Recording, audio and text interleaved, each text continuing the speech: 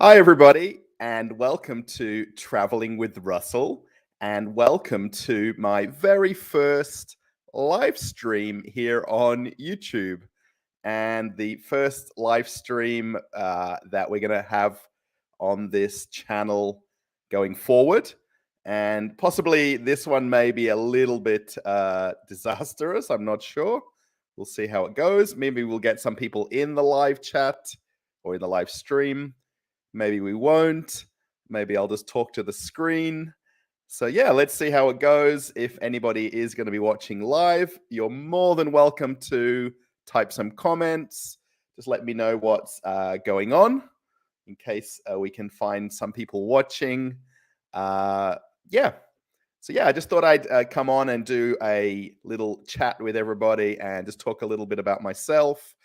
More than likely, you might have joined the channel very recently, as in maybe the last, let's say, 2 or 3 weeks. So yeah, it's very interesting to see how many people may want to watch live streams like this, talk about what's going on or what's going on in my life, I guess, and how I came to how I came to making videos and things like that, and a little bit about the background about me, I guess. Yeah. Oh, I see somebody live right here. How cool is that? There we go. We have Neva Gerber. Neva Gerber. Hi, it looks like I'm the only one. Yes, possibly. So it's just the two of us. Neva, I wonder where you're from in the world. Do you know that Gerber is a famous baby food brand, particularly in America? They have Gerber baby food. I wonder if you knew that or not. I'm sure you maybe do know that.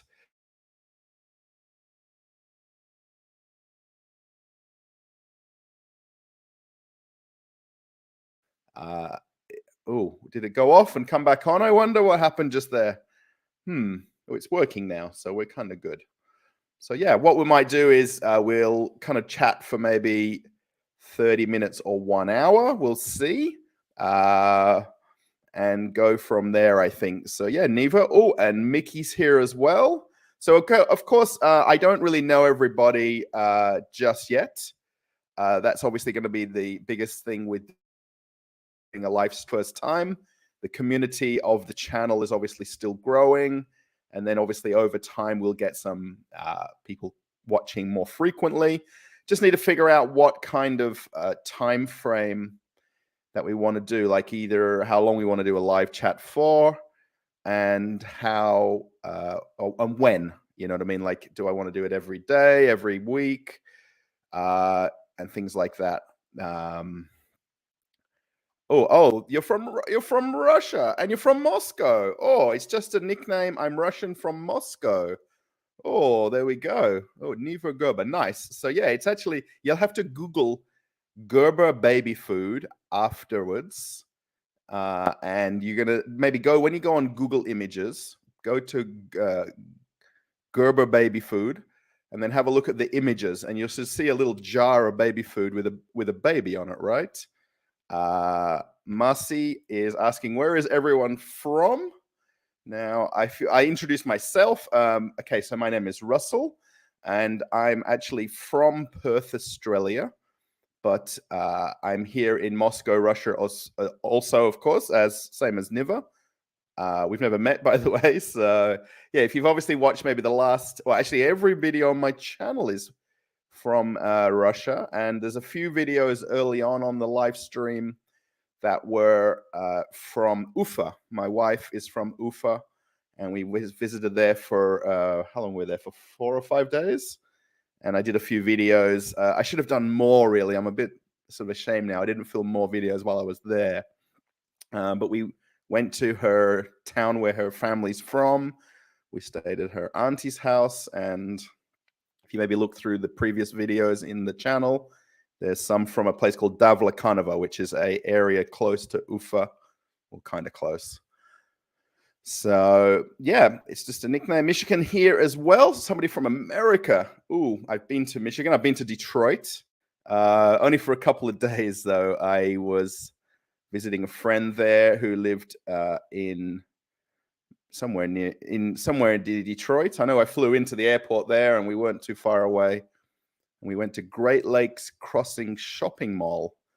Yeah, if you maybe know Michigan, I don't know. Michigan's a big state, right? And Michigan looks like a hand. If anybody who is watching from around the world, how's my hand? And everybody kind of always, when they show where they live in Michigan, they point to somewhere on their hand, and that's where they live in the state. So yeah.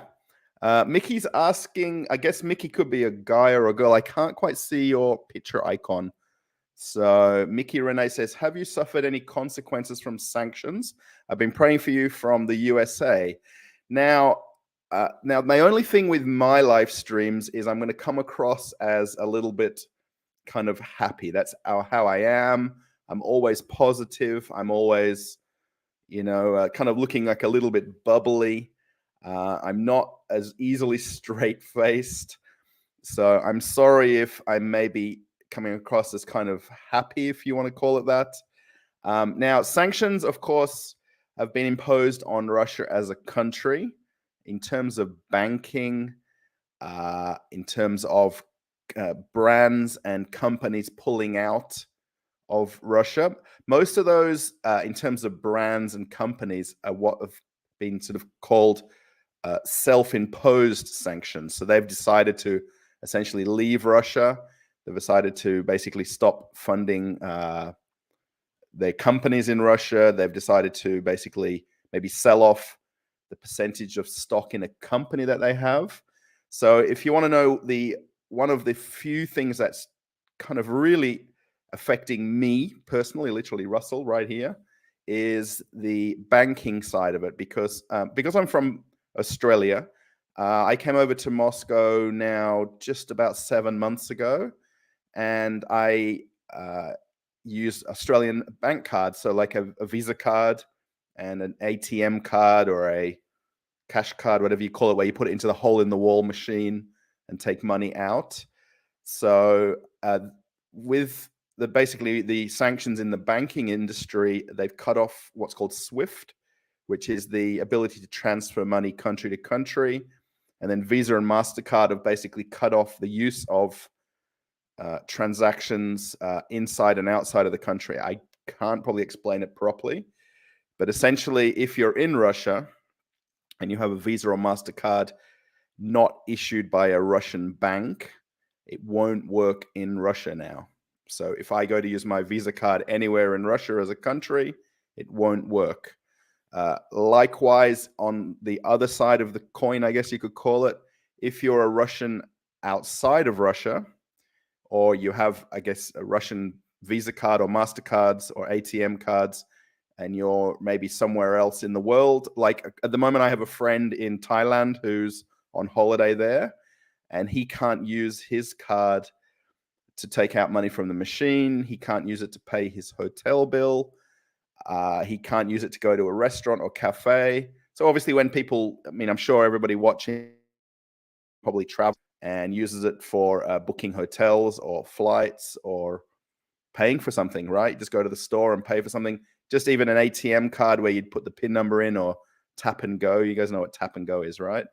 So yeah, while he's in Thailand right now, he can't use his Russian cards at all. So he's a little bit stuck. Likewise, I am here.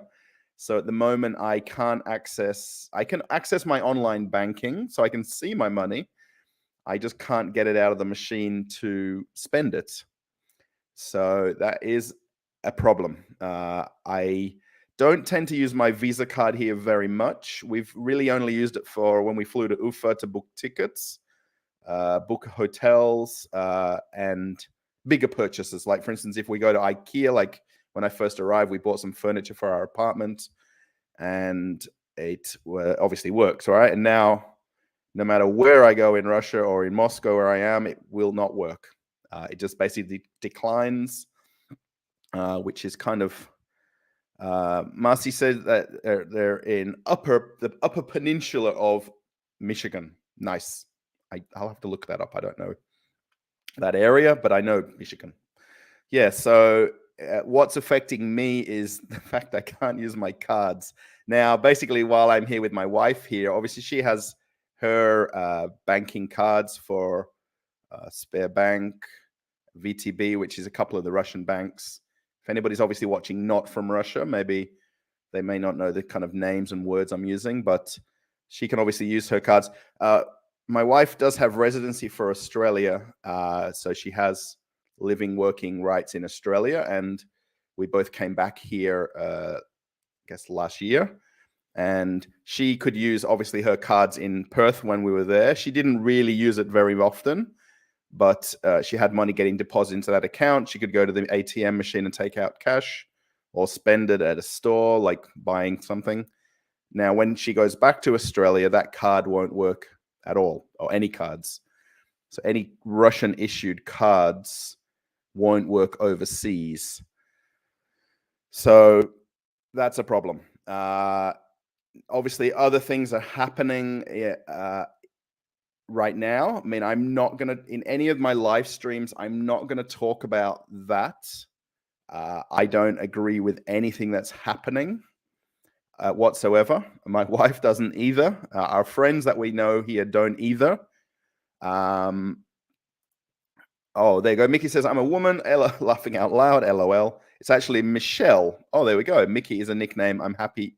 I'm glad you're happy. Thanks. Yeah, Mickey. Actually, I'll talk a bit about myself in a second, a bit more, but I was working on Carnival Cruise Line in America, and the chairman of Carnival Cruise Line, who's also the owner of Miami Heat basketball team, his name is Mickey Arison. But he's with, is it Mickey with a Y though, I think? Not Mickey with an I. So yeah, Michelle, good to see you. Again, everybody that's on the live stream who's obviously putting things in the chat, it's super helpful. I can talk from the chat, or if you're watching as a silent viewer, it's very good. Obviously, over time, if you're going to come back to watch more live streams later, obviously as the community grows of the channel, I'll get to know people a bit more. So yeah, I'll just talk about a couple of other okay. Sanctions is you know, I mean, I don't have a car, by the way, so I catch buses, I catch the metro. That's obviously something that would affect people in terms of spare parts for cars. A lot of brands have pulled out, aren't supplying Russia with things, so they're not sending spare parts, they're not sending let's say engine oil if it's a specific brand or product. So there's a lot of things that don't affect me sanction wise, and then there's small things that really affect me. Obviously, things like PayPal has stopped; it was being cut off. What else? I don't know everything. I love to tell you I know everything that's not working.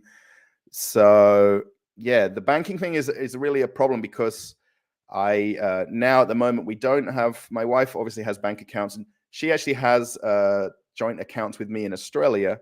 So while she's been here and we've been here together, she uses my Australian cards and uses it for shopping, and obviously, and then effectively on the, it wasn't the 24th of last month, it was a few days later that her cards obviously stopped working as well. So she can use her Russian accounts, but not the money that's in my accounts where I'm getting paid into for my wages, if that makes sense. I also have property back home, and the rent goes into that account that I can then use as wage as well. So yeah, I know.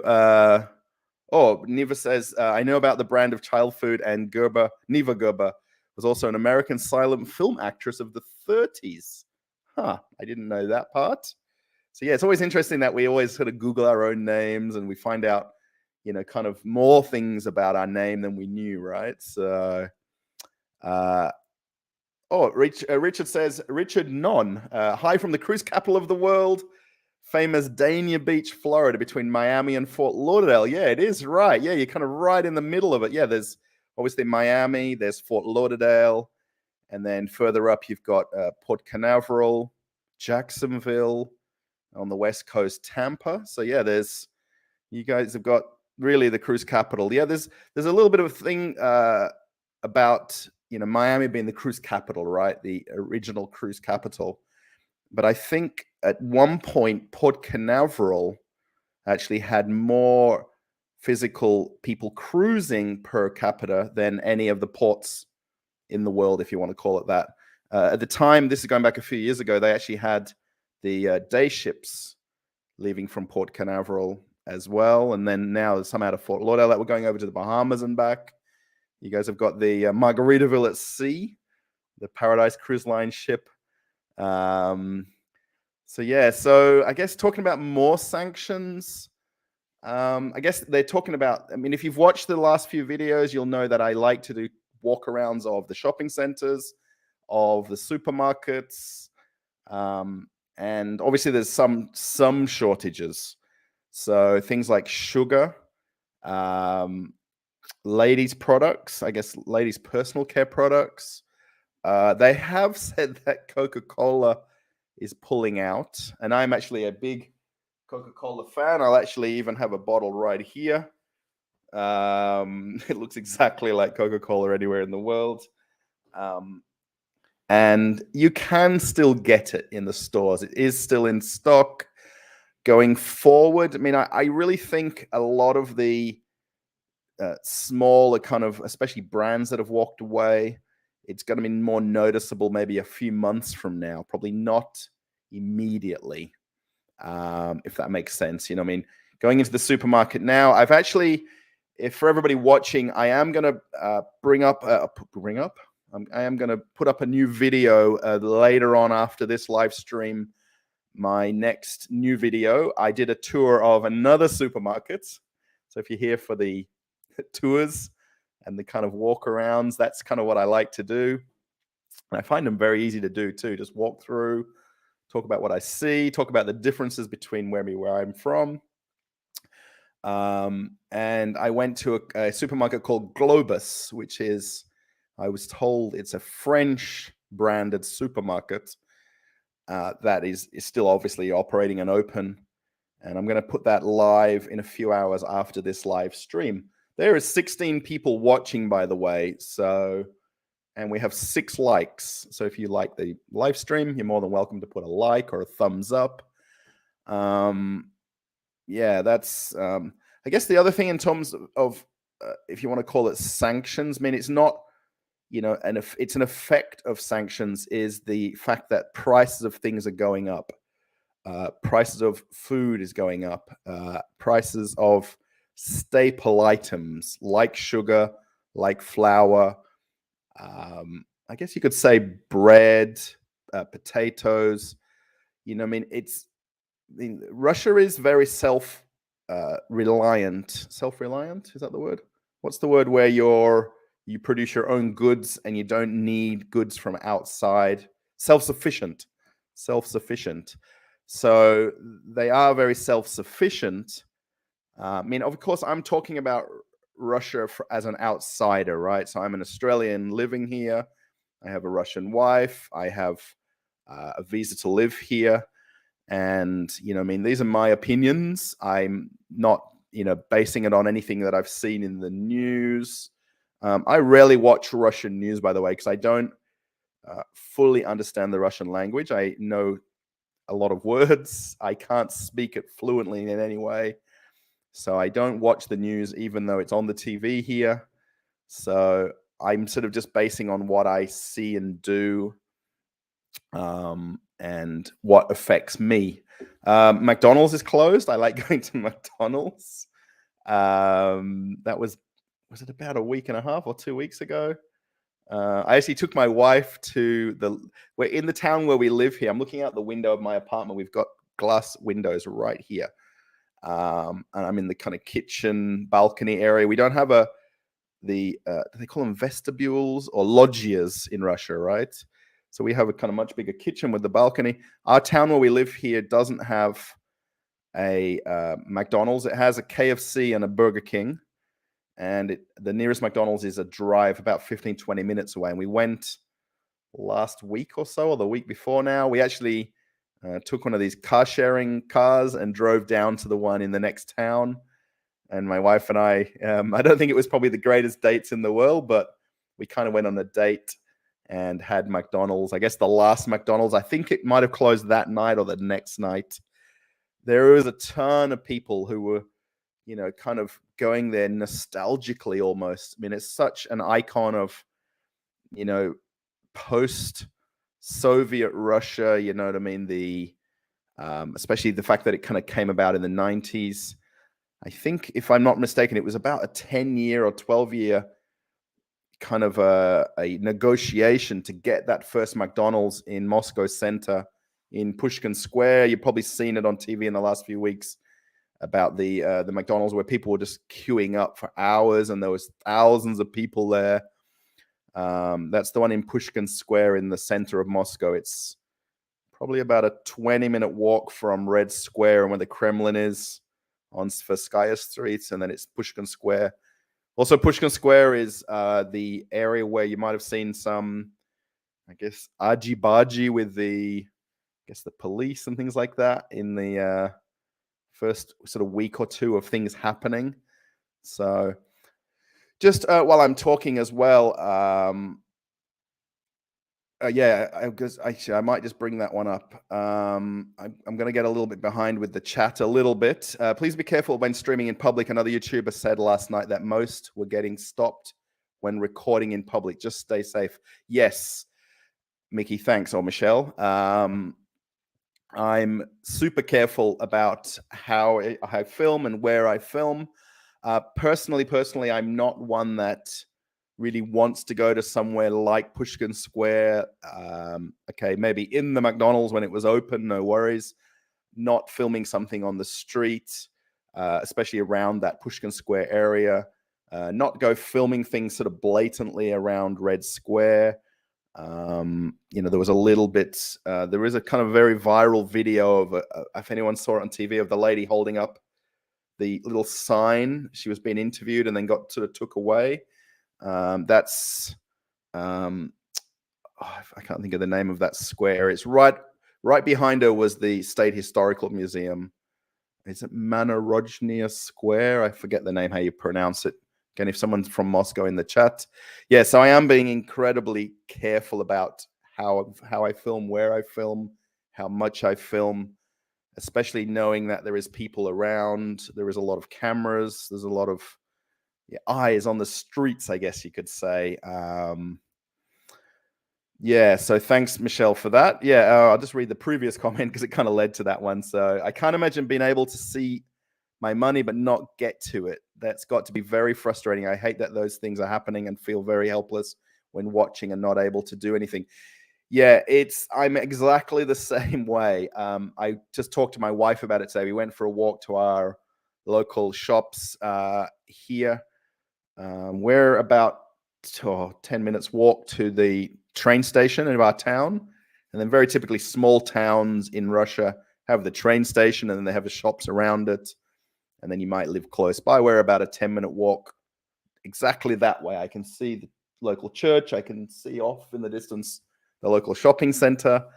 And we talked about the fact that maybe we can figure out a way to get a joint or a second card for her account. Or it's very difficult with my visa situation to open a bank account, especially as a non-Russian passport holder. I can't, let's say, simply walk into a bank and say, can I have a bank account? It's not as easy as it really may think it is. They want lots and lots and lots of information. So the last week or two while this has all been happening, so my wife gives me some cash. I feel like I'm like a kid and I'm asking for money from your mum and dad, So if I go out somewhere, like I go out and do the filming of the videos, I go off on my own into Moscow Center, I go and meet some friends, and it's kind of, she's got her cards with her because she's going to do her own thing. She works most days. And then I would typically, if I had my own cards, I can just put money, tap and go with my card and buy lunch or get a coffee or go to the shop or whatever. And it's incredibly frustrating. It's like I've been cut off of something. I mean, obviously, that's the whole idea of sanctions, right? Just to talk about it on a grander scale. That's the whole idea of it. And it's just, I'm sorry to say, I hate it. I hate the fact that I don't have Money. I have money, but I don't have money. So yeah, it's oh my god. Sorry. I think I always intended to have these live streams as being positive and happy and everything like that. But just when you talk about the things that affect you, it affects you. A tiny thing that affects you is like a big thing. Does that make sense? Yeah, please be. Oh, yeah. All right. And we have Dr. Gary Mayer. It's pleased to meet you, Doctor. So I work on cruise ships before before the last 2 years. And I was always good friends with the doctors on the cruise ships. I get along well with them, and I find them just fascinating to talk to, their life and their life stories. I'm not sure which kind of doctor you are, but hello from an American living in Germany. I worked in 47 countries. Last one, I was a professor in computer science in China. Wow. I didn't read this before I read your name, by the way. 1969 to 71. Bodyguard to John Lennon in New York. Wow. Wow. You need your own YouTube channel and your own. I need to bring you on as a guest, I think. Wow. That's amazing. And living in Germany as well now. So I've only been to, where have I been to in Germany? I've been to, I was in Holland in Emshaven and Papenburg. Papenburg is in Germany, where they build cruise ships. Meyer Werft has a shipyard in Germany, and I was in Emshaven, which was Groningen, and Delfzijl is the same area. So yeah, wow, bodyguard to John Lennon. That's kind of crazy. It's. I mean, I'm obviously a little bit younger than yourself, so I was born in '76. So you were doing things way before. I mean, I was ever doing anything. So yeah. So prior to March 2020, when I guess COVID was kind of hitting, I guess you could call it that, I worked on cruise ships for pretty much 20 years. I was working in the onboard duty-free shops. So my really background is all in retail. That's why you're seeing a lot of these sort of walkarounds in the shopping centers and things like that. So, yeah, that's why I kind of maybe know some things about different places and countries and cities and towns. And I'm very personable, very easy to talk to. And I can talk to anybody literally on the street and find something very interesting to talk about with each other. So, yeah, 20 years I worked on cruise ships, mostly out of the US. My last ship I was on was Galveston, Texas. I was doing cruises from Galveston, which is basically the Gulf of Mexico part of Texas, if you think of Houston. And then the Gulf part is further down in Galveston Island. So, of course, if you're not from America, everything I'm saying is a little bit woo-woo-woo-woo. So, idea and Kentucky chicken. IKEA in Kentucky. Oh, I'm getting a little bit out of line here. So sorry. IKEA and Kentucky Chicken are closed. Okay, so IKEA is definitely closed. All of them are closed. The video that I did, if you've watched some of the videos on the channel, the video I did going back, well, now probably more than 2 or 3 weeks ago now, was the one where I was out the front of IKEA at the very beginning, and it had closed the previous night. I seem to be about a day behind anything that happens. I'm sorry. I wish I could have been at the last day of IKEA. I wish I could have been at the last closing of McDonald's, but I wasn't. So I'm always like, they say, a day late and $1 short. And that seems to be my story of my life, you know? I always sort of wake up the next day and see that it was yesterday. Something happened on the news, or, you know, when I read online newspapers and stuff like that. So now Kentucky Chicken isn't closed. There is some of the stores closed. Actually, today when we're at the local shopping center where I live, we have a very small suburban shopping center. I would barely call it that, really.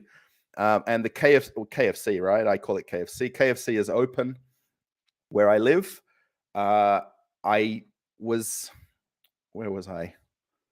So yeah, I did watch. I don't know if anybody watches other local Russian YouTubers. there's a channel called it's Russian. Is it Real Russia? There's a lady named, is it Valeria or Valerie? And she has husband and a dog. And she was at a shopping mall in Moscow region called Beladacha, which is huge shopping center.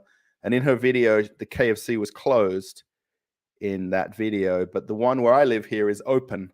The Burger King is now closed. Funny enough, the shopping center where I live here got extended and was enlarged. I guess it's opened while I've been here. So in the last 3 or 4 months.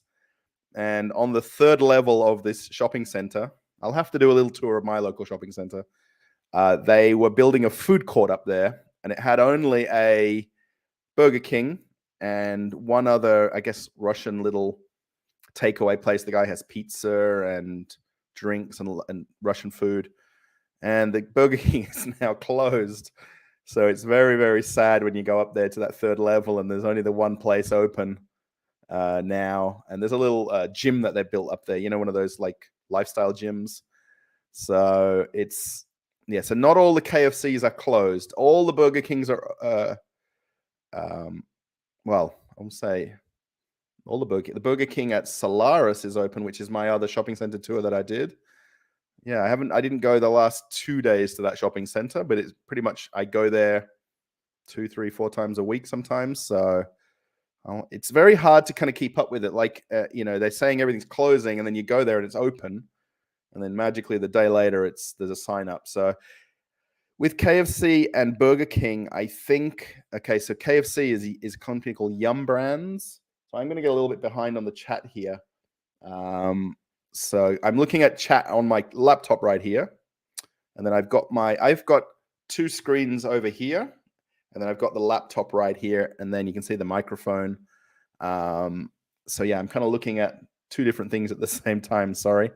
Yeah, it's very, the Burger Kings, I think there's a bit of a kind of a complication with the ownership of them and who is owning them and operating them and running them.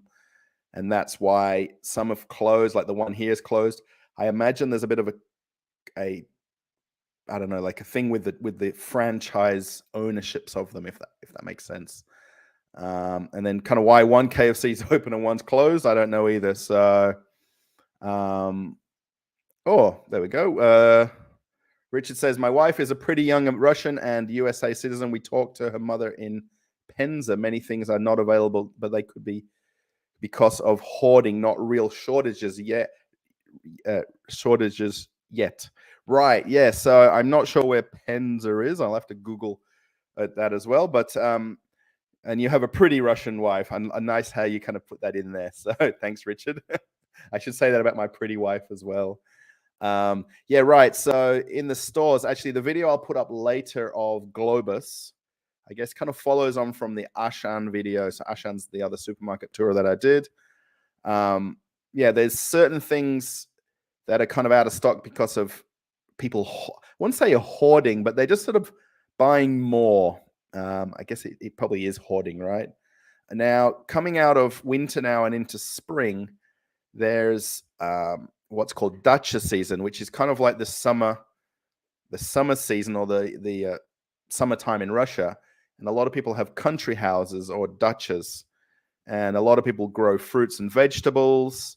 And through that, they preserve fruits and vegetables. So they make jams and relishes and sauces, and they pickle different vegetables and things like that. So the thing with the sugar is, rather than people just wanting there's a lot of box sugar in Russia where it's in cubes, like the real old-fashioned, I say real old-fashioned, it's normal here, cubes. And people, instead of buying the box they need for their house just for day-to-day tea and coffee drinking or whatever, they're buying 5 or 10 kilos of sugar, mostly for doing preserving going into summertime.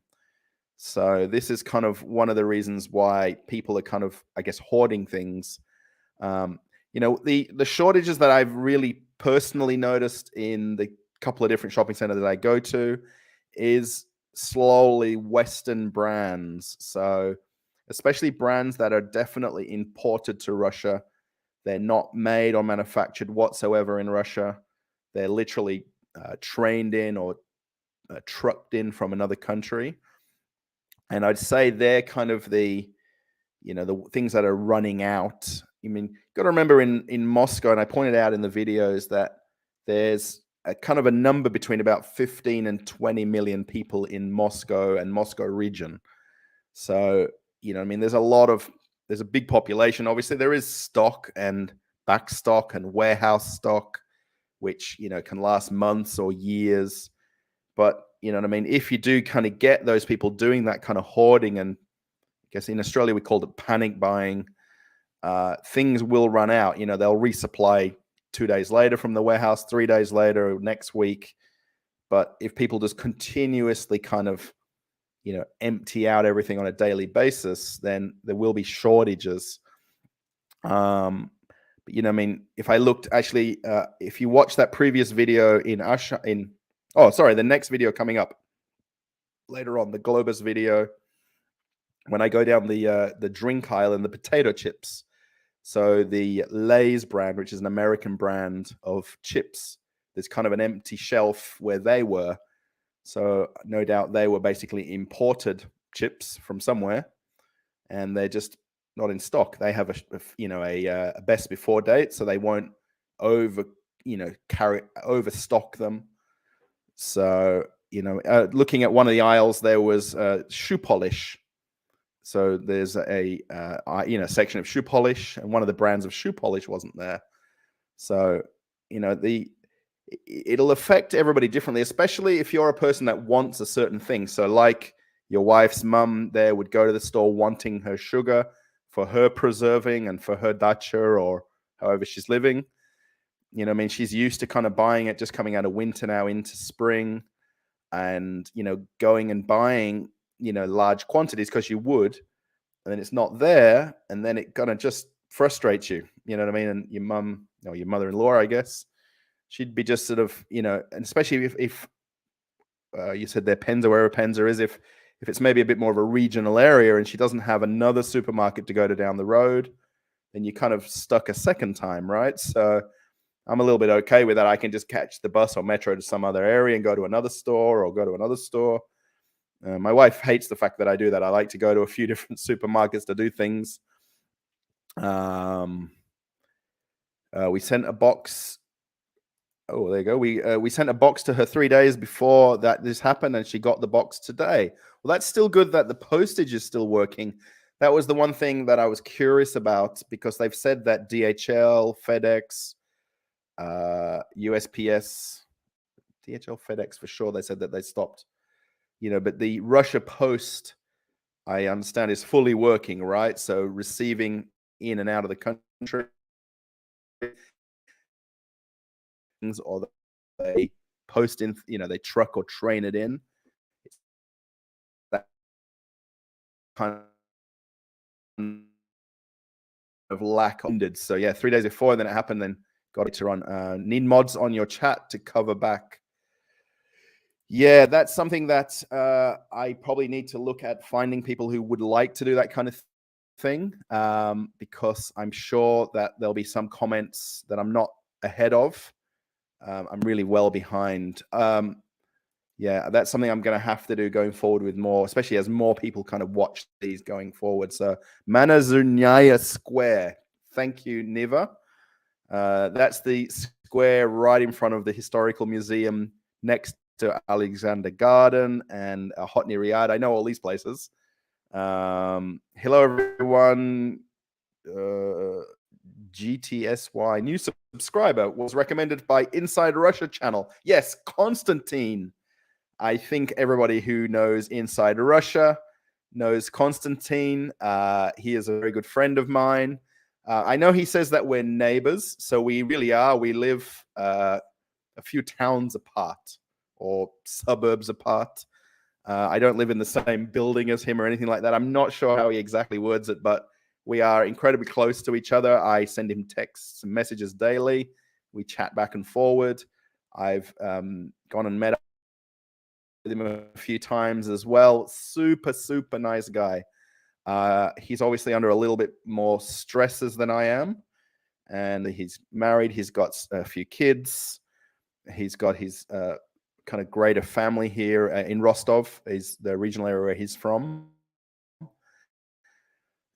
And yeah, he's under a lot more, especially the fact that he has a job that's in a bit of a difficult niche at the moment with power stations, things like that. So yeah, super nice guy. I mean, I'm going to say nice guy. I mean, he really is how he comes across, you know, in terms of us meeting face to face and sitting down. We've had coffee and chats, and super smart guy, super intelligent, has so much knowledge of Russia, the history of Russia, I guess what's going on, not going on, happening.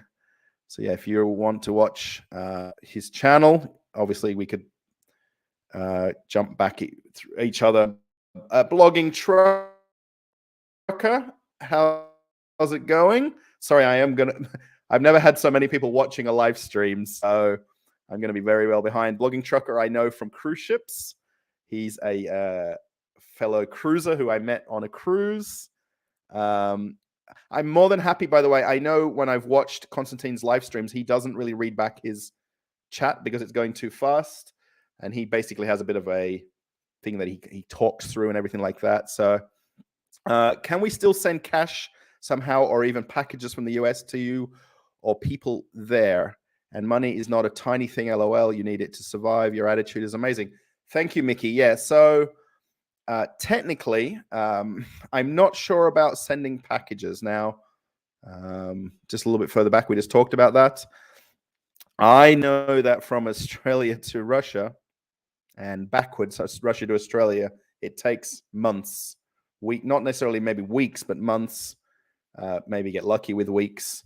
Even with my parents back and forward, I haven't, excuse me, we haven't sent anything back and forward because we know it just takes so long to get to and from. I needed to get some documents sent here for my visa in Russia, and we ended up using DHL, and it worked amazingly because they're just such an organized company that, you know, does sending packages and things like that. But if I just want to send it by Russia Post or Australia Post, which is obviously the main postal service back and forward, it just takes way too long. Sending cash somehow, I know PayPal is not working. I know I put that in my description of my videos. I think everybody kind of does that. In all the years I've done YouTube, I've never received a payment on PayPal, so I don't know even why I put it there really, but I see other people do. So, and then I've actually put this, I don't know if it's in this description, the SberBank phone number. So if you're in Russia, you can do, bank to bank transfer. And that's my wife's account. So, and I don't think she's ever told me there's ever any money there. So I guess through super chats, super stickers, especially with YouTubers, they basically would come into the payment system of YouTube. Now, this is where it gets a little bit awkward because it depends on then the person's bank account.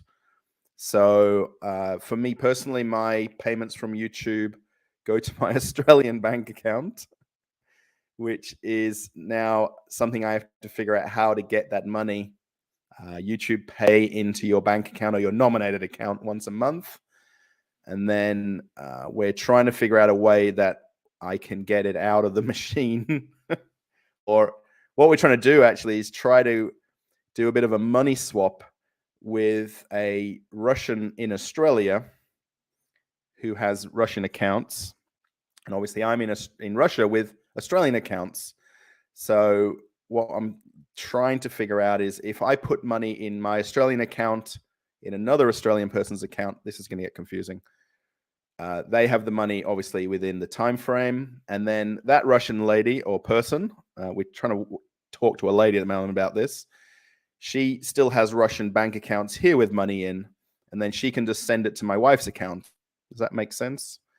And that's what we're going to probably have to do, unless magically everything ends and clears up and the banking system starts working.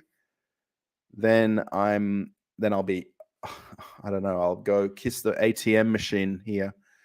So yeah, so I know for the YouTube payments, my deposit of that goes into my Australian bank account. Now, before last week or the week before last, typically I would go to the ATM machine and take cash out, and then we'd use it. We're renting this apartment, by the way. This is, we do own an apartment in another town, but we don't live there. We live in this town. And our landlord here actually comes and physically picks up the cash, which I think is very old school. We could easily put it in his bank account for him, but he likes to come once a month. He's an older guy, and he likes us to pay him in cash. He gives us a receipt, and now I don't have a way to take money out of the rent. So, yeah. So, sending packages. I would imagine eventually they would come.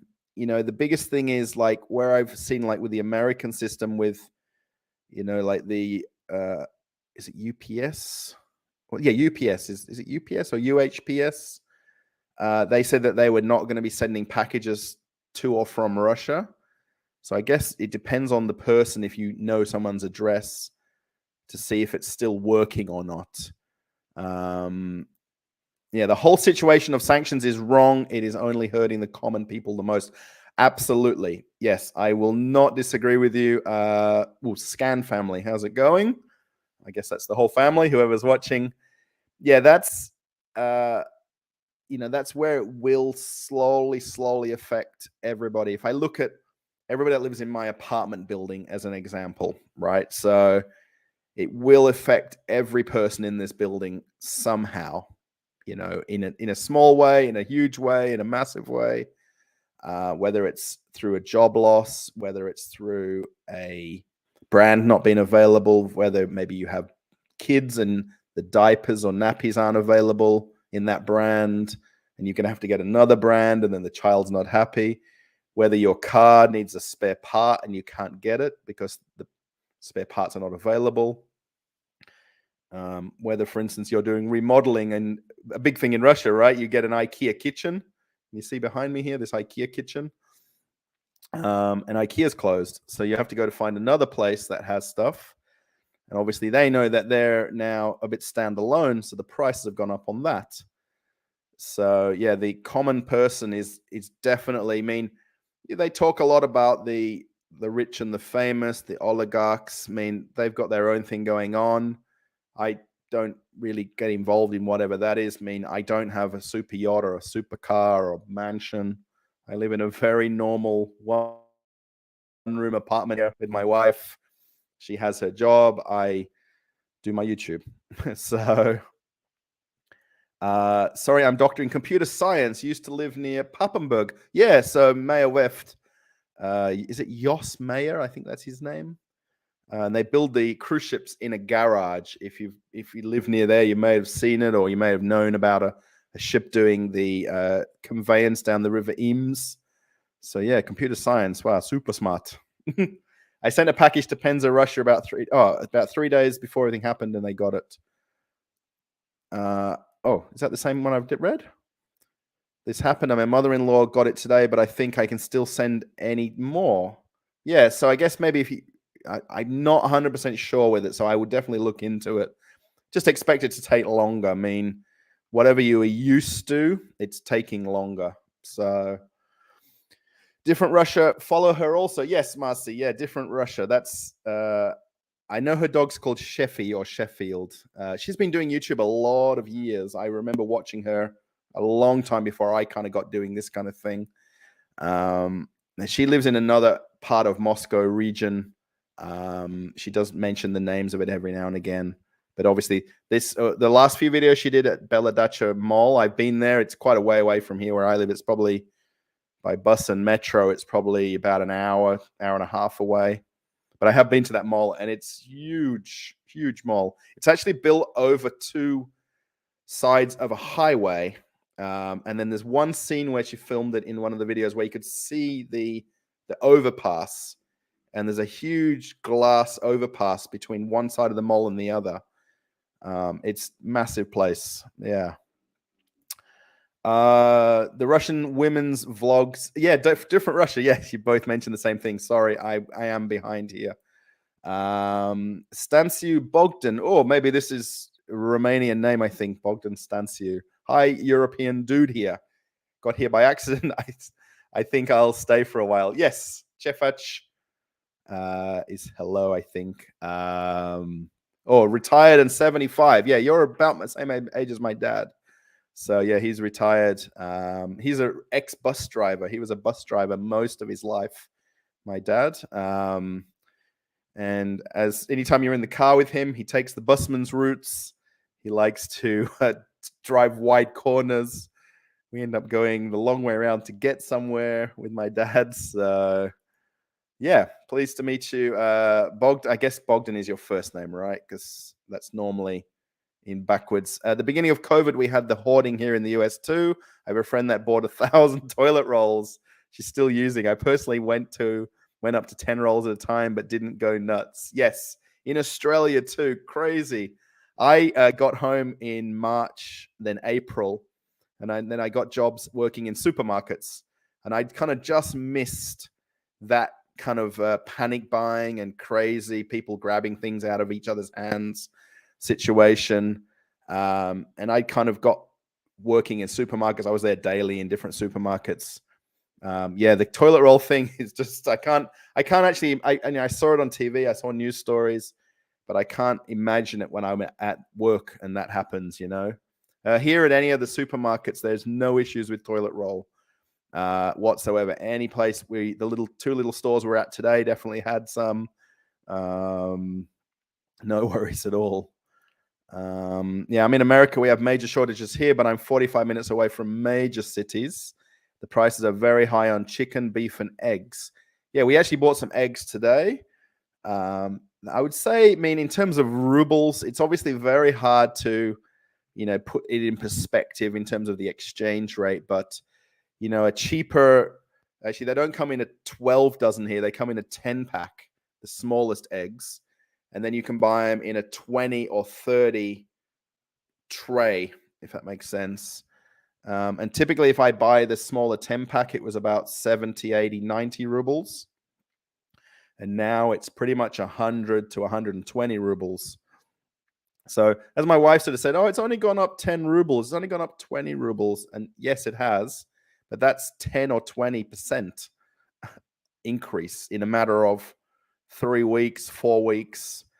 So yeah, you've still got a chance to go to other cities if you need things, right? If you are in a regional area, Inside Russia recommended your blog. Let's just go back here a second. Yeah, so different Russia is, I think her name's Valeria or Valerie. Valeria, I can't remember her husband's name, but you guys will know all that. And then Inside Russia is Konstantin, who I know well. I haven't met his wife and kids. Pretty much the times that we've got together, it's just he and I. I don't really want to kind of bother him to have his children with us. Of course, if we did, but you know what I mean? I know he's very, very kid orientated, right? When he's with his son. So, and we just sort of chat away and things like that. So, I was subscribed to Inside Russia before all this started. I can't travel, so I'm watching him to enjoy the scenery. Yes. Yeah, actually, I know when I talked to him last face-to-face, we talked about this, right? And it's, it's difficult now for YouTubers, I guess Russian YouTubers, for, I guess, Ukrainian YouTubers to kind of still make content that comes across, how the channel always was. Does that make sense? So how it was before everything happened and how it is now. You know what I mean? I notice in some of my comments of my videos, I look happy. Actually, last time I met Konstantin was the same thing. He's like, there's a thing about you Aussies, you're always happy. And I'm like, yeah, that's just how I always am. You know what I mean? I'm happy going to a supermarket and doing a walk around. I'm happy going to Moscow Center and walking around Red Square for the 2000th time. My wife, she's like, Red Square again. We've got to walk around Red Square. And I'm like, I love it. You know what I mean? Walking around, going to different parks, going to different little sort of parts of Moscow region, by getting out on a different metro stop and, just taking it in. You know what I mean? I wish I knew more history of specific things when I see them, like buildings and things like that. But he does some walking. I know he gets out from where he lives. He lives not too far away and walks around his apartment area just to get out of the house, right? And when he does his walks, I saw him doing one where he went ice skating with his daughter and things like that. And he was doing like regular kind of weekend live streams and going to cafes and restaurants. And then I think now it's sort of just got a little bit much to do that kind of thing. So I understand from his point of view. I mean, I still get out and about and I just want to keep doing what I do the way I do it. Does that make sense?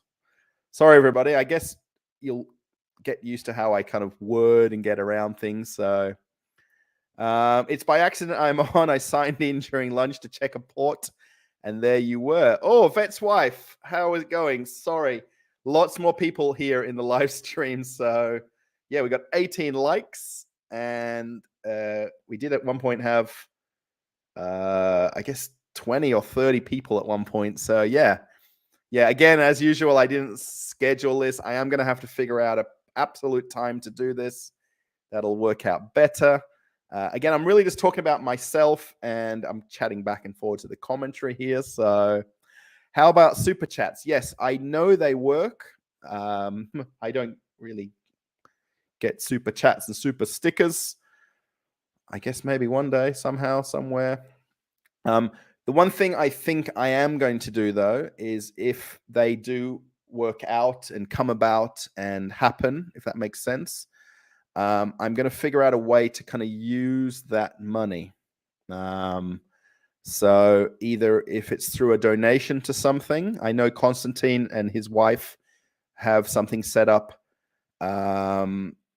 with an orphanage, which we did talk about. I didn't really go too much more into it with him. Or even if it's just basically taking my wife out on a lunch date or a dinner date more than to McDonald's. I'm sorry, but yeah. So, and then there we go. I see now is super chats. Oh my gosh. Russian people will suffer because they let to be ruled by psycho. DAK. Yeah. Now, I'm not going to talk about people or, as I noticed in Konstantin's lives, he, is very careful how he words things.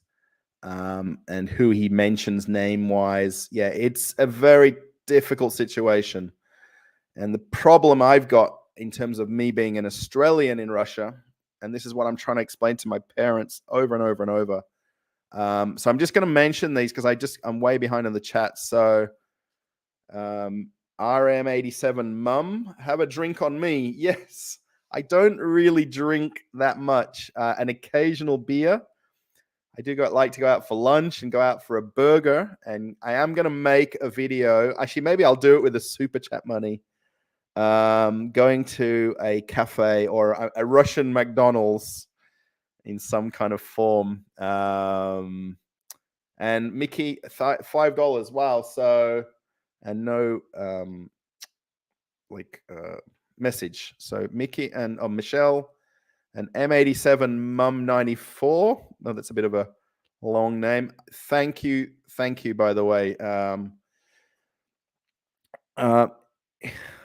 It's not about money in terms of money is great, right? It rules the world. We all want and need and love and like money. At the moment, I'm more than happy living a quiet life here. I know that's difficult to kind of get across maybe watching these videos. But yeah, this guy, that's Dak. Sorry, Dak, and your sentence basically, it's not agreed upon by most people everybody that I know doesn't agree with anything. yeah, Russians need to wake up from the Soviet dreams and change the government. Yeah, that's I don't know if it's going to happen, or it will happen, or can it happen. I guess we're going to have to kind of live under Soviet times, I guess, if that's the right word. I'm not as deep and meaningful, I guess, as what Constantine comes across. He's got a lot more insight into the way of and the working of Russia. I'm an Australian living here. Maya Weft, my last name is Maya. Oh, Maya, right. Maya. Oh, yeah, right. So that's pretty close. I should have tweaked about that. My gosh. And just going back to M87, Mum, howdy.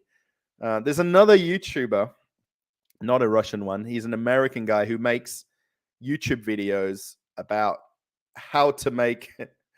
He has a YouTube channel that teaches you how to make YouTube videos and the business of YouTube, if that makes sense. And his opening is always howdy. His name's Nate. Howdy. It's Nate, everyone. Yeah, pleased to meet you. I'm glad you're okay. Thanks. Yeah, I'm okay. I am happy. I'm always happy. I don't need a lot of things to be happy in life. And that's probably the good thing right now here. I don't need to go to this shopping mall that I did the tour of, to GUM. Okay, maybe my wife wants a perfume or something, but that's Russian ladies, right? They want something.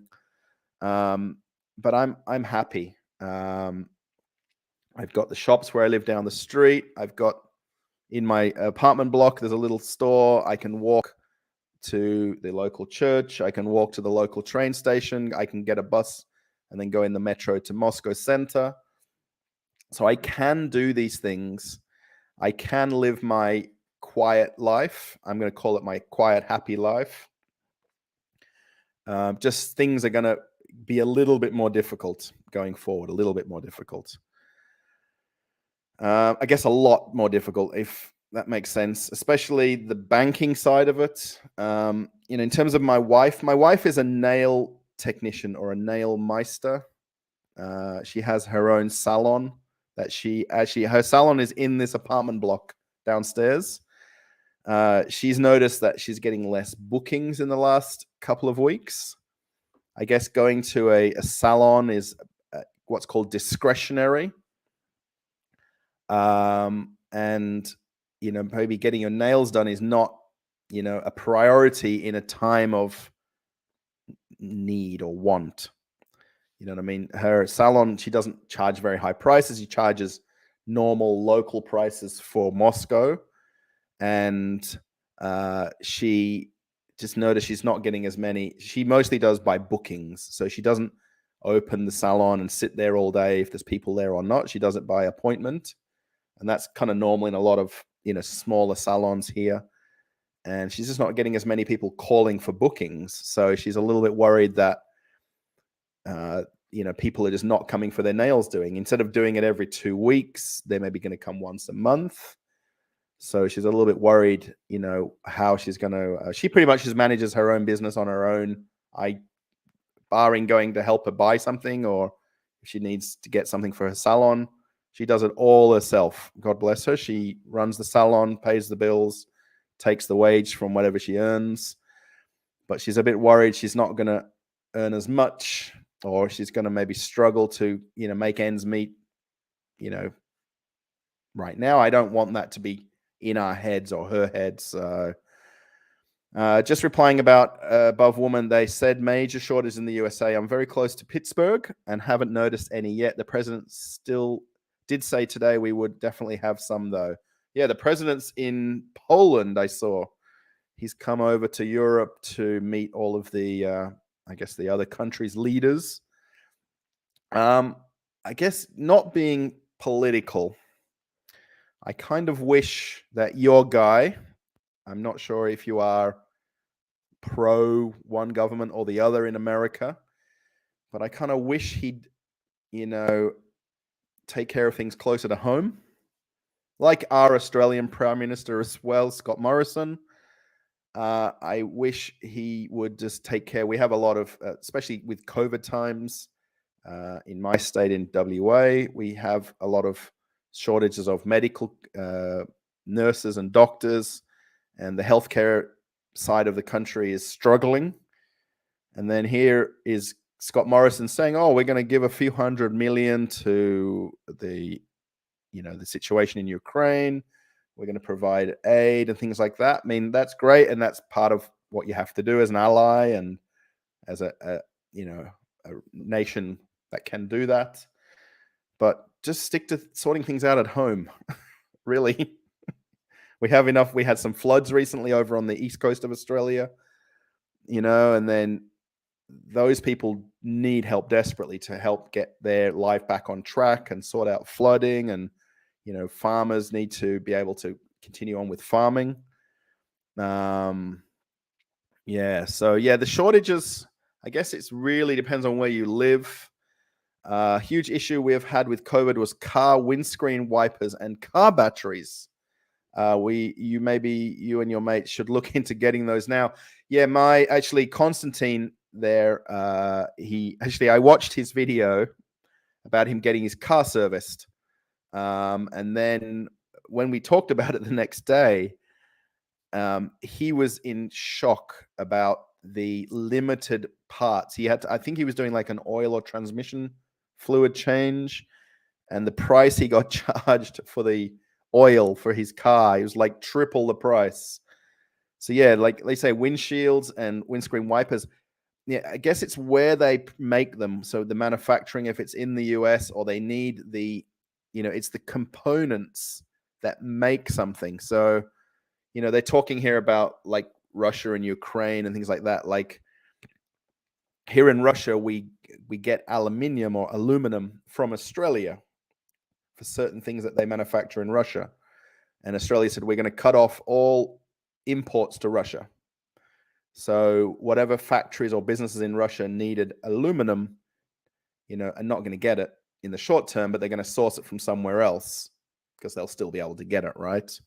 But then the cost of it to get it, and then how long it takes to change that supply chain is going to take time. And, things, I know with Constantine there, and our other friend here in my town, she has, is it Acura? I forgot what her name, Infinity, I think her car is. Acura or Infinity, I think it's Infinity. She needed a certain part for her car and they don't have it. She's needing to get it from somewhere else. And the price has gone again silly.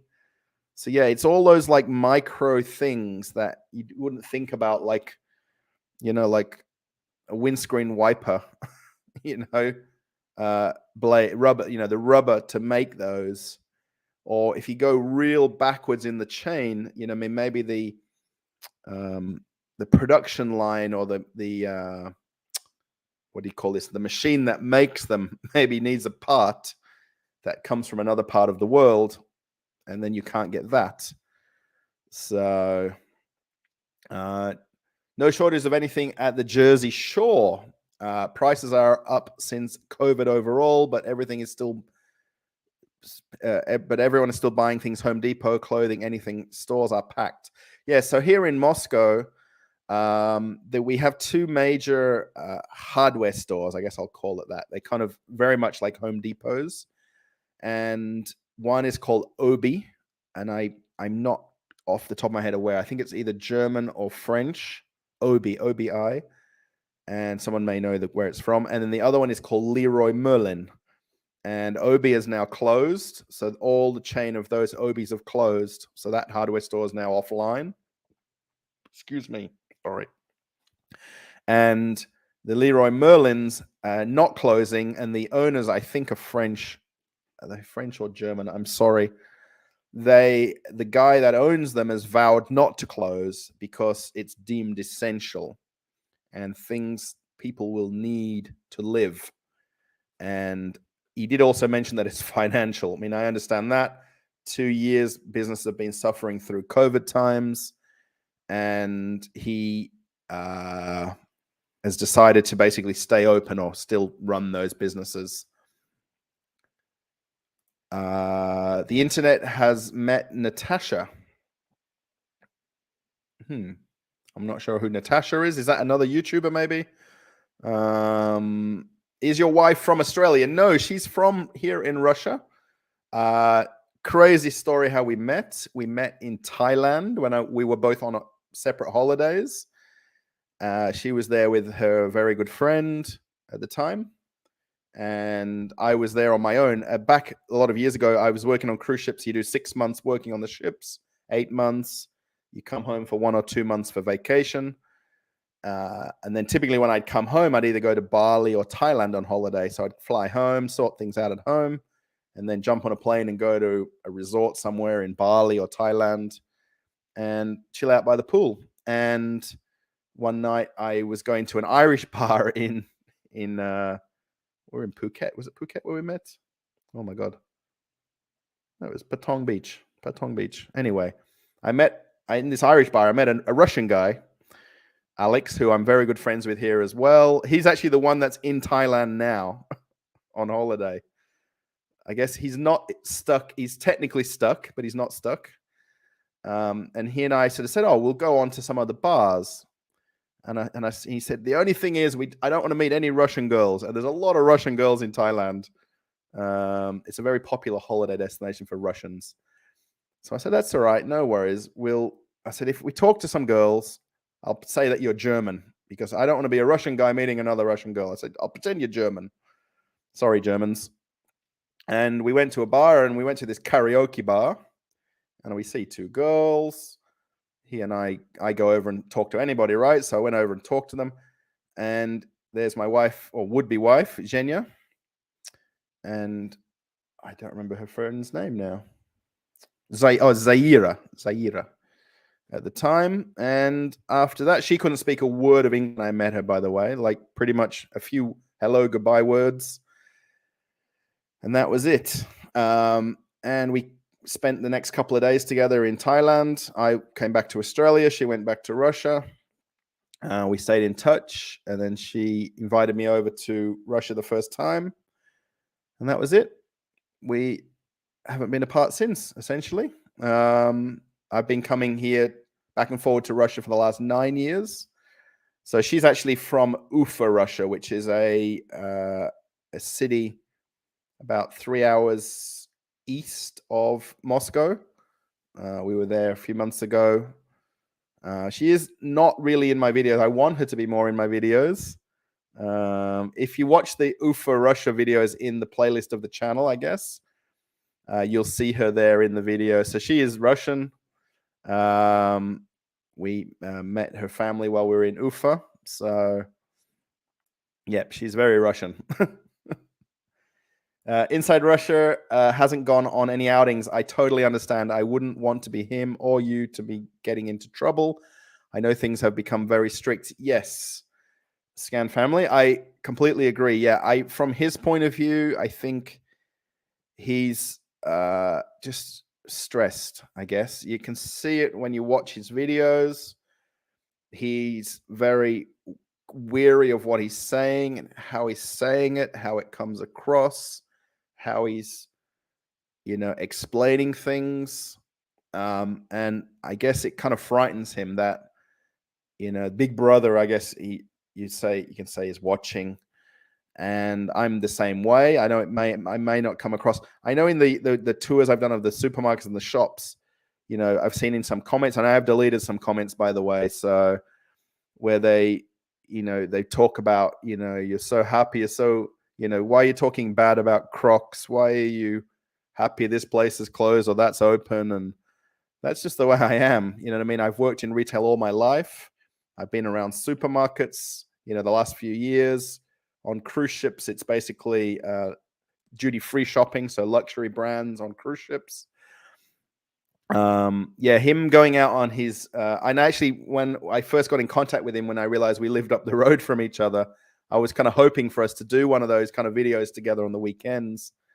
And I just don't think now we could kind of do that kind of thing.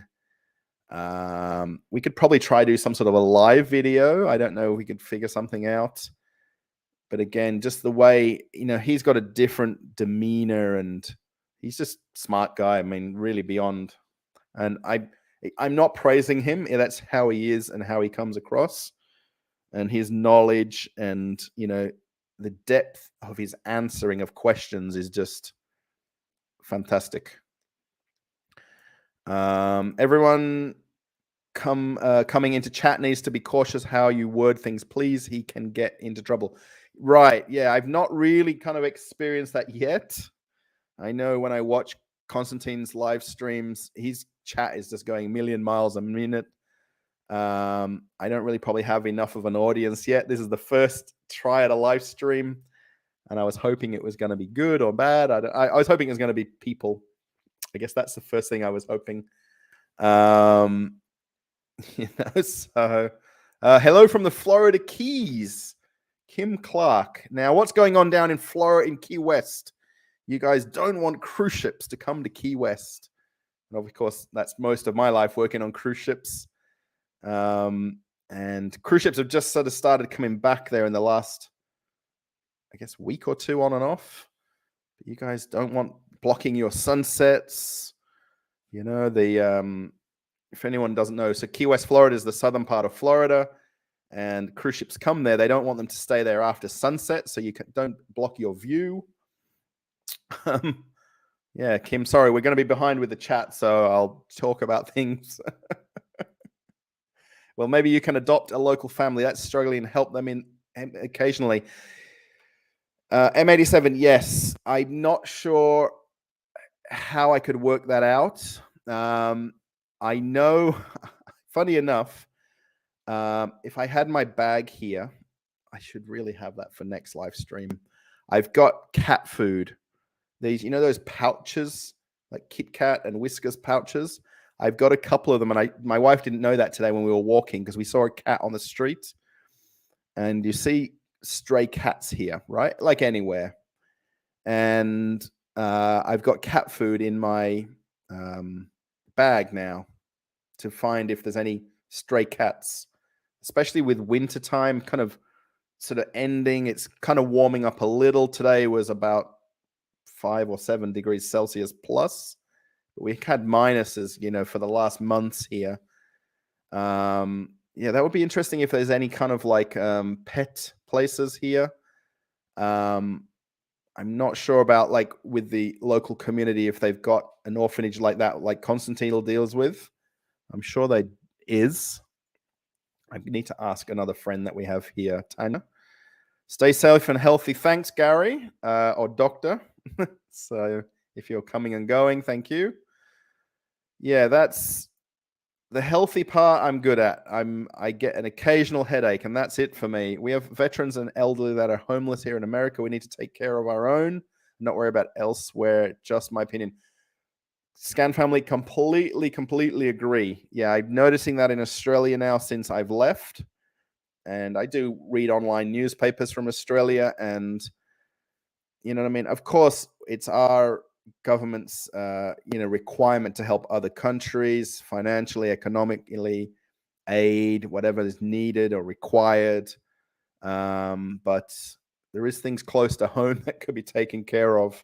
And that's the thing, like with going back to this sanctions, there's a lot of businesses here that are not Western businesses, Russian businesses, companies, brands that completely aren't bothered by sanctions because they're not imposed on their businesses, right? Most of the Western companies are self-sanctioning.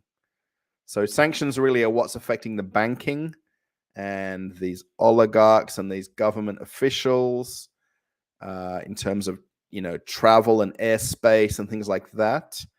But where McDonald's is closed or Chanel is closed, these are companies that have chosen to close on their own will because of what the government is doing, I guess.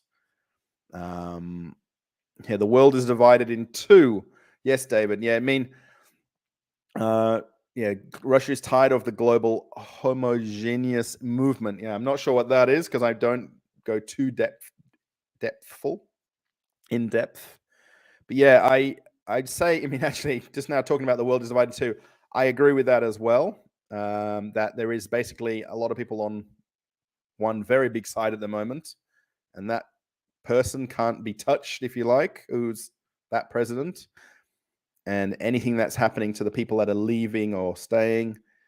And then there's obviously where I am here, where we now kind of look like we're, I guess, the bad person in all of this. I mean, I'm Australian living in Russia. I completely live by all the rules and laws and of the land. And I have to kind of support my wife as a Russian. And I have to kind of live by what's happening here is happening here, right? I mean, you know, I can lock the door, get on a plane and leave. I can do that.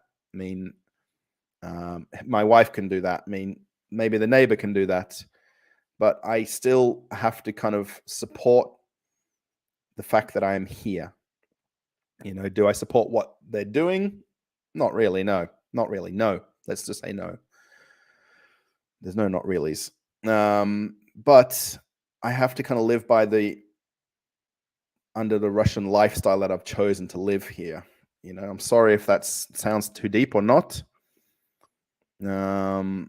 David says here, saw the currency rate in both inflated and has changed. Welcome to the Great Reset.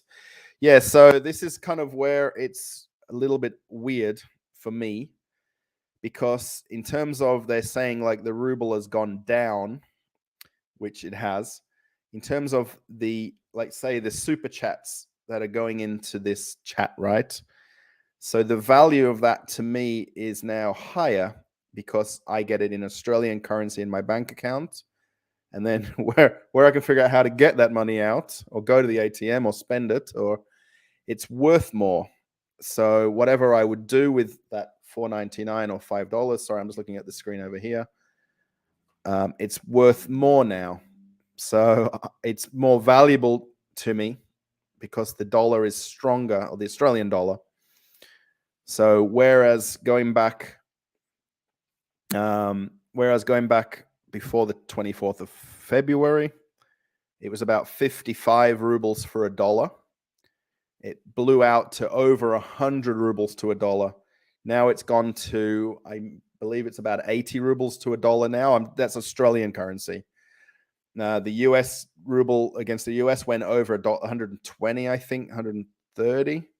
It's now settled at around about 100. I didn't check it today or yesterday. So, I mean, to go from, you know, if I was to buy something, okay, so this here is the screen wipes for my computer, right? So this I bought this at Globus, the supermarket. You're going to watch the video later. It cost me about 60 rubles. So that at the time when I bought it was 54, 55 rubles is $1.20. So, okay, $1.20, 55 rubles is cheap. I mean, okay, $1.20. So I would almost double the value of the ruble. So 50 rubles is $1. 100 rubles is $2. So now where, you know, the ruble is now worth 80, or it was 100 literally a week ago.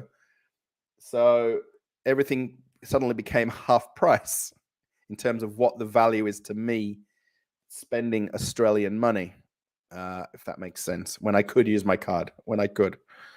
So just to put it into reverse thought for a minute. So my wife and I, we own a studio here, or well, it's a one-room apartment that we rent out to somebody. And we've talked about if we both decide to leave and go back to Australia, we're going to obviously, this is a rental where we are here. We could walk away, so to speak. We'd have the studio still here. The plan was always that we were going to sell this studio at some point and then bring the money to Australia and put it towards buying a house in Australia. Technically now with the ruble going down, so if I take rubles to Australia, this is where the currency is devalued crazy. So when I checked it about 2 weeks ago, if we were to sell our apartment for the value we would sell it for, and then cash out, let's say, take all the money in a big wad of bills, it would be $30,000 less the value of our apartment prior to the 24th of February and today. Well, give or take the ruble going up or down, but it's a $30,000 loss on the value of our apartment right now. The other issue is we can't take money out of Russia. They've limited it to $10,000 worth. So you can't just walk away with all your rubles or dollars. And then if we were to leave it in my wife's bank account, she can't go to the bank and get it out and spend it. So if she wanted to use it in Australia, so we can't right now. I know that 30,000 may not sound like a lot, but in terms of the value of our apartment, it's crazy. Obi is German. Thank you, Gary. You would know that 100%. So yeah, Obi's are closed, but Leroy Merlins are open. Lunch break is over. Hope to catch you next time. I will try to figure out this super chat. Yeah, if you do one, of course, again, what I'll do is I'll figure out what the plan is. Do I take my wife out for lunch or dinner? Do we find some way to use the money locally here? I kind of do like the idea of this. In Australia, we've got a place called Cat Haven, which looks after cats that have fostered, like lost or missing cats or, dumped cats. So if they've got a cat haven here, I'd love to kind of do something with that. I don't know how, if they have one. Most cats here speak Russian, not English. So the problem with cats here, as we found out at my friend's house, the cat doesn't understand when I'm talking to it. I know that sounds weird.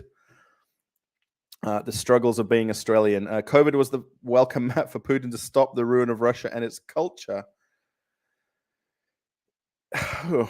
That's a long thing to talk about and answer. I mean, it's very in-depth as well. Yeah, COVID kind of, the worst thing is, right, COVID kind of is still going on. It's still going on in Russia. They've just took away the mask mandates here. I'm going to say it was on about the 15th. So you don't have to wear a mask in public now here in Russia. Not in Moscow anyway. So, but COVID's still happening. People are still in hospital, still on ventilators. People are still getting it every day. And it's not good. No matter where you live in the world, no matter what we're trying to do to stop it or end it or things like that.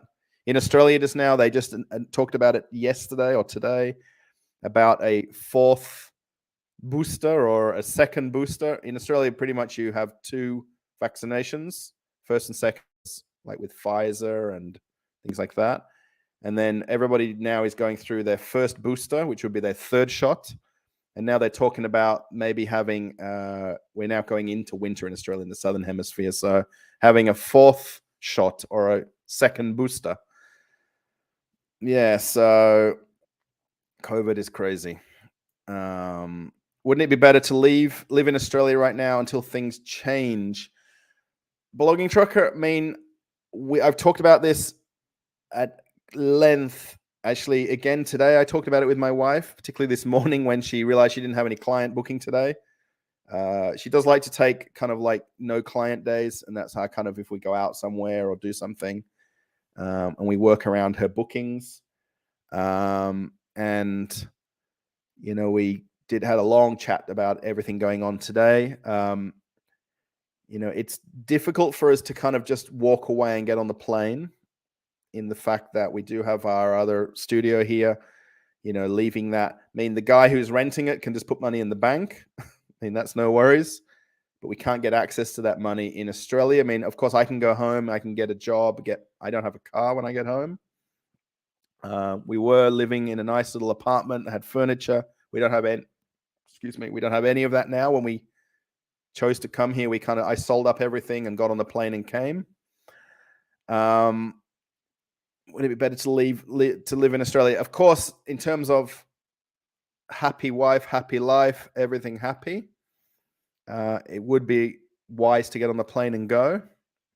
By the way, we can still fly out in and out of here. Qatar Airways, Emirates Airlines, Turkish Airlines do all still fly internationally out of Russia. I would imagine things like China Airlines and things like that are still flying as well. Most of the Russian airlines that were flying internationally, I think all of them have stopped internationally. So Aeroflot, so they're basically now changing over to domestic flights only. So we could get on the plane and fly home, literally. For the short term, we're not choosing to. So Australia has concentration camps. I'd like to know where, how, what, when. You have no speech rights in Australia. Totalitarian hellscape. Wow, I just have to. I'm sorry, everybody. I'm not the most educated. I did 3 years of high school. I've worked in retail since I was 14 or 15. So I'm not really in depth to answer that part.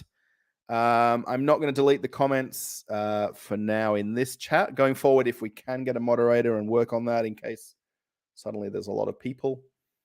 30 people in the chat. We've got 24 likes or thumbs ups, I guess you would call them. We do have detention centers. Now, let me just clarify in Australia. We don't have concentration camps. Then people aren't made to work and do anything in these detention centers. Pretty much where we do have them, I'll just put that back up. It's where people have come in to Australia illegally, or they've come in without visas or documents, or they've come on boats and they've reached Australian shore in some form, and they may be in detention centers. Yes, I agree with that. We have those. Do we have concentration camps? No, we don't. That's got nothing to do with nothing in Australia. So, David, by the way, pleased to meet you. I am, of course, doing a live stream for the first time. I don't really have anybody that I know in here. There's a couple of people that I know personally, but otherwise, welcome. And going forward, I hope we have lots of more people in the live streams. And I'm not biased in any way with reading everybody's comments. Meyer83, we don't have any shortage at the moment here in Italy. We have had some baking flour and yeast since everyone was at home baking. And you were making pizzas probably too, Maya. COVID hit the worst in the spring of 2020, but nothing serious. By the way, I spent a good lot of, 2 years ago, I was in Marghera in Italy, which is very close to Venice. I was in the Fincantieri shipyard there. And then we had problems with the ship, so they made us sail around Italy, and we went to Monfalcone in Italy, which is near the border with Croatia. And then we did some cruises from Barcelona, and we did the Mediterranean, and we got to see loads of Italy. And I love the place. Love it. I did go to McDonald's in Italy. I'm sorry. I did have pizza in Rome, and it's amazing. Pizza actually pretty much anywhere is amazing. And I love Italy. And unfortunately, Italy, sorry, Myra, Italy looks like you're not going to make the World Cup. I saw that North Macedonia is going to knock you out, essentially. You've got another playoff, I think. Yeah, so yeah, baking goods and flour. Yeah, so here basically it's sugar and what was the other one? Some flours and some salts. But yeah, sugar. You wouldn't think about it, would you? Think the toilet roll thing and things like that. But if you do watch the next video coming up after this, I'm going to do this live stream and then I'm going to make live the next video that I've prepared. You'll see that that supermarket is well stocked. I do point out a few things here and there. This is ridiculous, like Americans saying they are Canadians in Iran. I'm sorry. Yeah, so I was actually born in England, so I am a British passport holder. I do have an Australian passport, of course, because I'm a citizen of Australia. So I do have dual passports, and I choose to live here in Moscow, Russia, with my wife. My wife is an Australian resident and visa holder for Australia. The fact that we're married, I am going through the process now of getting my Russian residency visa, I guess, to live here in Russia. Yeah, I do completely agree with this part here, David. An American saying they're Canadians in Iran, yeah, or Iranians living in Canada. I have a good friend living in Vancouver. His name's Ali Muhammad, and his family is Iranian. He was born in Canada. I don't really live the Aussie life here in Russia by any means. I live a quiet life in my apartment. I go about doing my YouTube, and I do my little daily things when I go out here and there. My wife goes to work. She struggled in Australia with being a Russian in Australia. They do say it takes at least about 2 years to adjust to a new country. So that's partly why we came back here. She had some health issues. She needed to have some medical treatment done, which she's still going through. And she even wants to get a driver's license here because she didn't feel comfortable doing that in Australia because of the language barrier. She does speak, I would tell you, 95% perfect English. Of course, everyone gets everything mixed up. There you go. Mixed up in pronunciations. So, lucky guy. I'm not sure if that's the lead in from the previous. I guess I'm behind in the conversation. I need to get faster.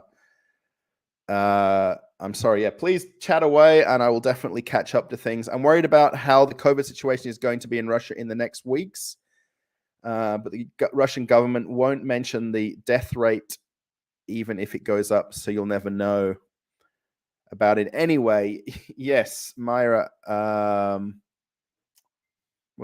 I don't see what happened just now. I just got a message, but I'm not going to read it. Russia here in Moscow and Moscow region and the other regions of Russia, they do give you daily the update of how many people have, I guess, caught COVID, how many people have died from COVID. Those numbers are published.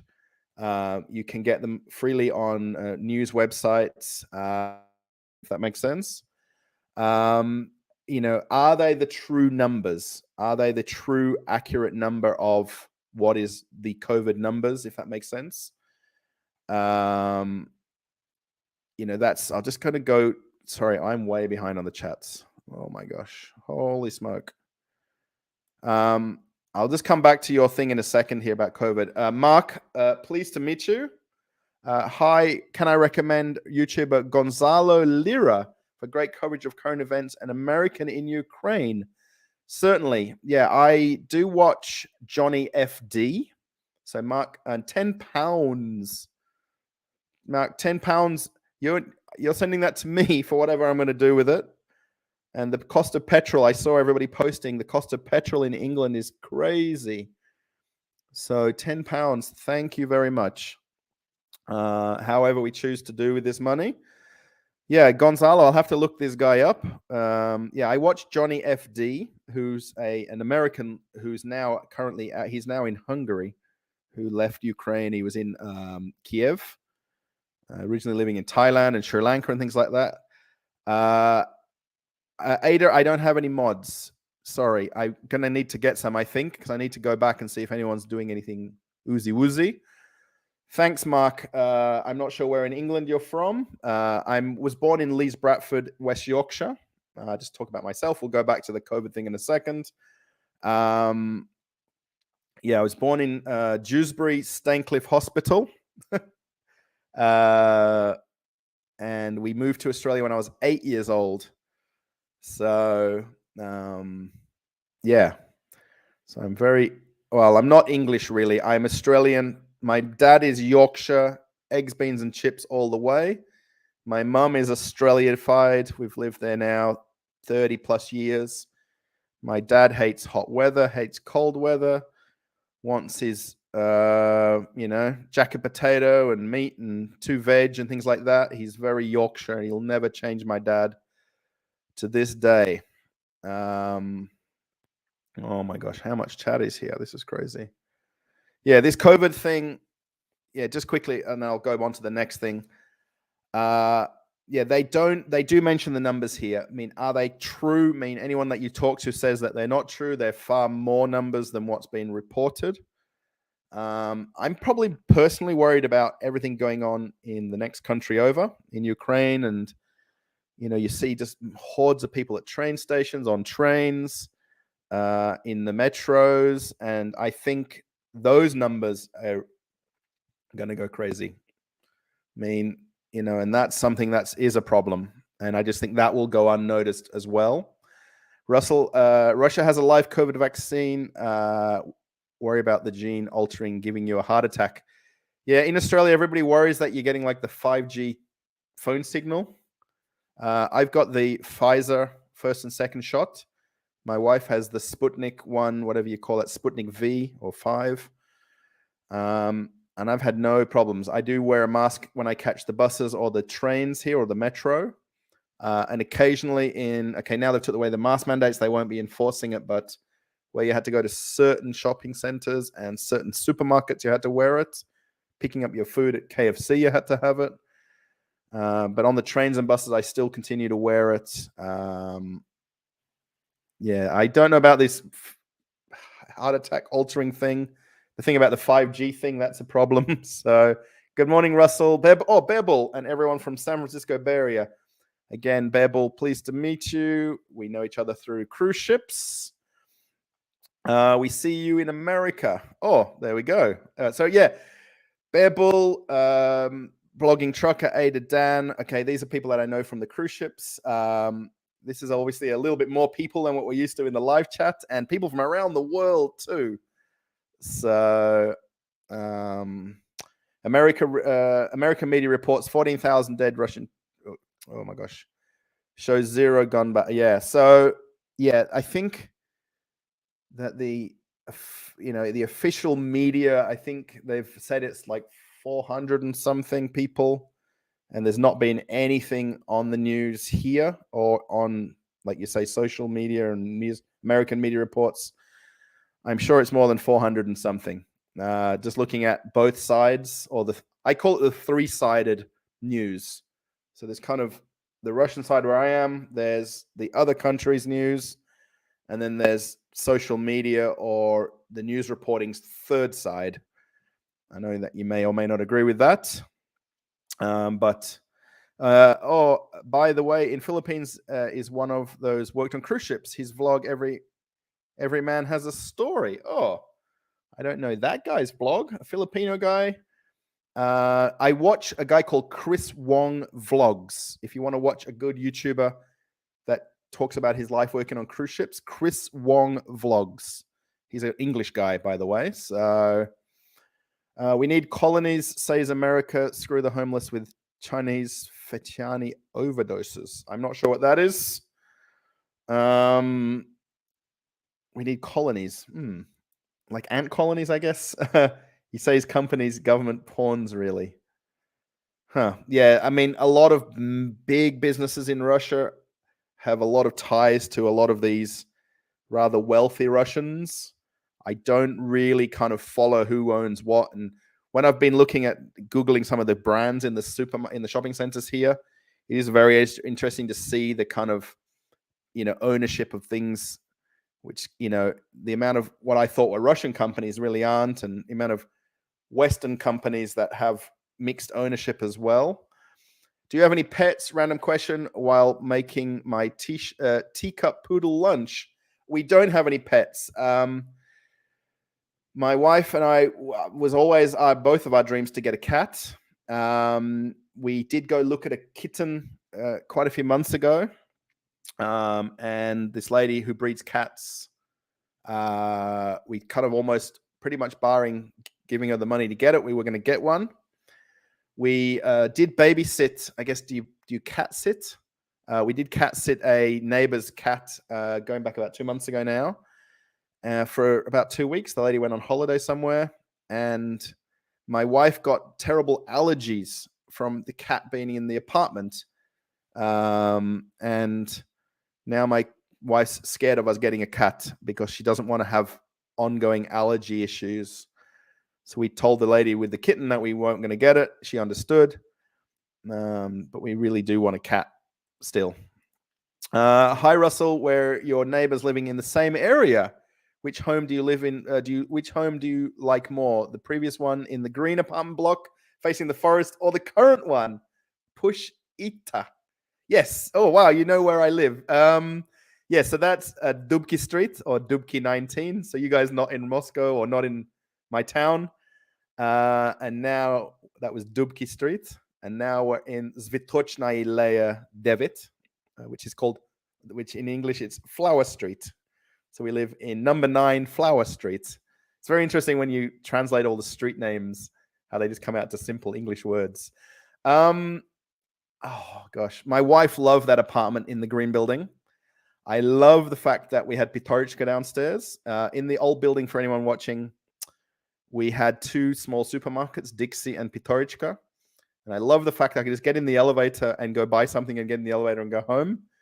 And so many times my wife would just send me down for something like, oh, we're watching a movie in bed, right? And she's like, oh, go down and get an ice cream for me, would you? So I get the clothes on. I'd honestly go in shorts and t-shirt and everyone would look at me and go get a couple of ice creams and get back in the elevator. I love that building for the fact that it had the shops. It was a bit further to walk back to catch the 490 bus on Gorkova Street. I don't know who you are now. You'll have to tell me. I don't know, somehow. I don't know. Yeah, I love this apartment block for the fact that we've lived here before. We're on level 10 here. We were actually on level 11 before, which is literally the same elevator, but one above. And I love the fact we've got the view of Aprelivka. And I can see the church. I can see the roads. I can see. So I love the view here.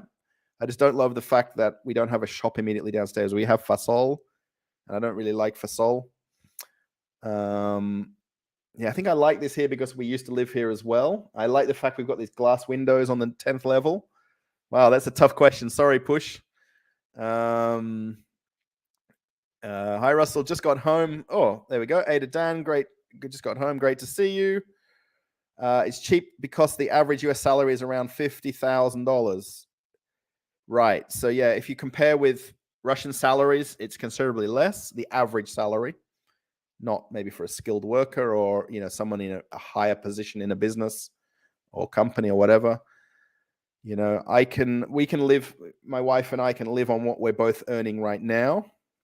I mean, would we want more money? Of course. Do we want to spend more money on things? Maybe we do.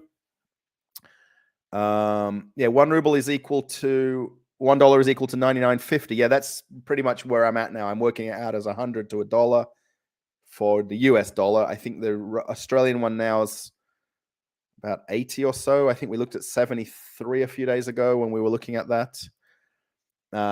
David, take a look at Germany in the 1920s. Berlin was turned into a large worldwide brothel because of the German money was so cheap. Women turned to the oldest profession, and the world came to Berlin. Yeah, I guess I saw now that Mr. P, I'm going to call him Mr. P, he's asking for people to pay for the gas in rubles, not in probably what was probably in US currency before that, which is kind of a weird way to look at it. I'm not sure what he's thinking that way, but if anyone wants gas, pay in rubles. Yeah. That's why I wear my gold fly away with me on my person. I wear my gold fly away with me on my person. I'm not sure what that is. Sorry, M87. You may want to think about renting the apartment out instead. You would probably be better off. Yeah, so my wife and we call it a studio because it's a smaller place than this. It's in another town quite a way away from here. It's about an hour and a half away if we drive, depending on traffic. Yeah, I mean, it's rented. The guy puts the money in the bank once a month. He's completely happy living there. It's actually quite cheap for what he's paying. And the money goes in the bank. Obviously, while we're here, we can use that and spend that. It's not a lot, but it helps. And if we were to both go to Australia, obviously my wife can't get access to that money. So right now, we're not going to sell it. I mean, obviously the easy way out is to sell it and somehow figure out what to do with that, to take that money, take the loss, go to Australia with less money. But, thank you, Gary. Yeah, $1 Australian dollar is 74.76. Yeah, so when we were looking at it the week before last, it was 86. And it did get over 100 very briefly. So yeah, I guess it's still up on 54, but it's not where it was at 84 or 100. I took in a stray Mancoon 6 years ago. She's adorable. This is the cat my wife loves, the Mancoon, these giant cats with the massive ears. And apparently they can get like huge, the Mancoons. Yes. So yeah, she would like a Mancoon. She talks about that brand of cat, that model. No, what do you call it? Not model. That species of cat. My gosh, I should have like English lessons with Russell channel. As an RN who worked ER all through COVID in the States, things are so much better here. COVID may way down now. Yes, it's, you know what? Since this all started a few weeks ago now, a month ago, it's like COVID's forgotten. I mean, I know for sure in Ukraine, it's like the last thing in anybody's mind in that country. But here it's like it's disappeared from the news magically. They took away the mask mandates. They've, and it's still happening. It's just not in the numbers. Obviously, the amount of people getting immunized has gone up. So the seriousness of it has gone down. Joe Biden said on the news he needs more taxpayer money for the fourth booster. Connect the dots. Yeah. And how much billions is he giving to the country next to me rather than using it in healthcare in the US? Yeah, make a stop in the Grand Cayman. The bank's open there. Yes. 540 banks in Grand Cayman. Yeah, and the best KFC you'll have in the world, by the way, in Jamaica first, maybe Cayman second. Love Grand Cayman. Very simple place when you go there. It's not the beauty like you think. It's still an island in the Caribbean. And you see these kind of, buildings that are banks around the place. Yeah, true. True. I'm not sure what you're truing about, but I read that Russia was preparing for problems and therefore are pretty self-sufficient on the food front. I do hope people don't go hungry. There or your neighbors, all very tragic. Yes. For me, where we are in Moscow region, there's obviously such an industry here of everything. It's people out west, out east, and the far, outlying areas of Russia where, people will struggle in terms of lower salaries, higher prices to buy things, their money not being as valuable, to buy their daily, weekly groceries and things like that. So just before I go on, I'm just curious now how whoever knows me knows the two different apartments I live in. I wonder who's liking the channel and watching. It's still kind of funny that they're asking which building I like to live in. David, you'll get Russell in trouble with your political stuff. Yeah, David, you are asking tricky questions, and I'm trying to answer everybody. That's how I like to do live streams, by the way. Just go through the comments. I'm not probably deep and dark enough to know all the answers to everything. So thanks, Gary. I was in Venice a few days ago shooting a movie. Myra, what? So we've got doctors here. We've got movie stars here. We've got what was the bodyguard of John Lennon? My gosh. You're shooting a movie. You were just shooting a movie in Venice the other day. Of course you were. Yeah.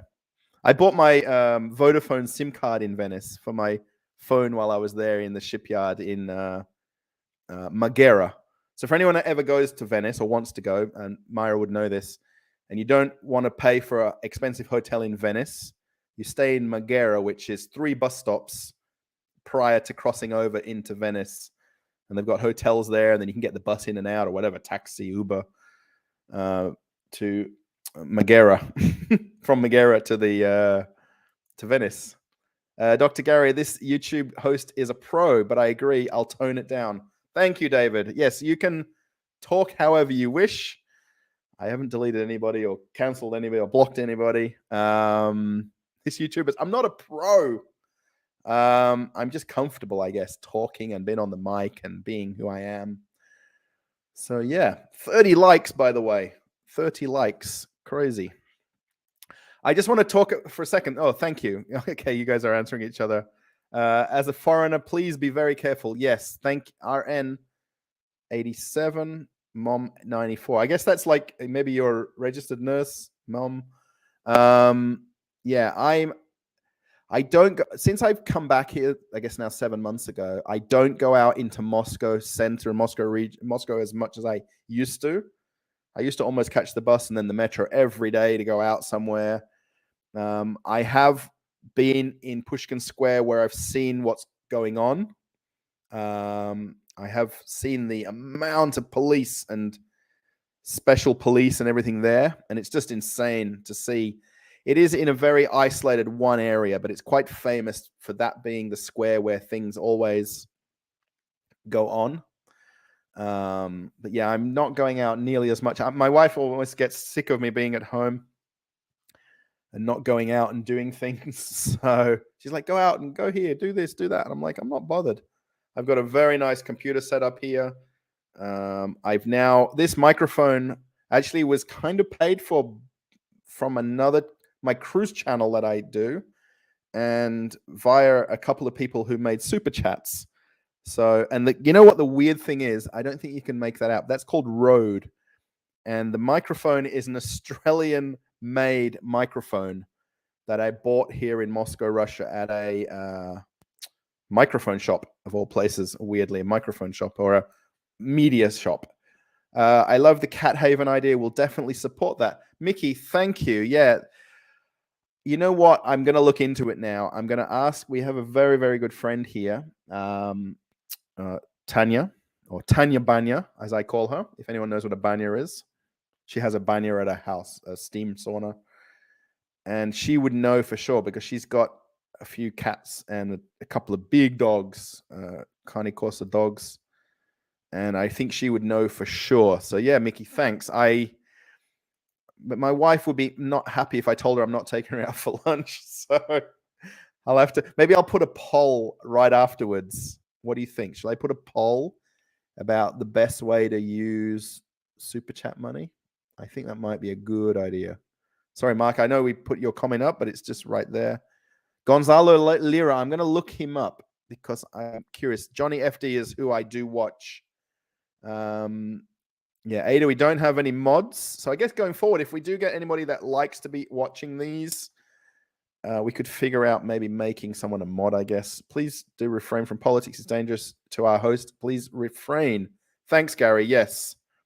JB says, I need mods. I don't think I'm big enough and famous enough. And when I talked to Constantine, when I met him this was only last week, I said, your channel's, the amount of subscribers and the amount of people on your live streams and things like that is just crazy. And he's like, I was just I was just a guy making videos like he was, right? And just talking about his life in Russia, moving obviously to America. He did schooling and lived there in Maine and things like that, and then moved back. Then he has wife and kids and talks about where he lives. And it's true. We're just normal people that have found a platform that works for us. Some people like Instagrams and all these things, and YouTube is a great platform for, doing things, and me filming videos and things like that. I enjoy doing it. I really do. Yeah. David, in 2015, my mid-sized American town put Russia Today on its cable TV. Now RT is the bad guy. Yes, I think they've been cut off everywhere, right? So happy that the CIA does not control American media companies. Yeah, imagine if they kind of start taking off all the channels and you don't have that argument between Fox News and CNN News and this one's better than that one's better. Yeah, RT. Yeah, actually, when my wife and I went to Bali a few years ago now on a holiday, and we were in this tiny island called Gili Air, and we stayed at this tiny little 5 or 6 room, little tiny hotel. It wasn't even a hotel. It was like shacks with a pool. And we put the TV on, and we had the Russia Today channel on that TV in that island in Indonesia. Preach, Dr. Gary. Born in England equals English. Sorry, bro. Yeah, British. Oh, sorry, English. Right. I think that's where you're talking about, David. Yeah. I don't consider myself English really anymore. I consider myself Australian. I have I've lived in Australia since I was 8. I mean, sporting wise, I don't support England. Australia and England play cricket against each other. We're big rivals in rugby, and I don't really support any of that going on. Amazing that 2 million people have just left, almost like they hated their country. Now, I'll just skip over leaving it on the screen here. Someone needs to be banned. I agree. I don't know, you guys. I'm okay with what's being said. It's not going too deep. Now, going back to, I just talked about Johnny FD. So he's an American guy that was living in Kiev and bought a house and all that sort of stuff. And he did a video about him leaving or choosing to leave Ukraine and choosing to get on the train, from Kiev, Lviv. He crossed over into Hungary. And his video where he's at that border crossing and he talks about all of the non-Ukrainians that have chosen to leave Ukraine via Ukraine, and all of the people who are magically at that border who don't have documents, don't have a passport, don't have any, anything. And there is a lot of people that maybe are a little bit on the are on the bandwagon of what's happened. But if you maybe watch his video, if you can find it, about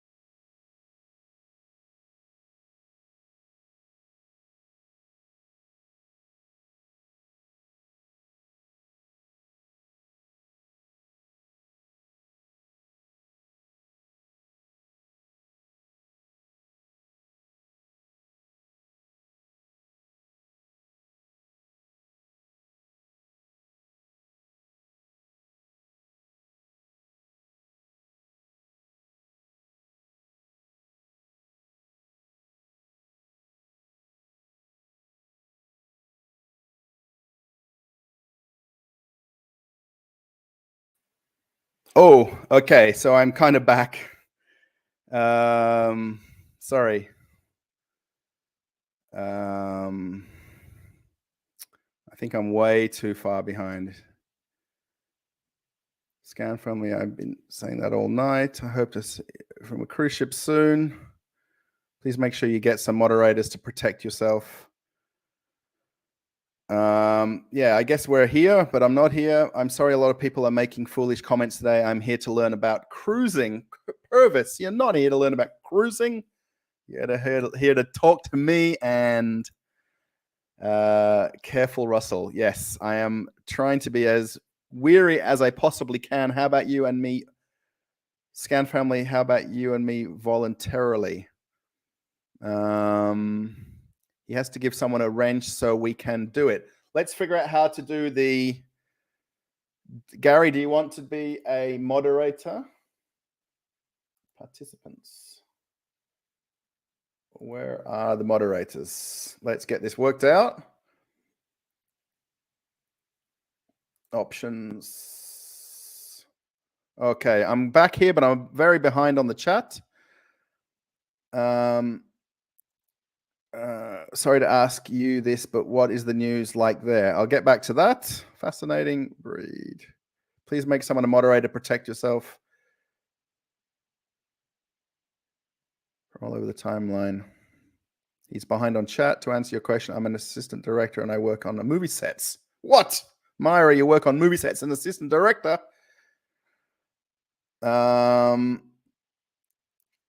So if anyone wants to be the live stream, I've caught right up to the bottom here. As this goes by, your channel will grow, Russell. Don't let anyone be a mod for you. Please don't let anyone be a mod for you. Okay, then. I guess not. If anyone wants to be, Brandon, how are we going? Sorry, it did freeze up and I panicked and I ran around the kitchen and it's back again. Yeah, I see that I wonder that what happened. Yeah, so I'm sorry.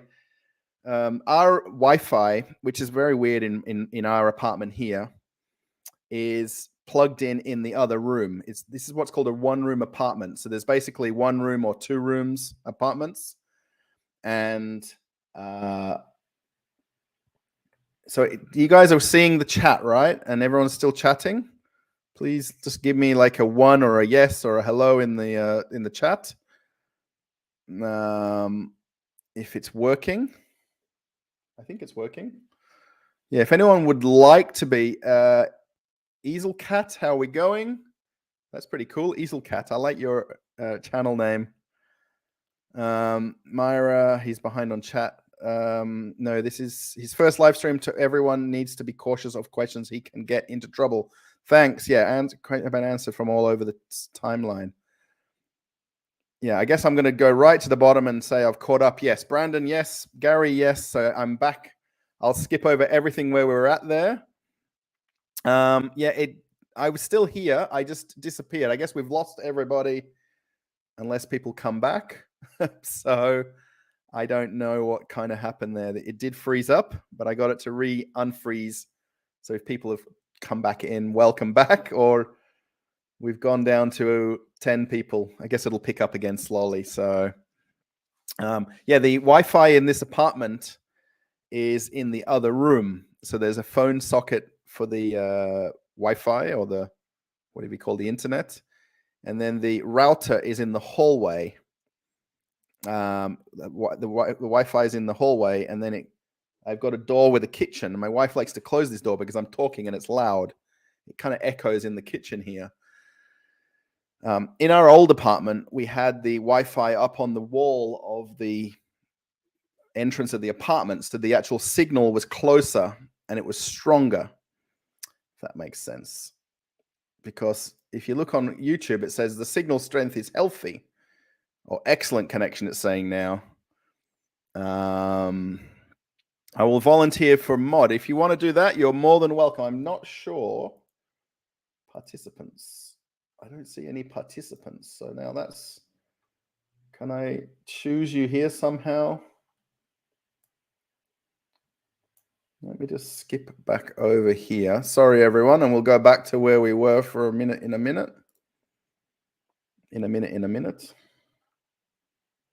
Oh, I've got to do live chat, not top chat. You're back with it, Mr. P. That's kind of what I call Gary from Russia. Oh my God, sorry. Gary from Germany. Pin message. I think we've done it. I think you've got it, Gary. If you type something now, it should be working. Please don't let anyone become a moderator. Sorry, blogging trucker. I know that's. Be sure to give a thumbs up. And yeah, thanks, Brandon. Please give a thumbs up. We got 35 likes. So that's actually a great thing because we've kind of lost everybody that was here watching. So, I think we didn't really have any questions after all of that craziness. I don't think so. Questions were being answered from all over the time. Like it was kind of being answered in order. I'll just scroll back up. Everyone, please be cautious. Okay, I won't answer that one. Okay. So da da da da da. So I guess you've got a wrench, and someone just said something in Russian there, and I don't read Russian. So if you want to type in English, it's okay. Wow, it's weird, fascinating. Breed. Oh, right. That's okay. Yeah. So we're just talking about the cats before. Breeds of cats. Right. There we go. Rip free speech. Further Gary on the job. We will see if it works. Yeah. Oh, there you go. You've got the little blue thing right there, Gary. So in here it doesn't show it, but on the YouTube chat it does show it. So I guess from here out, if we do get any craziness, we can, nip it in the bud, so to speak. So yeah, if anyone has any questions, I'm kind of caught up now a little bit. So yeah, so just going back to, I worked on cruise ships for 20 years. I still do technically work on cruise ships. I'm kind of on vacation from them. I came home in March 2020 back to Australia to Australia when basically all the ships closed down around the world. And I decided to sort of find a job. I knew the ships weren't going to start up. It took 2 years for ships to get back sailing again. So this is now we're in March, 2 years later. It's exactly 2 years, give or take now. It was about 18 months for ships to get back to full working capacity, I guess, where they're at now. So yeah, and pretty much I was working in the onboard duty-free shops on the cruise ships, and I was doing the liquor and tobacco section. So just on a cruise ship with the shops, it's very much like an airport shops, the duty-free where you walk through when you fly internationally. So that's kind of what I was doing. I think we lost lots and lots of people just then. What was that question I was going to read? You work for Pasaki. David's asking if JB works for Pataki. I think that's one of the US politicians. I don't read or watch about any US politics. Zero. I see that Biden is in Poland because that was on the Australian news that I read. So, Ada says he loves Chris Wong. Yes. Yeah, I would love to. I mean, he works on Royal Caribbean, right? I think he would be a nice guy to get along with and chat to and talk about things with. So the only thing now is Gary's going to delete every other comment. Please only English and no politics, please. His life in Russia and Australia are working on a cruise ship. Right. Yes. So yeah, I don't really. Yeah, I just have like normal. Oh my gosh. Okay, you guys can just. I don't know what you want to do. So. Oh my gosh. Just talking back about this screen wipes. I know this is completely off topic and nothing to do with anything. This was like 50 rubles, which is like equivalent to about 50 cents American, right? I mean, if I was to buy this in Perth, it would be at least, I would say, $5 or $8 for these screen wipes. And in Russia, 50 rubles, which is just... I reckon I could almost make a video. If you guys have any video ideas, there was a few ideas that had come up. One was for my wife or a lady to talk about the ladies section in the supermarket, because obviously there's shortages of some of the brands of ladies products, personal care products. And I'm trying to convince my wife to make maybe 5 or 10 minute videos. I don't think she'd do the longer videos like I do. But I was trying to maybe somehow convince her to talk about the pricing and hide current comments. Oh, okay. I understand. That's funny or not funny. Yeah, because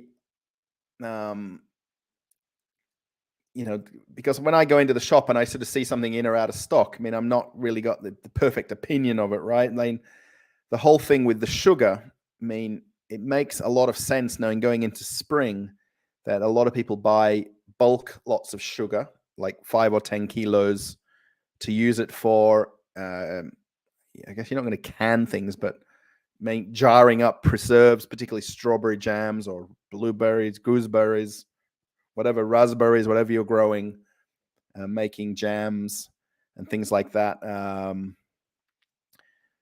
So for people to buy 5 or 10 kilos, especially going into this sort of summertime, if you like, it's normal. But then it's created kind of that panic that, there's not going to be enough.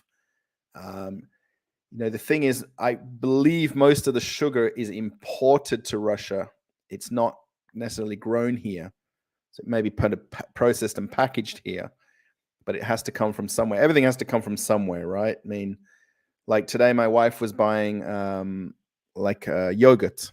And she buys a local yogurt here at our local, it's called Rynek, which is like a food market. And she normally buys the one with the strawberry. It's like, it looks like white yogurt with strawberry in it. And you mix it together. And the lady there, she's like, I reckon she's probably in her 90s that works there. The very dear old lady. And she knows me very well because I go there a lot to buy these yogurts for my wife. And she was telling my wife that they're having a shortage of the strawberry jam because it's not quite come into summertime yet. So the stocks of the existing strawberry jam to make into the yogurt is not available. So there's not enough strawberry yogurt because there's not enough strawberries and the preserves that make the, you know what I'm talking about, right? So okay, I'll go. Russia only may be a violation of US law. Yeah, I guess I'm. Oh my gosh. I love the large shopping center tours at centers in Russia you speak of all the time, Russell. Thanks, Bebel. Yeah, I guess there's going to be more to come. I am trying to do I can't really do too many things that are different because I do notice that other Russian YouTubers have sort of done similar videos to what I've done. So I might just have to go to different places that are not where I live or my local places. The one thing that I think I want to try to get across, though, is what my life or my local life is like, So, I mean, I wouldn't go like the one where I went to IKEA, to Troplestan. I mean, that place is, it's about an hour and a half away. Take one bus, take the second bus. There's 2 buses to get there. Actually, if you drive there, it's probably worse because of the traffic, whereas the public buses take some of the little bit, side lanes and things like that. So, and I wouldn't typically go there. We used to just go there really because the IKEA was there, and now it's not open. So it's not really worth us going all the way out there just to go to the supermarket where we can buy things locally at my supermarket here, So, Rochelle, pleased to meet you. Again, all these are kind of new names here in the chat. So, sugar from Russian beets. Right. Oh, okay. So, yeah, the sugars, I guess they refine sugar from other things other than sugarcane, right? I think I need to do a lot of Googling before I figure out everything that I say. So, I love borscht, by the way. I know borscht is Ukrainian, right? I think its history is from Ukraine. Actually, the last few, so my wife was telling me like they have chicken borscht, they have beef borscht, pork borscht. So you can make the beetroot soup, I kind of call it, with meat stock or meat and chicken, and but it's so good. We make like big pan of it. You can have it for a few days in a row. Very, very, very nice. I guess we've kind of quietened down a whole lot now. I think when everything froze and everybody went, nobody came back. So what can we do? So I hope everyone's liked this. I mean, obviously we've gone over 2 hours. I was really intending to have it an hour. Then I kind of decided 2 hours, and we've kind of creeped up to 3 hours or 2 hours and a bit. So I hope everybody likes this kind of live stream. I've got no worries answering any questions that I can answer, that I can talk about, that I feel comfortable talking about. Again, I am in Moscow, Russia. I am aware what's going on in the world. I'm not watching the local station. I don't use social media. So I do have access to news. I do see, as I call it, this three-sided news event, because you are getting this Russian point of view, you're getting the Ukrainian point of view, and then you're getting the media's point of view. Constantine recommended you. Yes. Yeah, I did talk about this quite a few times throughout this stream. Yeah, Constantine and I are very good friends. We've met up a few times. He lives up the road from me, or I live up the road from him, I think I would say.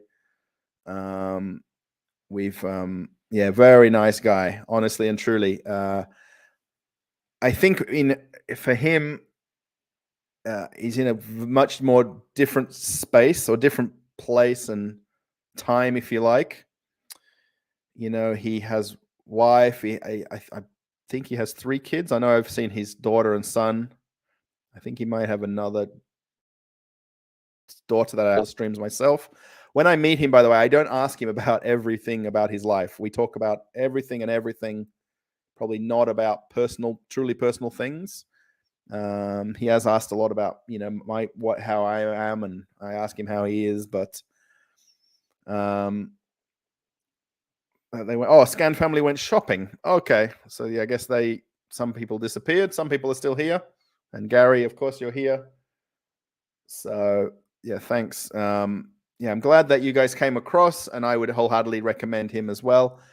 I would say if you watched his videos from 6 months ago, when I very first met him, when I realized that we did live up the road from each other, I was watching one of his streams, and he talked about where he lived, and he actually recommended me to go to a local restaurant, because I recognized where it was and things like that. His job particularly, and his life situation is quite different to, I guess, mine and my wife's. He's got a lot more commitments, job wise and things like that. That's in a bit of a limbo at the moment for him. I don't really want to talk for him at all. I mean, that's his place to do all of that. So but definitely nice guy. I recommend watching that. By the way, we do have yellow walls and green cabinets, by the way. One thing I'll talk about, when we lived, actually, someone who was in the chat earlier who said they knew which building I lived in, and do I like it here or like it there. Obviously, they know me somehow. That other apartment had orange cabinets, like absolutely orange colored kitchen cabinets. And I always say that the smartest guy in Russia is the guy working for the kitchen cabinet company who sold these people these colors of kitchen cabinets. Does that make sense? I think it's quite amusing that in Australia, everybody's very modest in terms of their look of their kitchen and their house and, where they live. And then you come to Moscow and you get this just eclectic mix of people's decorating style. Faith Rusat. Oh, almost Russell. Faith Rusat. Good to meet you. From Spain. Now, I was in Malaga, Spain, exactly 2 years ago, because I just saw on my Facebook feed. We did the cruise from Barcelona to New York, and we stopped in Malaga. We stopped in Lisbon, Portugal, Malaga, Spain, and that was. And then we stopped in another spot in Spain, didn't we? I don't remember where it was, and then we did the crossing over to Canada and then down to New York. Yeah. So yeah, if anyone has any last kind of questions, I don't know about last, but whatever, it's not as free flowing as it was. The internet of all things put a spanner in the works, so to speak, Gary. So yeah, just going back to the what I will do, after this, I'll put it up a what do you call this? A poll in the community page, asking about what to do with the the super chats and super stickers from this live stream. So obviously there was a few people who made a donation. One asked me to have a beer on me. I really don't drink beer, so when we go around to friends' houses, we have a beer. So yeah, I guess I can do that. But I was thinking about a way we could maybe utilize the money here, in terms of trying to help somebody locally, and I was thinking about a cat haven. So yeah, so I think that might be something that we could try and do if they have one. I imagine they do, right? I'm in a local Facebook page for the town where we live, Prelivka, and they're always posting like missing dogs or found dogs. So there must be somebody that does it somehow. So the I've got on the other screen here the how many people are watching the stream, and it's like a big mountain until everything kind of disappeared and everybody, I guess when it got cut off, people kind of didn't come back. So understandable. You know what I mean? You're going to sort of take away from this, my life and how I deal with things. I guess maybe the next stream we can talk about what's happened in the previous days or week. And, right at the very top of the stream, somebody asked about how our sanctions affecting me or affecting you or me. And the sanctions that affect me absolutely are the banking ones, where I can't use my ATM card. I can't use my Visa card. I don't really use my Visa card here too much, but my ATM card, I would sort of tap and go everywhere where I buy things. Here, actually, in Russia, they've also cut off Facebook, Twitter, LinkedIn hasn't worked, Instagram, so they're all not working, by the way. So that's kind of done, if that makes any sense. And then LinkedIn hasn't worked for quite a lot of years. So, but when you think about like these sanctions, it's amazing to think how quickly somebody somewhere in the world can click a button or, flick a switch and something gets switched off, like using a credit card in a foreign country. In terms of, I can't go online now to book a hotel, for instance, hotels.com, Expedia, TripAdvisor, they've all stopped working.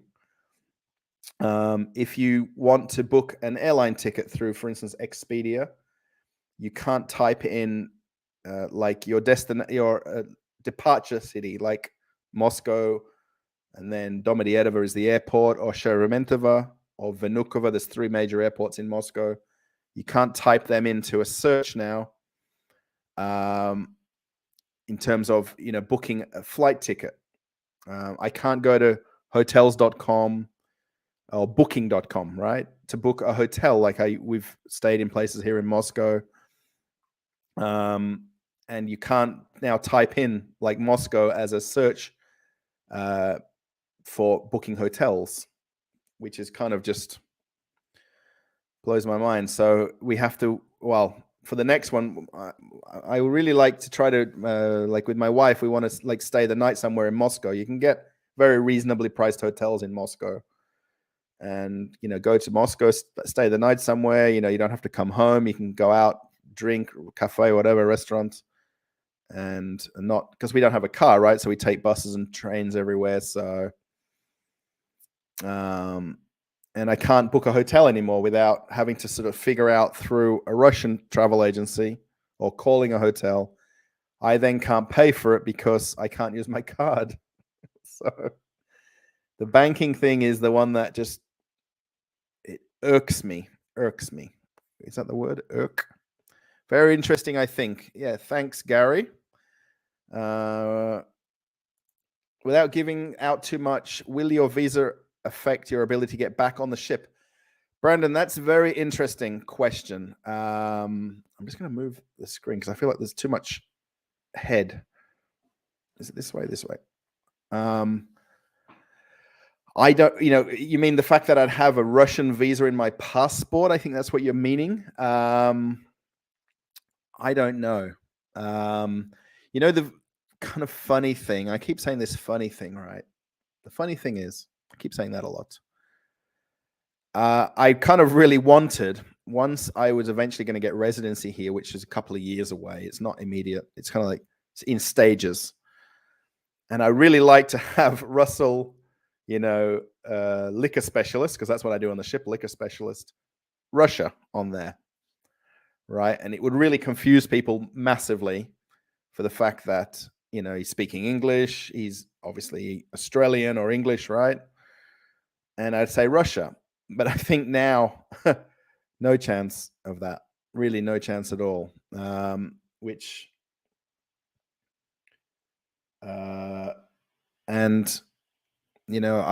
don't think having the Russian visa or the residency would affect my ability to travel.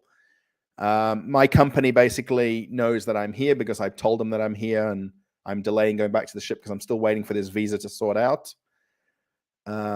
I have my US visa to enter America. Of course, I've got British Australian passport to travel. I hope it doesn't affect anything. It won't affect me going back on a ship and joining a ship and going back to work when that happens.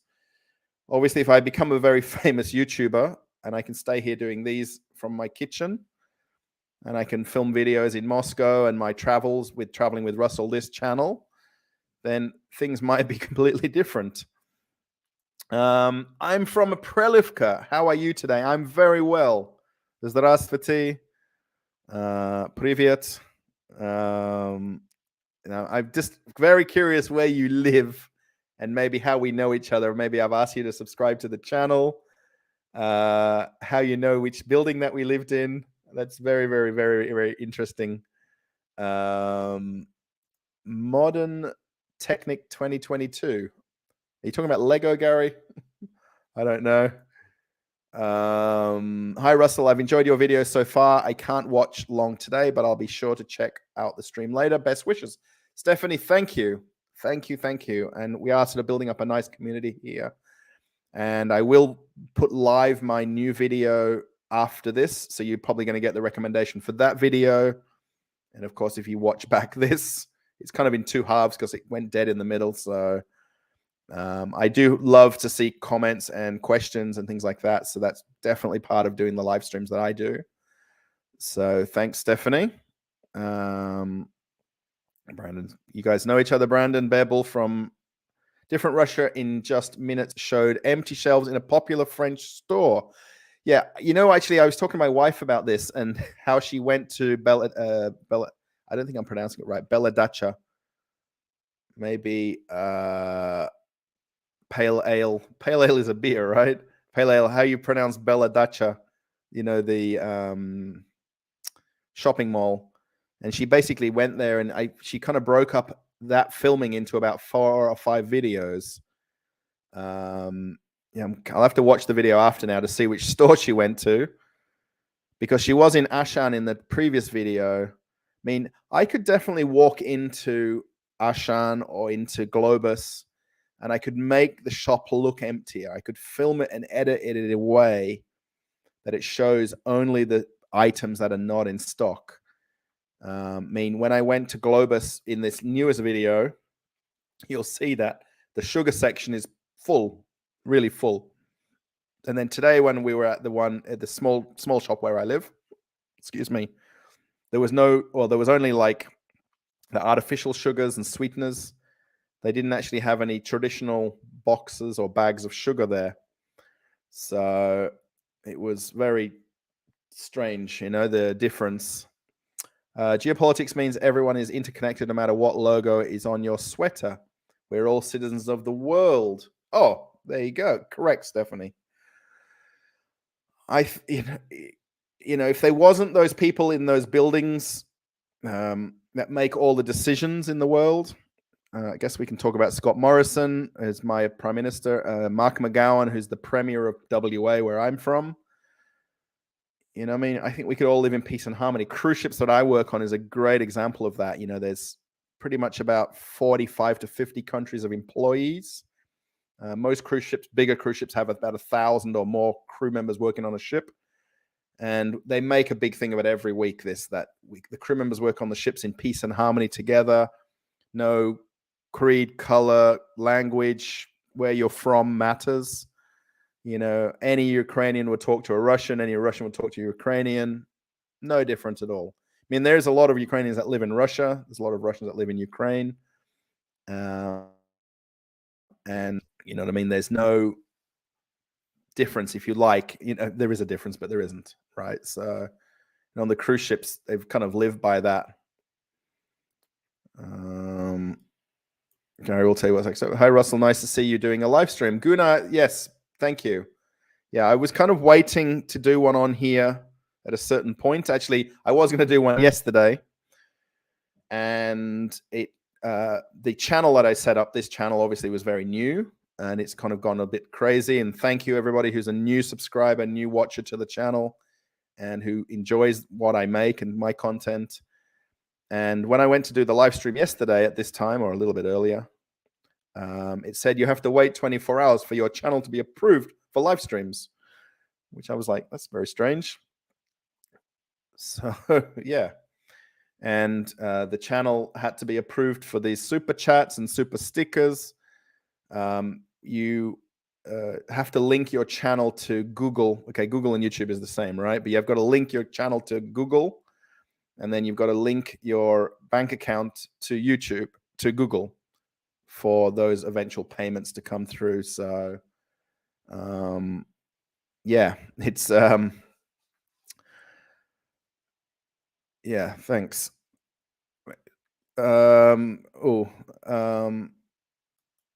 Hello, nice to see that you're doing a live stream. Thanks, Gunnar. I appreciate that you're just making sure that the police.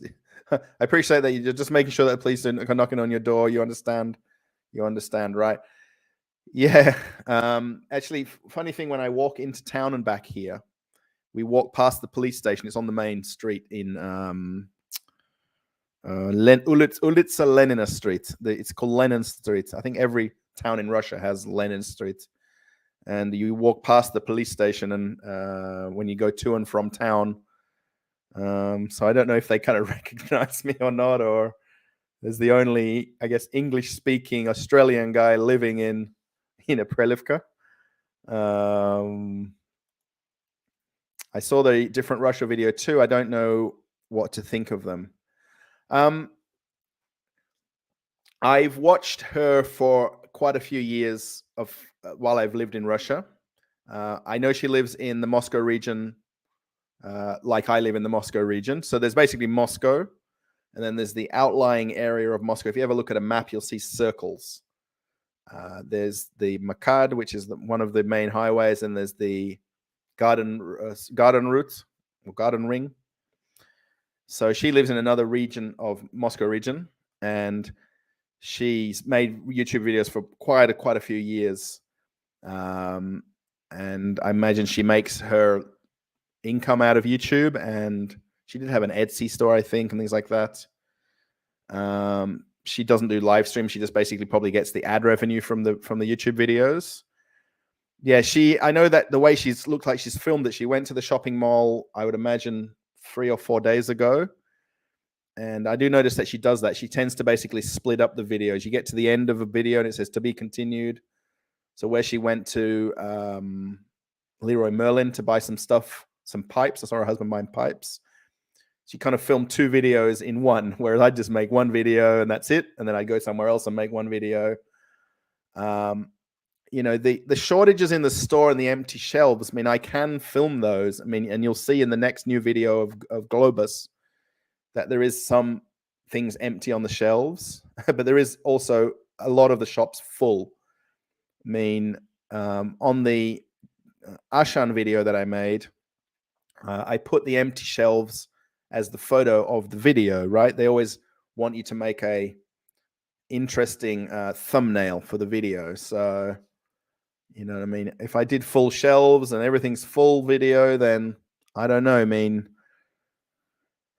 I think it's going to take a month or 2 or 3 months to sort of notice bigger differences in the food markets here. I mean, again, we talked about this a little bit about the self-sufficiency of Russia and I guess the unreliance on Western brands. I mean, especially like say in the food and supermarket and shopping malls. I mean, we can have a shopping mall without these major brands and everything. You can still buy clothes, you can still buy shoes, you can still buy everything else. It's just other brands will have a chance to come into those spots. There's Gary, true German throughout time. Thanks for your service to mankind. Okay, there you go. That sounds good. Hi, Russell. How are you? Kaylee Vetcher. Pleased to meet you. I always like to do these funny waves. I look like it's sorry. That's I don't know why I did that in every start of every video and by videos. So I'm doing good. I think I'm gonna say I'm okay. This is my personality. I am bubbly. I am happy. It doesn't take a lot to make me happy, you know. So, you know, I don't need things. You know what I mean? All these shops closing and all that. It doesn't really bother me that, you know, all these brands have gone away. I mean, I don't buy that many clothes. I'm still wearing the same football shirt from a couple of years ago. You know, this is my local team in Australia, by the way. And, you know, I'm not materialistic that I need things. You know what I mean? I really just need a bar of chocolate.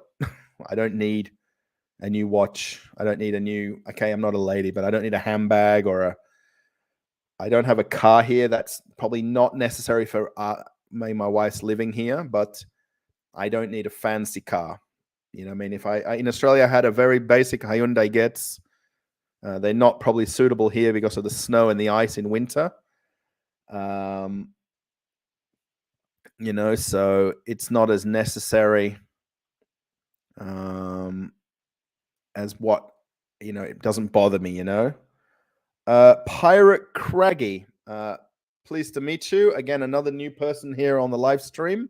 How many potatoes does this get? Seriously. Hoping things pan out for you and all love for all. Peace always needs peace needs a chance. I like a quiet life myself, like us all. 20 pounds, not dollars, pounds. Now, when I did that post about the price of petrol, I really liked making that video, by the way. I know it wasn't a quick, short video, but walking around the petrol station and then doing the little voiceover about the pricing. And when I compare pounds, I've still got it right here. This is the little, okay, this is the hand copy. Now, the pound actually on here is 164 rubles. So I think it's gone down now to about 120 rubles for a pound. So Pirate, I can get a ton. Potato is katochka, by the way, katochka. And I really like potatoes, by the way, boiled potatoes. And actually jacket potatoes. So you can go to there's a little cafe here called Krochka Katochka, which is like small potato, malenki katochka. And at the price of 20 pounds worth, that's, I mean, like sack of potatoes, literally. I know that's probably been, I mean, one difference here with potatoes, just to talk about your answer here, because I'll talk about this and we'll go back to other things. You can buy washed potatoes and you can buy unwashed potatoes. So basically, the ones that are literally from the field, they're untouched, they're dug up, they're put in a crate, and they're sold unwashed. And they're dirty. They're, oh my gosh. And you've got to scrub them under the sink here. You're probably wasting more water in terms of cleaning them than you are buying the washed ones. There is definitely a price. I mean, potatoes have gone up here. And actually, that's the one thing that Konstantin mentions in Inside Russia, that existing stock that's been in the supermarket or back stock for weeks or months shouldn't have to go up in price, but shops have done that. They put prices up, but yet they're selling old stock or old merchandise. So I know our little fruit and veg stall that we go to here in the market, they have less imported fruit and veg. We go to a very nice one that's a couple of two couples that run it, like two husbands, two wives, and their little fruit and veg, is packed with variety and stuff from all over the world, like, because the weather doesn't allow it in winter to grow all these things, right? So, and they have less of them. I mean, their point really is that there's no point in them buying things for quite a lot higher price, knowing that their average shopper isn't going to pay double or triple for a pineapple or a mango or kiwi fruit, which might be a luxury rather than just apples, potatoes, maybe oranges, persimmons. So, Stephanie, just last thing with your question there. She just basically breaks up her videos into different videos. She does show concern for the prices. That I agree with. I'm pretty sure that she just lives a normal, quiet kind of life as well. And where, the price of some things affects me or her, it's because it's something that her or I buys. Like where you live and the price of petrol, because you're filling your car up daily or weekly. So that's, I just think that she kind of a tiny bit dramatizes her videos. I'm sure she's a beautiful lady. She comes across very genuinely, so David, I'm an American from New York. Oh, there you go. But living in Germany. Sorry, I know you said that earlier on. In the States, people tend to do big shopping once a week. The carts are very full. I noticed the shopping carts weren't full there. Do people shop daily? Yes. RN or RN87, Mom. I'm fully repeating your name here. Right. Yeah, you will see some people with half or full baskets, but very, very, very typically, like for us where we are here, what we bought today when we went to the shops, we bought for today and tomorrow. Literally, we had dinner tonight. We've got still some pasta we made yesterday, and then we've got something for tomorrow. And that's very typical. My wife, his name's Zhenya or Jen, like Jenny. That's our style. We don't go to Globus or Ashan and do the basket shopping. I think we've done it in all the years, maybe 2 or 3 times where we've had a car and drove home, right? So we know we can carry things.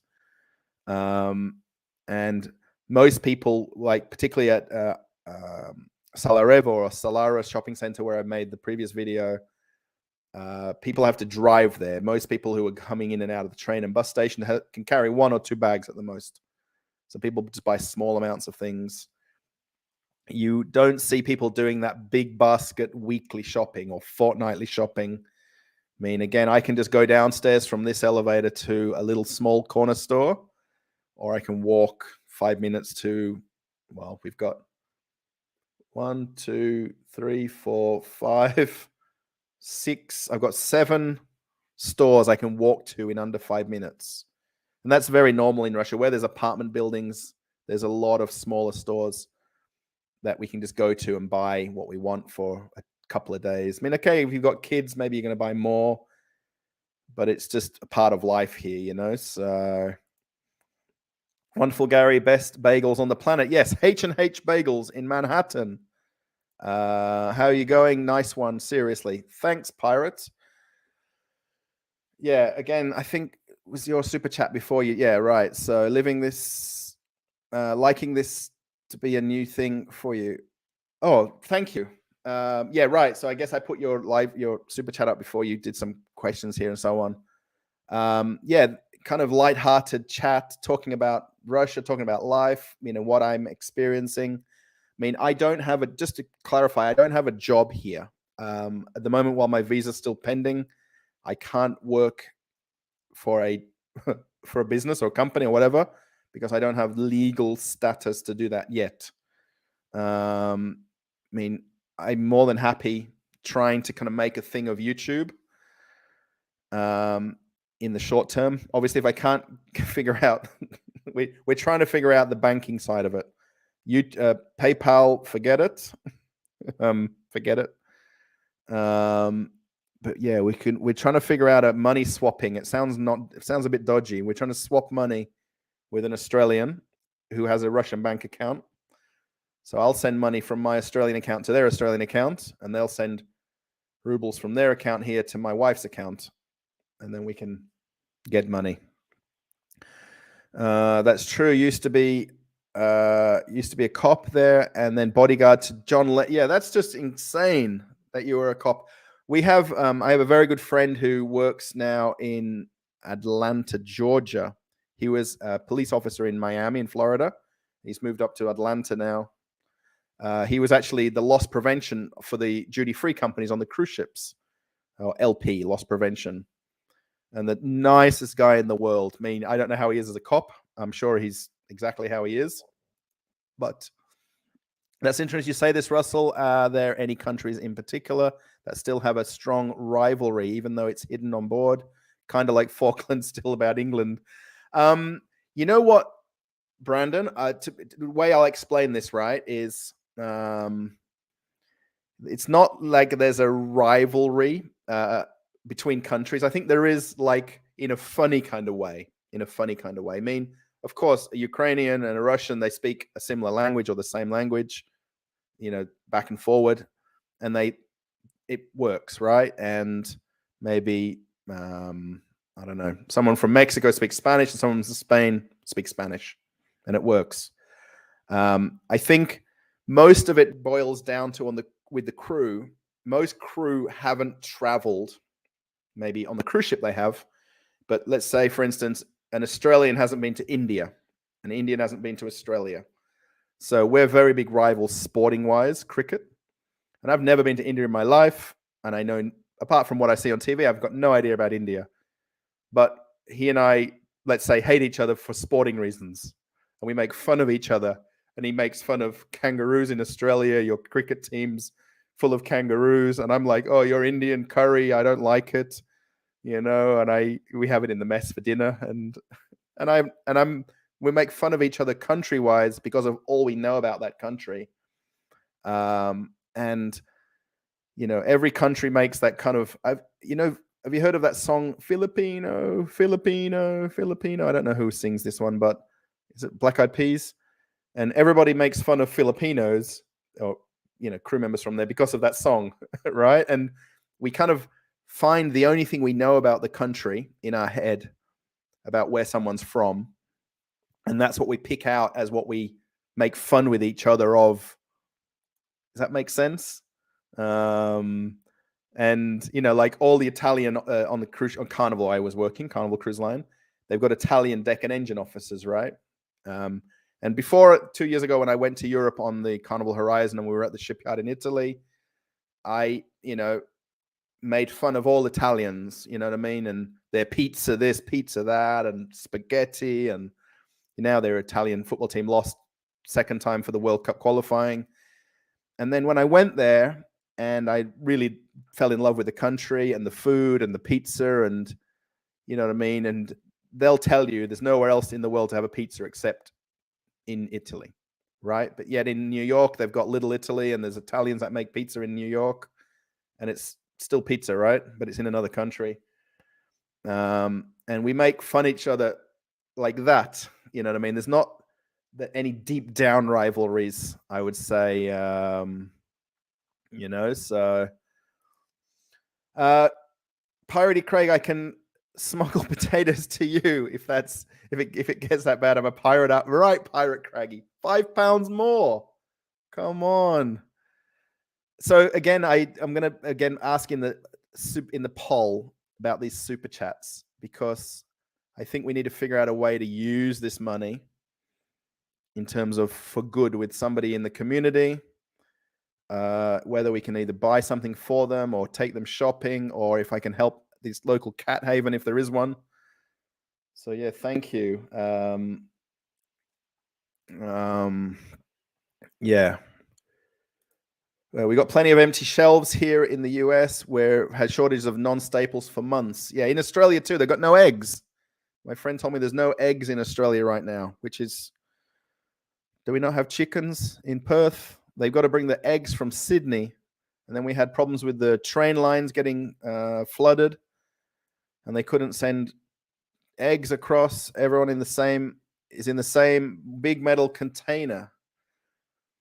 I watched the Iced Coffee Hour as a YouTube channel with a guy called Graham Stephan, who's a bit of a money expert, real estate agent. And one of his people he interviewed talked about being in a big metal container, and that we're all in a big metal container. Now, I'm not going to go any more question about that, but answering it, but just funny that you mentioned that and it was brought up. Mr. Zuckerberg and his wife, Kwan Lee, have standards. Isn't Mark Zuckerberg? I always remember famously he lived like in a rented house and he drove like a Prius. Mark Zuckerberg. Hello from Utah. Ross, how's it going? Again, somebody new to the chat. Again, until we maybe get one or two live streams out the way, we'll start recognizing people coming again. Confirm not a lady. Oh, I guess maybe someone's referencing Pirate Craggy. I wonder, again, I was born in West Yorkshire, Leeds Bradford, Pirate. My dad is Yorkshire till he dies. He actually has the White Rose of Yorkshire on a tattoo. My dad has one tattoo, right?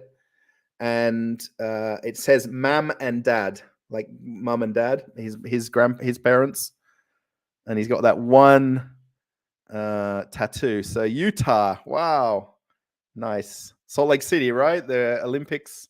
Never been to Utah. Yeah, but their employees are affected. I guess talking about the cruise ships. Yeah, Ukrainian employees right now having problems. They've all the cruise lines are pretty much offered them to either stay on under contract, or they've been offered to be flown to another country, like a neighboring country. The cruise lines are not biasing in any way Ukrainians or Russians in whatever's going on. They never have. They never will. There's no need to. At all to do that. Honestly and truly, there's no need to. And they've offered them any assistance that they need or can get. I'm just going to jump forward here because these disappear very fast. More potatoes. Congratulations, Russell's Robert, having your channel become official. Robert having your channel become official for live streams. Oh, thanks. I think, and $4.99, Bebel. Thank you for the super chat. Very, very appreciative of all these super chats.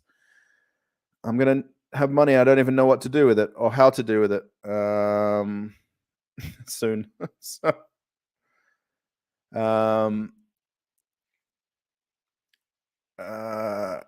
yummy Russian taters. Yeah, Pirate. Yeah, I do like boiled potatoes.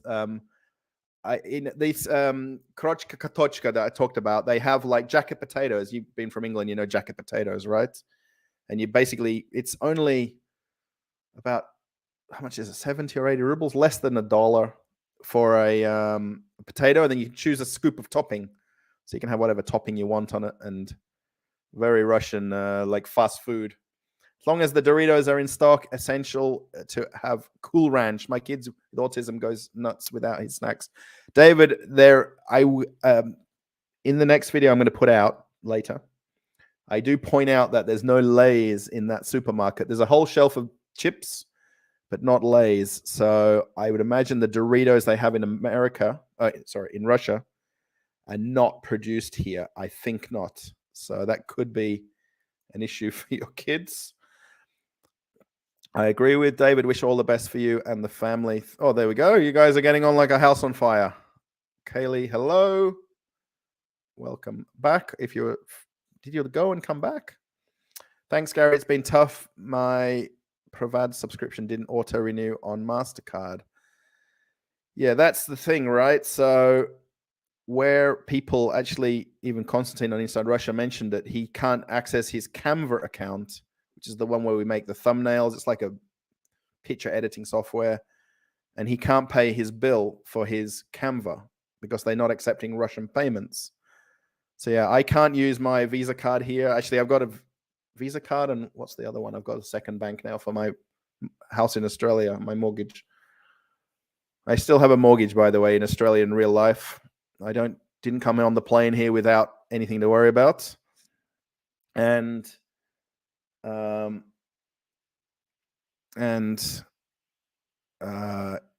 yeah, I can't use the cards here, and then my wife can't use her cards in Australia when she comes there. So we're now going to have to, we're going to see if we can get another card for her account here, and then she's going to put money on it for me. I feel like, again, child asking mum for money, because before 3 weeks ago, we had no worries with all of this. It's a good thing. Yes. Now, why did you move to Russia? Kaylee, my wife obviously is Russian. Going back 7 months ago, we were in Australia for about 1.5 years. My wife got her residency approved. She got her visa to come and live in Australia full time. We've been together 9 years. We've been married, I'm going to get this wrong, 5 or 6 years, or 5 years. And we applied for her visa a few years ago. It got approved. She's been in Australia. She's now got both stages of that all gone through, all million paperwork. And then she got to about 1.5 years, and got homesick. She had some health issues. She's actually had a surgery since she's been here. We had to go through a surgery. She's having some teeth issues that she's dealing with, back issues. And while she was in Australia, she couldn't find doctors that she was comfortable with. So English-speaking doctors, things like that. So we found a Russian female doctor eventually, like a ladies' doctor. But she's had to undergo one surgery quite a few months ago now, but she's still on medication for that. So we decided, she decided to come back to Russia ahead of me, and then I gave up a lot of things to come here. So we were renting a place, and I sold off all the furniture, literally right down to her yoga mat, everything, the coat hook stand for our coats, and got on the plane here and came. And my mum was absolutely in tears, like you don't believe, because it took me 20 years to get home, as she said, from cruise ships, and thought that we were going to move home and be happy. And I decided to come here to be happy with my wife, right? So she can go through what she's going through. Pirate,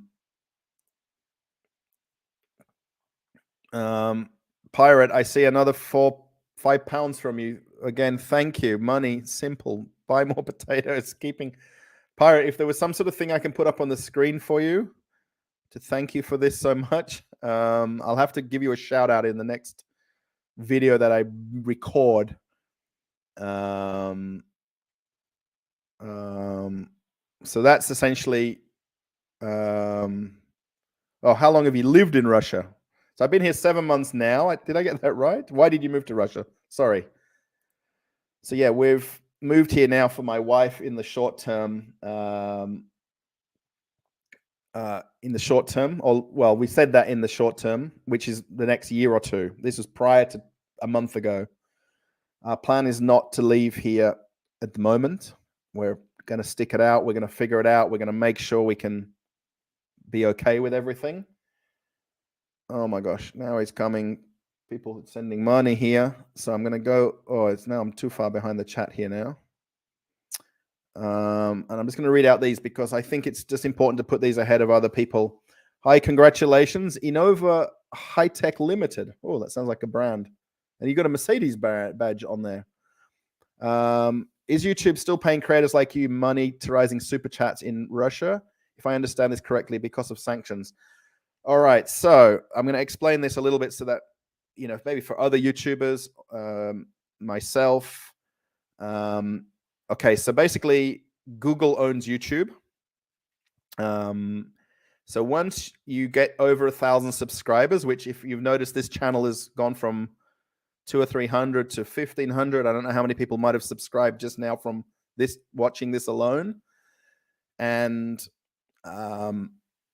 so once you hit 1,000 subscribers and 4,000 watch hours, so 4,000 hours of watching, I pretty much have got 3,000 hours, or actually it's now 5,000 hours in the last 28 days. So the channel has just blown up in terms of me being a small YouTuber, blown up.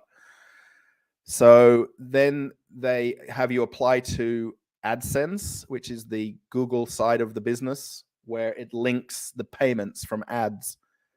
So literally yesterday, the first ad revenue from all of the videos from, I guess, the previous day, it's 2 days delayed. It put in an amount that it paid, and then you get paid it on the 21st of every future month. So you get paid a month behind. Now, the problem is, it depends on the person. So being a Russian YouTuber or Australian YouTuber, my channels are registered in Australia, and my Google account, YouTube account is. And then my bank account linked to it is my Australian bank account, which, as I've been talking about, is the account I can't take money from. So on the 21st of the month, a few days ago, literally 3 days ago, it paid the previous month's money in there, and then this money will be in the next month. We're just going to have to figure out. So yeah, you can still give super chats. What did you mention there? Sorry. Monetizing. I think what they have done is they blocked people. What they have done in Russia is, for instance, the ad revenue from ads is blocked if you watch a Russian YouTuber. So if you're watching from another country, a Russian YouTuber who's got a Russian YouTube account, the ads that show to you, they don't get money from, right? So anything that comes through my channel is not essentially Russian, if that makes sense.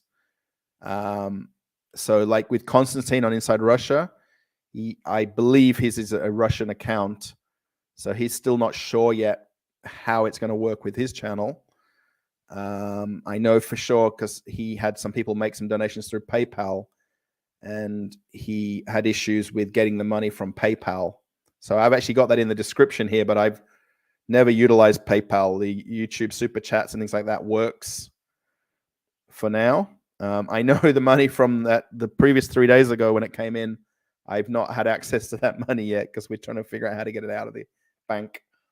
I am going to see if I can go to Citibank in Moscow Center and see if they're still allowing withdrawals. Can see if we can get watchers from Inside Russia to watch your blog. Yes, Gary, thanks. Yeah, I think... So yeah, Rachel, I've lived on and off in Russia for 9 years since I first met my wife and came over here. All the pineapples here in Hawaii come from the Philippines. Surely governments aren't colluding. David, the other thing in Hawaii is all of the kikuyu nuts on the beads, those brown kikuyu nuts, you would know them. They come from the Philippines as well. I have been to that Dole plantation on the drive over to the North Shore and had pine cream. And I love Hawaii. And I worked on I cruised on Pride of America, the NCL ship over there. Can see if we can get watches from Inside Russia. Yeah. VPNs won't auto renew on American Express either. Right. Yes. So anybody that's got all their accounts set up here, just talking about the money side of it. So if you've got any, like for instance, Netflix, right? So if you had, okay, they've cut Netflix off here, right? So, but if you had that account linked to a credit card, like a Russian credit card, and it was payment from overseas, that's now cut off as well. So you could use a VPN to get Netflix, but you can't pay for the account. Yeah, so no credit cards work there. So yeah, just to explain, Gary, so in Russia, if you're if you have a Russian bank account with Russian Visa, MasterCard, whatever, they work in the country only. Okay? If you take your Russian cards outside of Russia, like anybody, like my friend at the moment in Thailand, he can't use his Russian card to pay his hotel bill. He can't use it at a restaurant for dinner. he can't go to an ATM and take out some Thai baht from the machine to pay for things with cash. So he's a little bit stuck in Thailand right now. He knows the situation. He's actually with Aeroflot, so he can't fly back. He's having to change now to Emirates to fly home. So my wife's cards won't work in Australia when they did work last year when we were there. So yeah, all the bitties. Not sure what that bit is. My accountant's IRA can help. Oh, yeah. I live in the country in New York. Eggs from the neighbors slaughter a pig or cow, which we need to fill our freezers. Fresh produce coming soon with better weather. Yeah, I kind of do wish I lived in a regional area where I had more access. The local Rinnock here, or food market, Rinnock, has a lot of fresh produce. And actually, we got eggs today, which I would buy them at the supermarket, but my wife buys them from the egg lady. I call it the egg lady, and the chicken lady, and then there's the guy that I buy pork from, the butcher, the pork guy. I literally simply call it like that. So yeah, in Australia, my uncle has a small hobby farm, and he has eggs and honey. He has bees and he has honey. He actually had a massive pig, like a kind of a pet one, but I imagine it ended up at dinner at some point. How do from so you're from Ireland, pirates, Craggy, yeah, like Cragglemore. It's kind of Craggamore is that's not Irish, is that? I think that's Scottish. Craggamore whiskey. Cragglemore, is it Cragglemore? Yeah, 45 million aren't laughing now. Yeah, sorry, David. I mean, I know it's a tough situation. I'm not trying to bring that any part of my conversation. I'm just going to make it. I'm just going to talk about what I see and know here. So, and I watch the news. I see the three-sided news, as I point out. Yeah, lovely roses. Yeah, the white rose of Yorkshire. I'm new here. Brandon Looney Tunes fan 2000. Wow, that's a long YouTube name. If you're a YouTuber, by the way, that's a long name for someone to remember. In terms of how do you get more viewers and subscribers to your channel, shorten your YouTube channel name a little bit so that it's a bit easier. Yeah, employees of foreign businesses which have left Russia are affected. Correct, yes. And likewise in Ukraine as well. Especially where local, I guess, overseas businesses have pulled out or, imposed their own self-sanctions, and Russian employees, like from McDonald's, they said that they're going to continue paying the 62,000 workers. I mean, how long will they keep paying them for? I mean, 1 or 2 or 3 months more, and then they'll sort of say, look, we're going to, dissolve the company and things like that. I mean, that's interesting about the at the shopping mall there, the Zara, Uniqlo, H&M, Stradivarius, Pull and Bear. I mean, you'd be at the bigger shopping mall, Solaris there, that'd be a few hundred workers that now, hopefully they're getting paid and they're just sitting at home, but that could only last so long for the company to continue doing that, right? So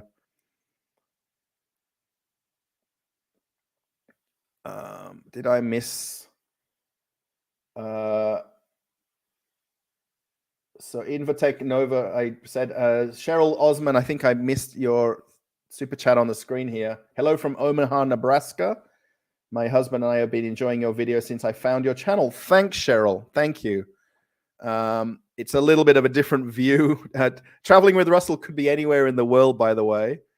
All the videos on the channel are from Moscow, where I am here. I mean, of course, it's a very searchable term at the moment, so I've kind of come into some millimeter of luck that the channel's kind of gone a little bit up, and of course, super chats, and then the ad revenue that started literally today, this morning, or I guess yes. Oh no, it's still today. Today was the first day that worked. So, oh, there it was. Sorry, it's right there. Hello from Omaha, Nebraska. Wow. Omaha is the home of Warren Buffett, right? The guy, the man, the legend. And he goes to, is it Wendy's where he goes to?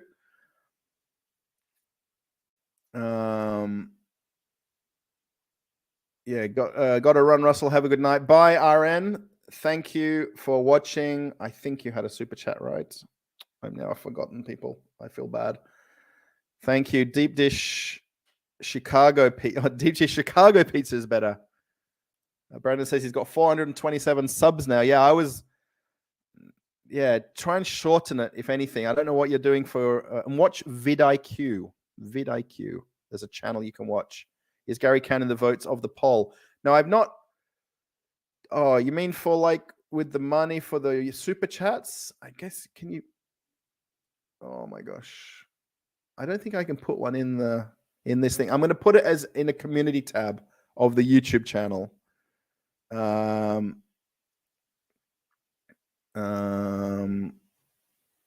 David says cruise lines. My favorite is Roadrunner and Coyote. Okay. Oh, I guess you're a cartoon fan. You are very welcome. Oh, they're welcome. Stay safe and well. I'm a concerned pirate. I protect my own booty, after all, and those of others. And pirates, they steal from the rich and give to the poor as well, right? I think that's the saying of pirates, right? Everything you see and as made and built by man, providing for their wives and family. Yes, that's the best I can do for my wife, is support her, getting better and through health concerns and her teeth, her back. And, that's the thing of the man here in Russia, right? And we just had International Women's Day recently as well. And it's like bigger than Christmas. The woman is really, okay, the man is the one always in power. You don't see very many female politicians here or police or senior officials, but, they're here. Here from inside Russia. Konstantin hasn't put up a video reminder. Has anyone heard from Konstantin? I'm worried for him. I do send messages back and forward to him, but I know he's a little bit slow on catching up. Maybe he's taking a breather. I don't know. I didn't look in the last few hours on my phone. So I don't know from today. I did talk to him last...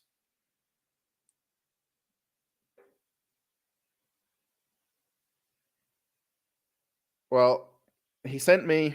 Oh, no, he sent me Ura. Oh, that's a bit hard to see. That's from Konstantin right there. Ura. That was at 5 p.m.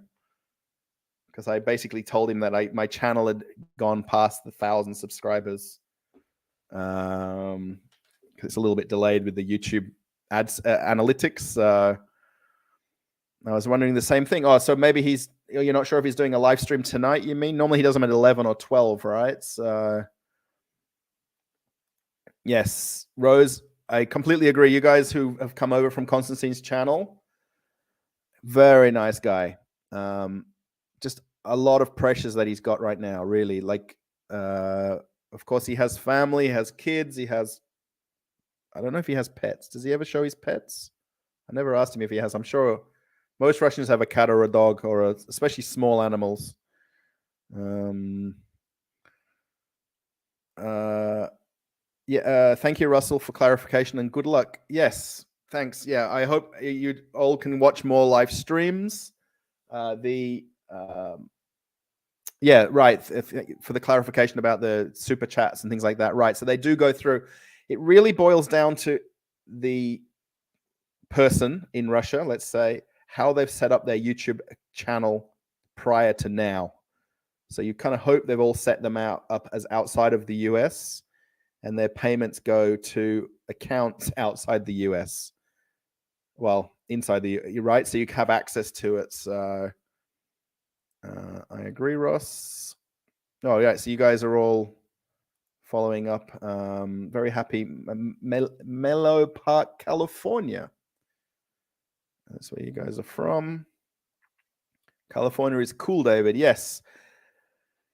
I did show my wife a documentary on YouTube showing about the homeless people that live in LA, close to this stadium, the one where they had the Super Bowl. and the people that live in the parks there, live under the bridges, they're, veterans.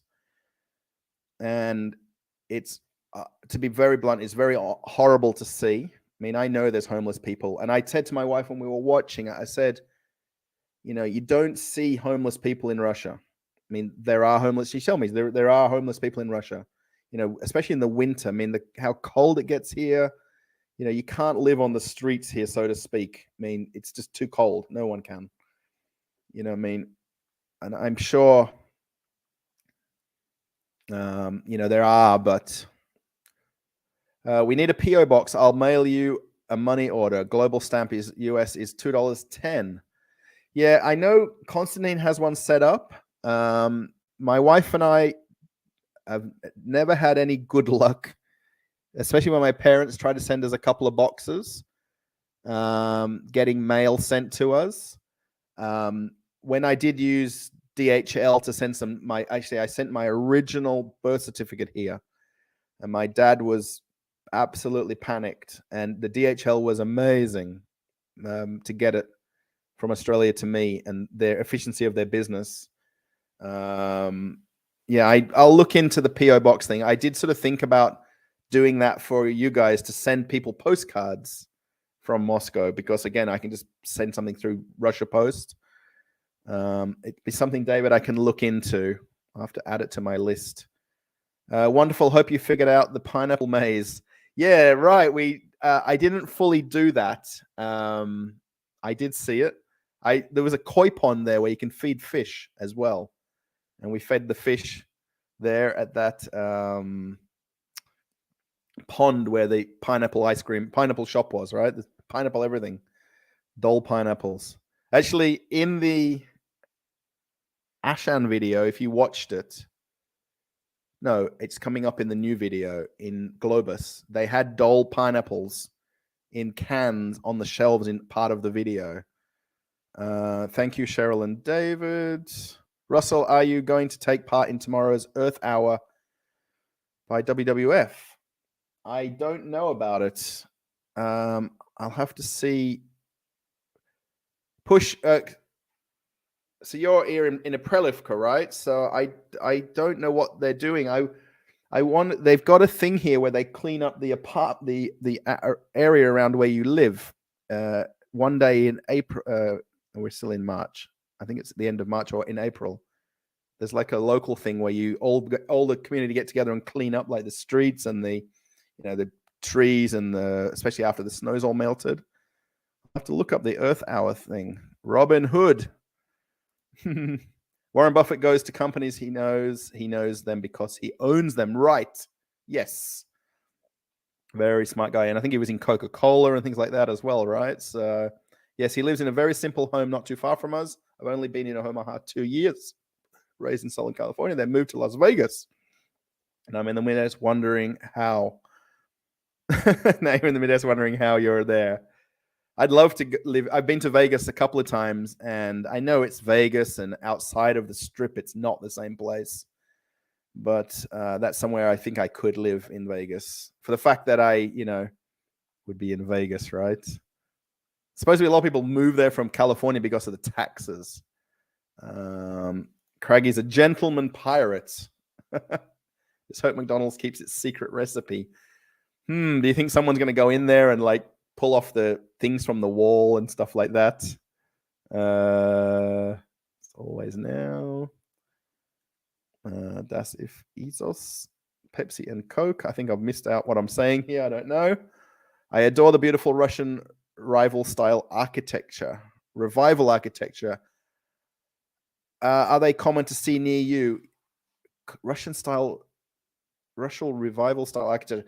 In the suburb, in the town where we are here, there is very little old architecture like you'd see in the Moscow center. I would say, barring the church, there is virtually no older buildings made earlier than the 80s. So like the Soviet Union and then post-Soviet Union times. There is, like a statue here and like a war memorial, if you like. But there isn't any older statues and things like older buildings here in this town in particularly. Prelivka is famous for the production of vinyl records. So the local shopping center is called Melodia Shopping Center, in reference to the music played on like a gramophone. So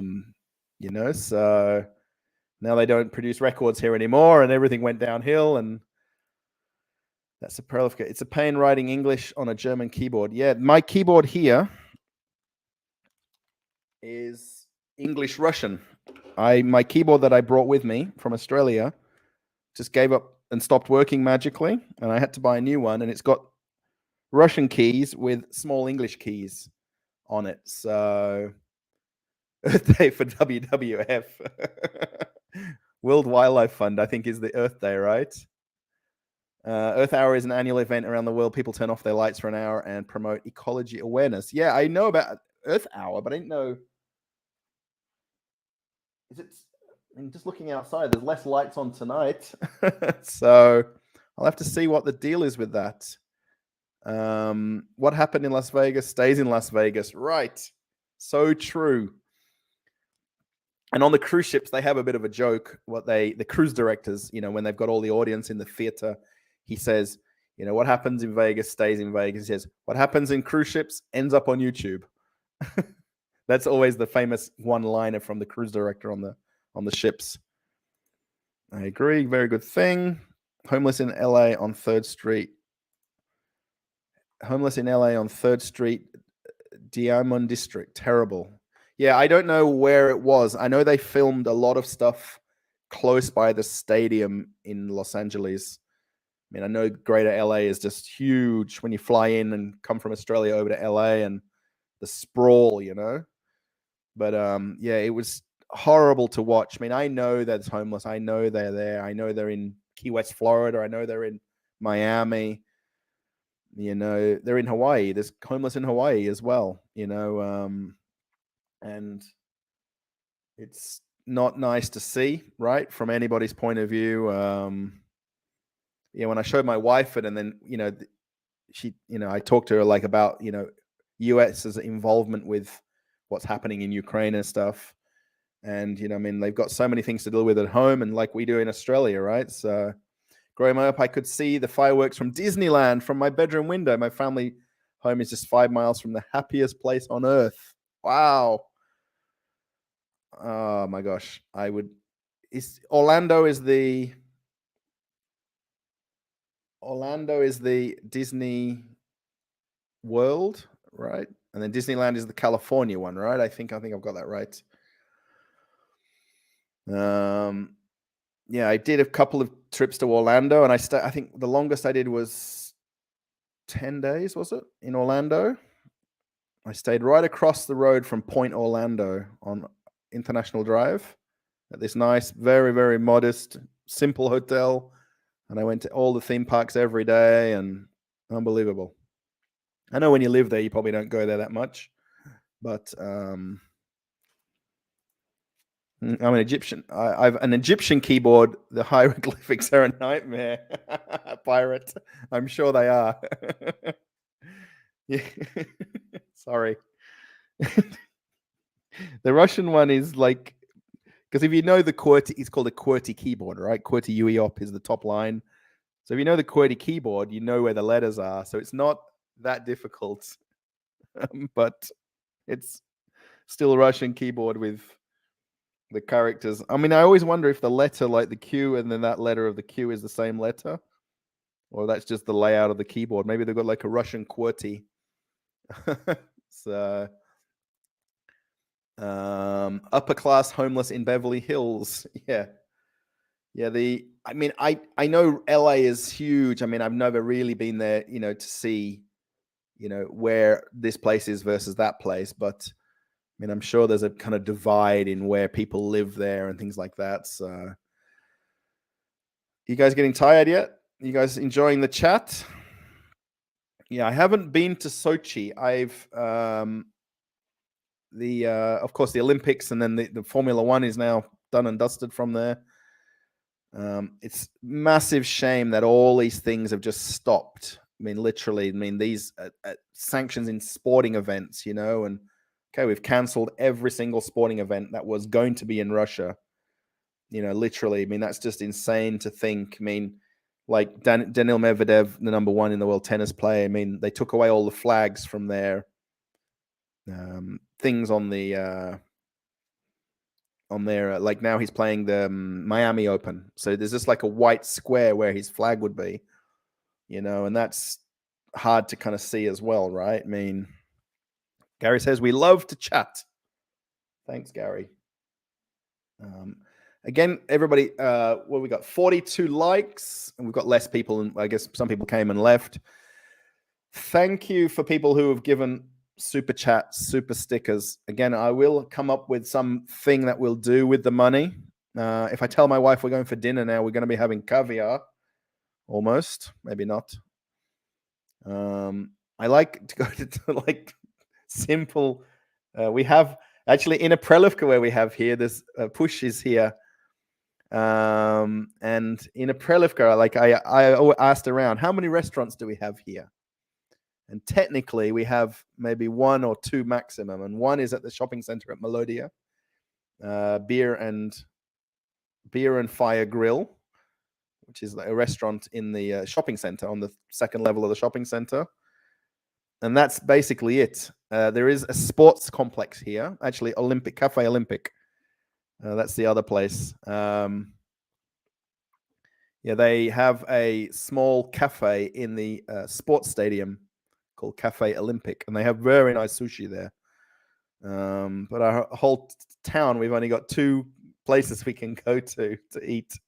So it's either Fire and Grill or the sports stadium. So but we have very nice sushi when we've been there. So it's amazing that they make great sushi in Russia, and there's no Japanese guy anywhere to be found. I mean, we associate Japan with sushi, right? And there's no sushi there. Once you leave the Las Vegas Strip and Fremont Street, the suburbs are just like any suburb in America. I miss the hip hop dance team and tumbling class my daughters were able to be a part of in Las Vegas. Yeah, I'm sure that, for a person that's from Las Vegas or people that move there and maybe work on the Strip or work at the hotels, I mean, and like you say, once you get outside of those couple of main areas, it's just suburbs and it's just suburban, sprawl, I'm going to call it, right? I mean, in Australia, we call it the mortgage belt instead of the wheat belt or the, whatever belt. It's the mortgage belt, right? And just homes and streets and things like that. So this is kind of interesting from Push here. Does your daily routine differ from the one you had in Australia? Yes. Of course, I'm not working here physically, like as in a daily job. In Australia, I was working in supermarkets. I worked at Coles Supermarket, which is very well known in Australia. And then I got a second job doing night refits of stores. So where they basically rebuild the stores or they commission new shops or they refit them and remodel them. I was doing overnight work at a different supermarket chain. And the day stuff was basically doing relays on their shelves, rearranging them, changing the layouts, moving aisles over. So I had a job to go to Monday to Friday. It was basically a Monday to Friday job. The overnight jobs shifts that I had sometimes were Saturday, Sundays, depending on what supermarket needed doing at the time. I had to drive to and from work, which the supermarket I worked at wasn't the one where I lived. It was 45 minutes away with traffic in each direction. Obviously here I don't have a car, so I do miss driving my car. My wife, we do have ride sharing here. You probably know that from Russia. And I have the app on my phone so I can take a car locally and go somewhere and drop it off and pick it up and so forth. I am doing more things with YouTube daily. So particularly this channel, trying to get it optimized, and that's what I'm trying to do. So I'm trying to figure out, like tomorrow, for instance, I was going to go to Moscow tomorrow and go film a new video because I've got one already planned to go up and then make the next one. Yeah, it's definitely different. I think even just like simply like today going to the shops, you know, I mean, we just walk to the shops. In Australia, we drive 5 minutes to the local shop that I would walk to here. Obviously, we don't have a car, so that, you know, we would still walk today because it was nice weather. It wasn't cold. It wasn't windy. So we walk a little bit more here. In Australia, we'd get in the car and drive 5 minutes to the supermarket to go buy whatever we'd buy and drive 5 minutes home. So that's very, very different. What else is different? Obviously, paying for things with different currencies different. The selection in the stores are different here. There's the amount of stuff to choose from in a supermarket is phenomenal. I mean, especially the bigger few that I've been to. I mean, I know them well: Globus, Ashan, Perikrostock. There's Magnet. There's a few different ones. So yeah, that's very, very different. You know, actually, just walking down okay, this is not my daily routine, but how dirty the streets are here is a big difference. Like the amount of cigarette butts on the side of the street. And actually, my wife pointed out today, you know what I mean? Like, because they've got this cleanup thing going to happen now that the winter's kind of over. And all the people in the complex where we are here and the next one, everyone kind of gets together and does a bit of a cleanup after winter, you know what I mean? Once the snow's melted. And, you know, just at home, everything's just so clean and people don't drop rubbish in Australia. I mean, they do, but we can get fined for littering, and that's pretty straightforward. My wife had a nail salon in our apartment in Australia, and she had clients come to our apartment to do nails. Here, she obviously goes to work in her own salon downstairs from our building. So that's a little bit different, that she does go to work and I'm at home. Whereas back when we were in Australia, obviously I was driving to work for the day and coming back. She was still at home. Her clients would come to the apartment. She had pretty much mostly Russian and Ukrainian clients, very few Australian clients. So I'm not essentially going to work while I don't have a job here. So and YouTube is it for now until we can figure out whatever will go on. Most of their instructors were also performers in Vegas. Wow. Yes. I have a friend, actually I've got a couple of friends. They worked on cruise ships. She's a teacher in Las Vegas, and her husband is a backstage technician for Cirque du Soleil. And he was obviously out of work for how long? All them theater shows were closed in Vegas during COVID. And there was a lot of pressure for her and her husband, and she has a couple of kids. Very, very nice. Beth, her name is Beth Cribble. Ross said he checked out. Now he's back. Constantine just posted he's not going to do a stream tonight for personal reasons. Yeah, understandable. I can see it in him when I met him last week. Literally, we just met last week. And then that was when he posted a few videos very quickly. He did the one when he went to the McDonald. Was that the one? No, he did the one with Sangiv, where he was at the supermarket. He did a couple of videos within a day. Then the previous day, he went on a dinner date with his wife. And then he went to did he go to the McDonald's on the way home or something? And he filmed like 2 or 3 videos, like back to back to back to back. And there's obviously he wants to do that, but it's just, and then he still works during the day. So he still has a job. And I know he goes into an office and then he works from home as well. And he goes out on to wherever he goes to work. So yeah, the hours that he's pulling is just personal reason. I can see that. I have only been in Florida for about a half, switching planes at the Miami airport, going to Puerto Rico. I'd love to see Disney World one day. Yes. Yeah, in Orlando, right? That's up in Orlando, Florida. Then the cruise ship sail from Port Canaveral, which is about, depending on traffic, 45 minutes an hour away. So yeah, thanks everybody who's here. I'm going to thank again, 45 likes. Again, if anyone is giving super chats, thank you. Again, I wonder how we can best spend the money. Do I take my wife out? Do we maybe do something with the cat haven if we can find one? Do we maybe find someone locally that maybe, I know there's That would make an amazing video. There's a very, very old wooden pre-Soviet Soviet Union apartment block. It's a wooden 2-story old place, like you don't believe old. And I reckon I could probably go and find the guy. There's a guy that's outside there every other day. He wasn't there today, but he stands outside with his like walking frame. Old guy, and he talks to me every time I walk past, because I walk that way to and from to the town. And I explained to him like, "Niet pinelai paruski." I don't speak Russian. I don't understand Russian.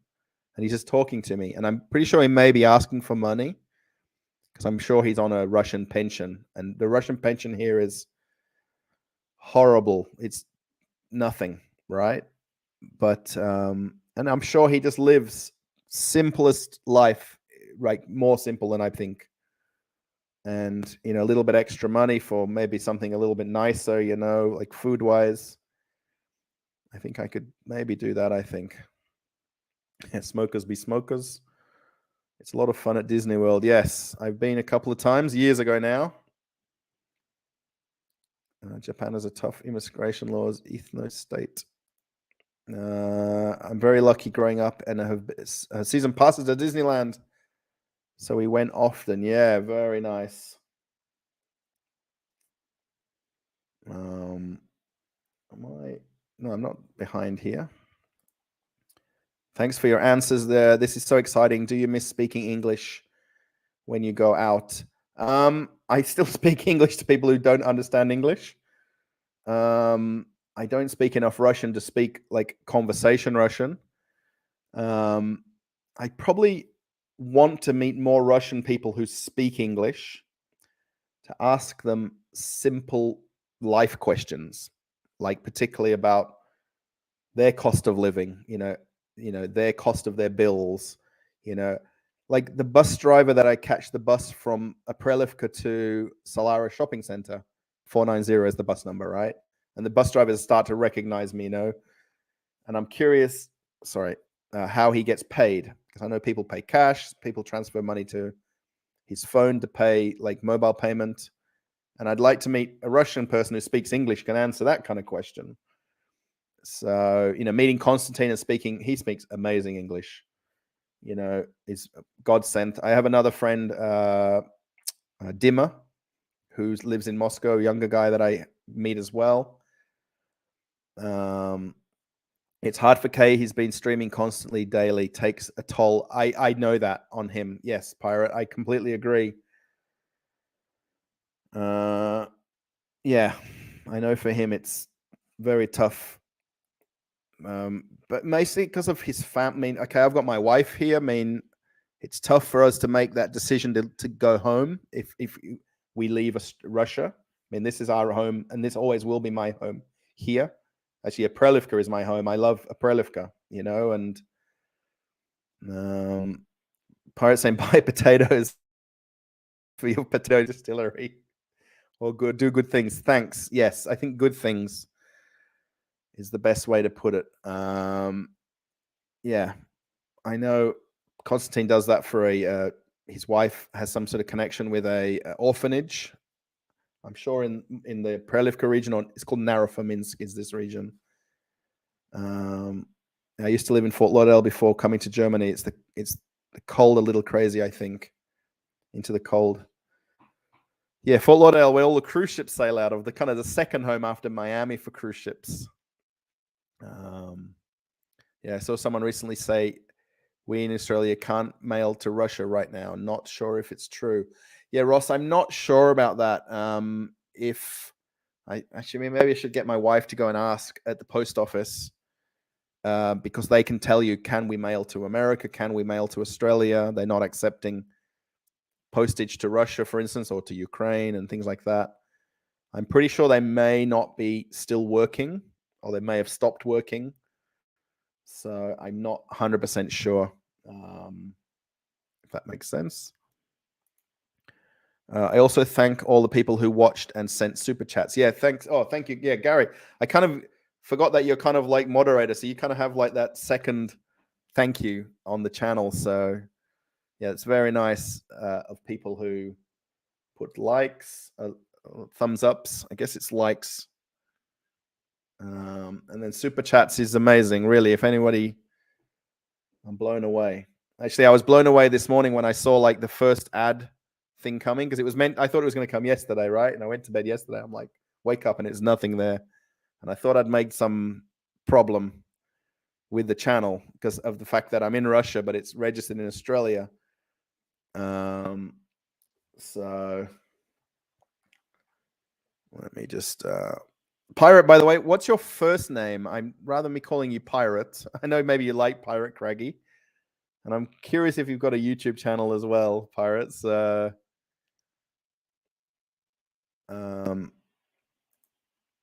Yeah, Constantine was 9 years in America. That's why. Yeah, I can see. Yeah, I thought it was longer. I thought it was 10 or 11 years, but yeah, 9 years. I always thought working on cruise ships in America, I'd get kind of like the American accent, but it's not there. Mine's like very mixed English, Australian, confusion type accent. So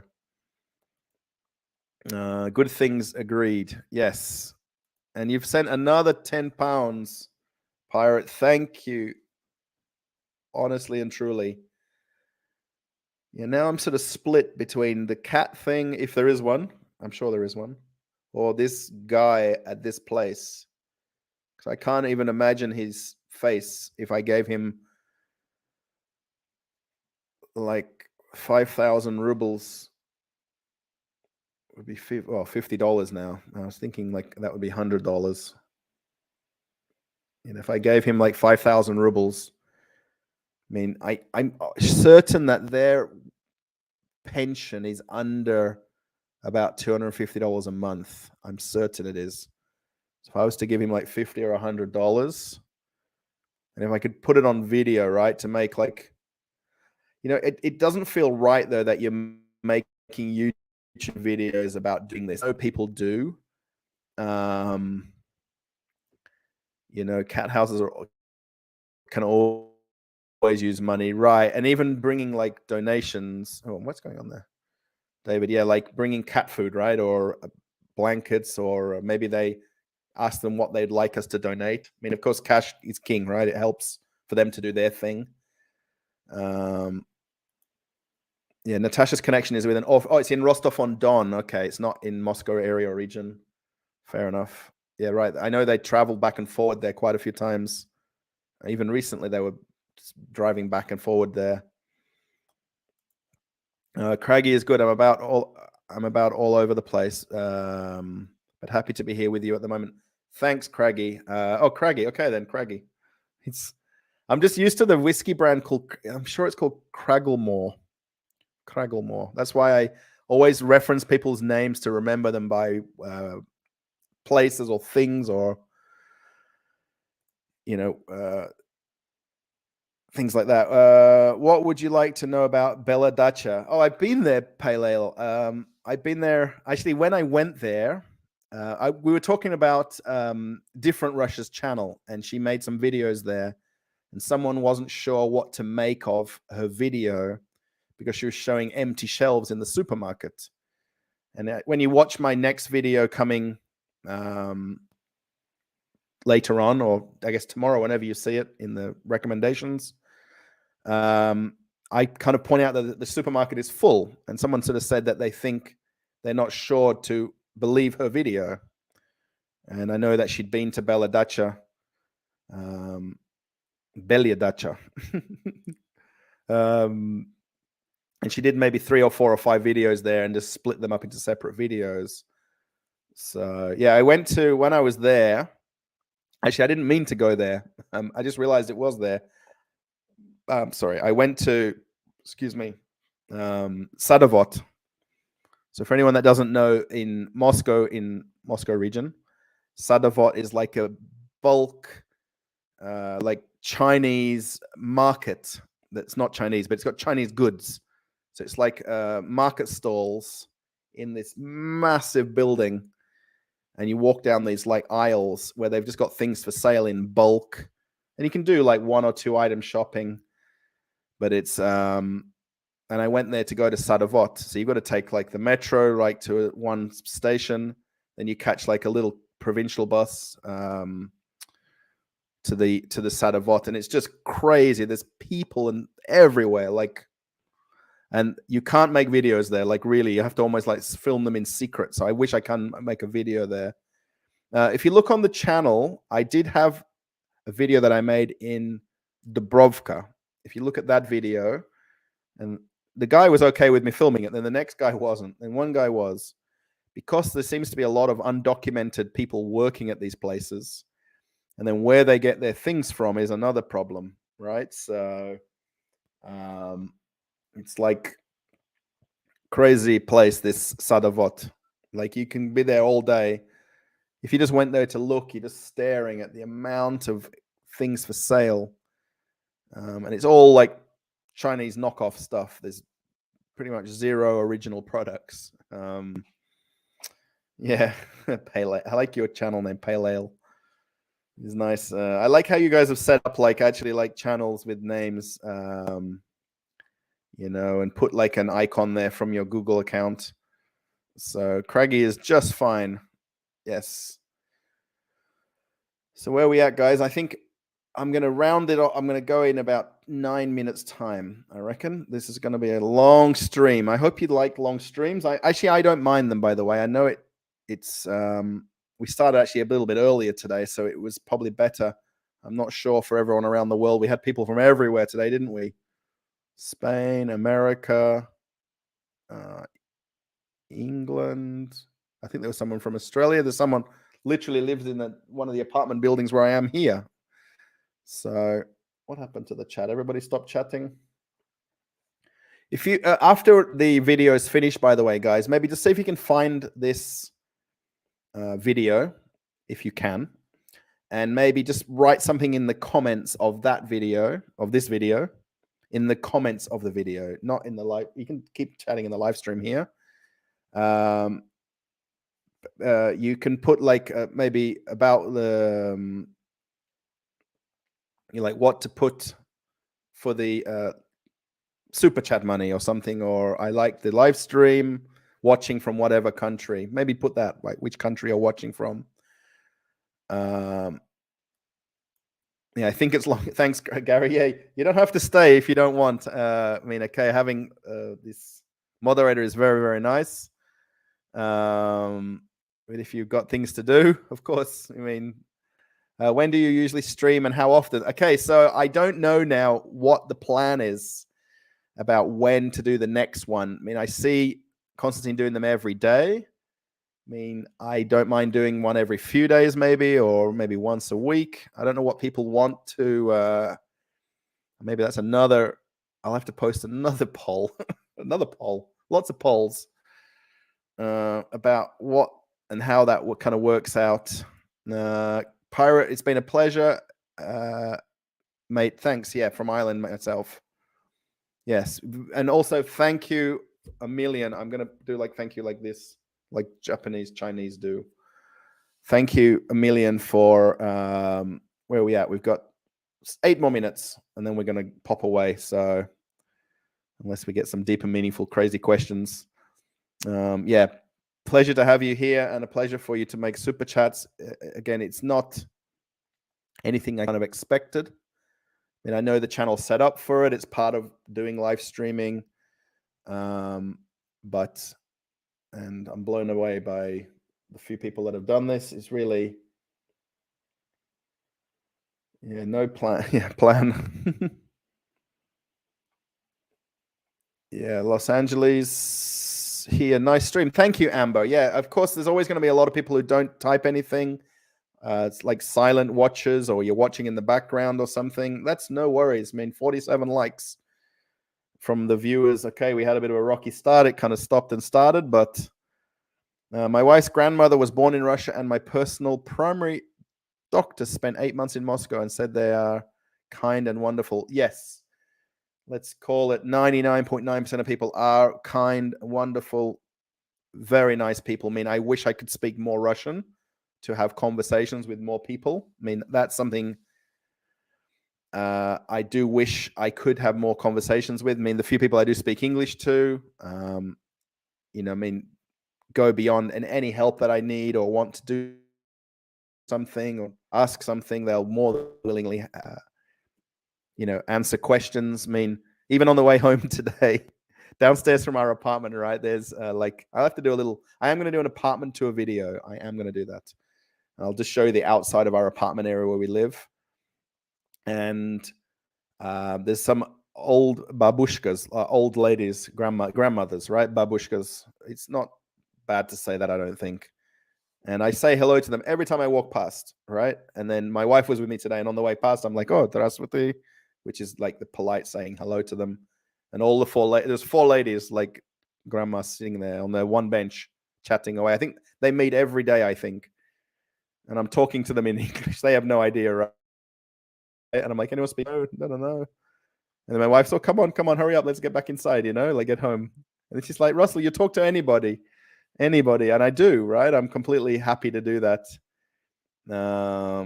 It's gives me more knowledge, gives me more information, lets me understand things better. And I said to her as we got in the elevator to go upstairs here, because we're on the 10th level, I said, "Oh, maybe they want to invite me around to their house for borscht, for soup. They'll have one borscht, I'm for sure, in their house." The plan, it started. It's good. It's a start. Thanks, Craigie. Yes. I think we're on a good roll here. Are you familiar with Dan Sikos? We also watch his channel. Cheryl, I'll answer that in a second so I can catch up the chat, because it's kind of interesting with Dan Sikos. You got this. Thanks, Gary. Yes, if you're off or you're staying. Faith says thanks. Yeah, we will pop off in a few minutes. Maybe this Dan Sikos answer may extend it a little bit. So if everyone's staying around, I don't know if anyone's got stuff to do. Retired, so plenty of time. You're very lucky, Gary. I feel I could almost retire from YouTube with doing YouTube. And actually, YouTube can be more of a job than retiring. But I feel like YouTube is for me. I know that sounds weird. As long as you find the right audience. Craigie, you gave another £5. It sounds English. That pounds. $5, £5. £5 is a lot at the moment to the average person. Even myself, I consider myself like this, average. I'm not up here. My Hyundai car in Australia proves that. I should have a nicer car, but I don't. I didn't. I'm so happy I caught you live. You're very informative. Thank you, Cheryl. Yes. So basically Walmart. I think maybe we're talking about the different supermarkets. I'm not sure. Amber's coming over here from Constantine as well. So Constantine, thanks for the info on him. Now I know that there is a community feature to check. Enjoy your stream from Los Angeles. Yes, I don't know how. I think I mentioned to him about using. I know he does use the community feed on his page, on his channel. It's kind of like a Facebook page, but for YouTube. So Cheryl says, "I'm an adorable." Yes, Ross and Cheryl. I will get to that in a second. Sorry if you guys keep chatting. No worries at all. Hearts from Craigie. Again, thank you. Yes, the adorables, Faith. Apparently, what you say about Sadovot is true. Thank you, Pale. I'm sure you've been to Sadovot, so you know all about it. It's a crazy place. And I would go back. I wanted my wife to come with me, and she knows it's so far away and it's so crazy. And we go there and we don't really need anything, and you just walk around looking, and it's just a eye-opening place. They just don't like you filming with a camera, honestly and truly. I wish I could make a video there. Apparently what you say about it's true. Like Chinese restaurants, speak perfect Chinese language everywhere in USA. Yes. Yeah, Constantine is very well-spoken English and Chinese language everywhere in the US. Love that, Faith. Adorable. So true. Every other day stream. You are a natural. Thanks, David. Pirate is the star of this show. Yes, Gary, I completely agree. From him giving a few super chats. We had a few others earlier as well. Every other day. Okay, every other day sounds all right. If I can put that, I can get that figured out. All right, so just talking here about, where is the one about Dan Sikos? Okay, so Dan Sikos. Okay, so I've got recommended a couple of his videos recently. I've not watched him for years going into this last month or two. I somehow got recognized his video because he made a video about the price of petrol at some petrol stations. I'm sure if you watched this video particularly, and it's had like 5 million views, or maybe 6 million now, 5 million views. And I tell my wife, and she watched it with me, and she's like, "You can make that video. You can film like he can." I said, I reckon he's sitting at home somewhere. He lives in regional Russia somewhere. You probably know better than me where he lives. And I reckon he's sitting in his apartment and he saw that and he's probably like floored by it. 5 million views. And he went from like 100,000 to 200,000 subscribers. And he and his wife and I guess it's his son or daughter now. I'm going to be corrected. He looks like very, very genuine, normal Russian guy. He does speak very good English. He said that he learns English from watching TV and things like that, I think. I watched only a few of his videos, not lots of them. The one thing and then funny thing, last week, one day, I was recommended a live stream, and I forgot the guy's name now. Dan Sikos. What's the guy's name? I don't know it. It's something dog training channel, like John's dog training channel. I'm just making this up, but it's very similar to this. And it's a video, a live stream of the guy questioning Dan Sikos's videos. And he rants on for about an hour saying that Dan Sikos is not real. Okay, I'm going to come back to Dan Sikos in a second because these super chats disappear if I don't click them. Even over name brand, yes. How are you supporting yourself if you can't get YouTube payments in Russia at the moment? I missed parts of your stream. Thanks, Peter. Peter, I'll answer that in another second. I'll just finish the Dan Sikos thing, and then I'll come back to it. Because this guy was going on for about an hour, and he was an American guy. I assume he lives in America, because his other videos on his channel are about dog training, like teaching dogs how to sit and heel and things like that. And he's like berating Dan Sikos and the fact that he's like undercover for Russia. He's like making propaganda videos about Russia, and was being very, very negative about him.